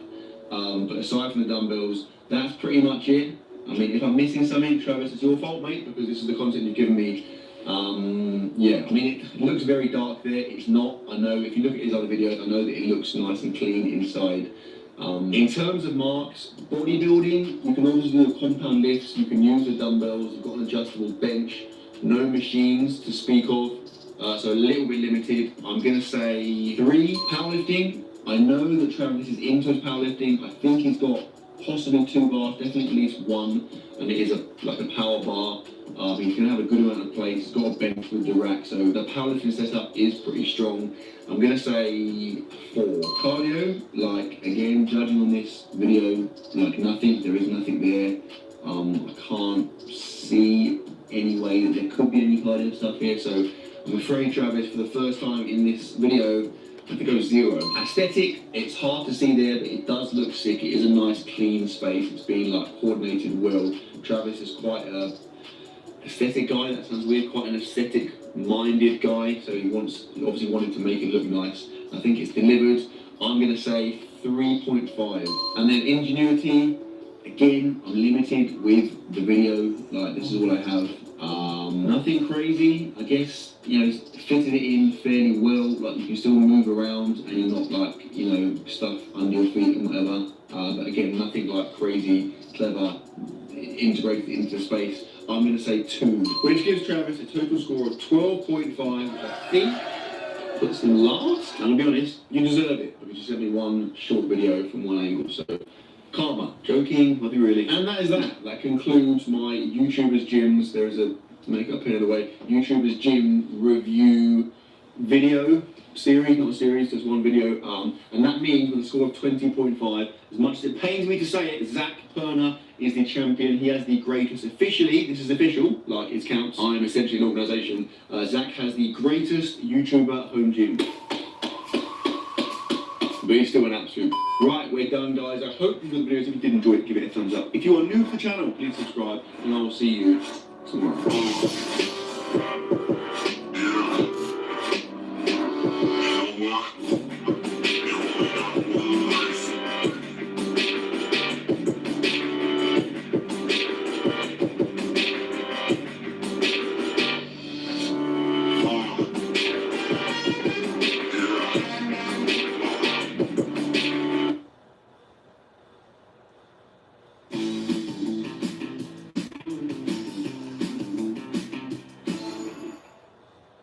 Braun Series 9 Pro Plus. Cutting it close has never felt so comfortable.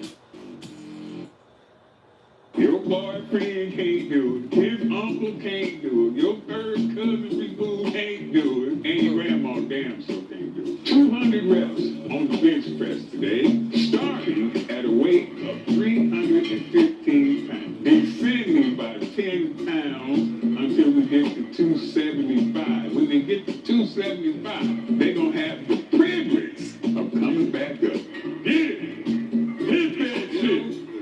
Hit it. Hell yeah. Come on, come on. Yeah, baby. Come on, Dre. Natural strength. But you know, things are changing now, man. The first natural strongman I heard about was Fancy. Fancy took the jawbone of an ass and killed 1,000 motherfuckers. I love your story so much. When I got me a boy, I said, I'm going to name him Fancy.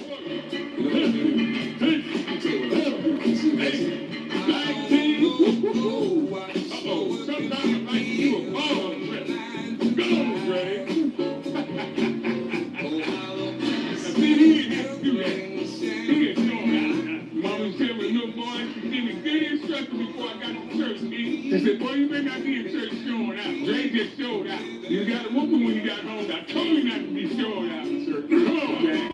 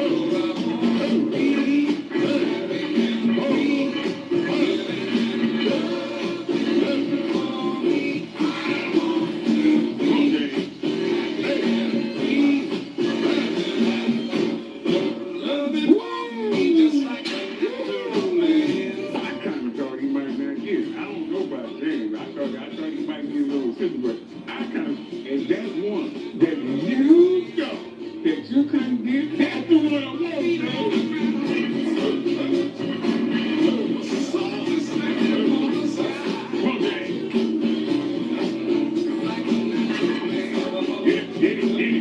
After every set, James T-shirt can just look tight. Hit it, James. Hit it.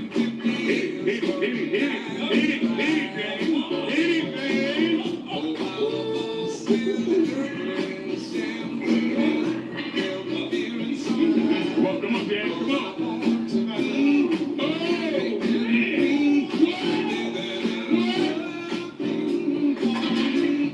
I gave you that, man. I gave you that. You didn't want to get it. You hard on it. You hard on it. I gave you that.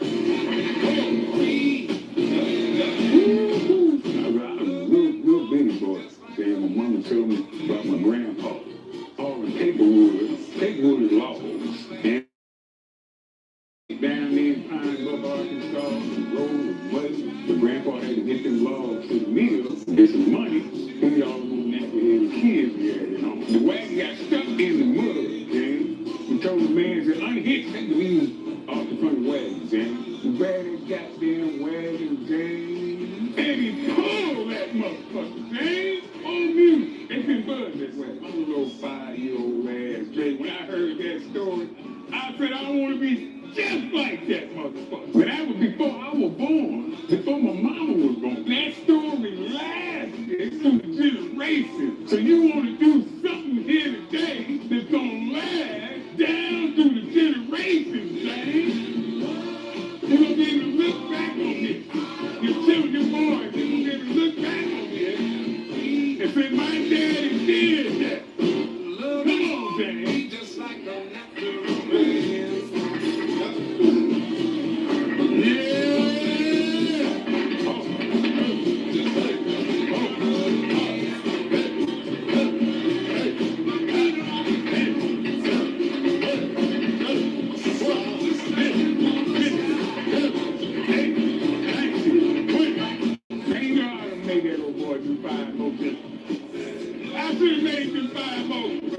Just because 100 reps down, 100 to go. Now you can try this at home, but make sure you adjust the weight to fit your ass. Start out with a broomstick. You put your can of Campbell soup on the end of that motherfucker or something. Don't try to do no actual weight. Hey, and when you get this going up, sit, you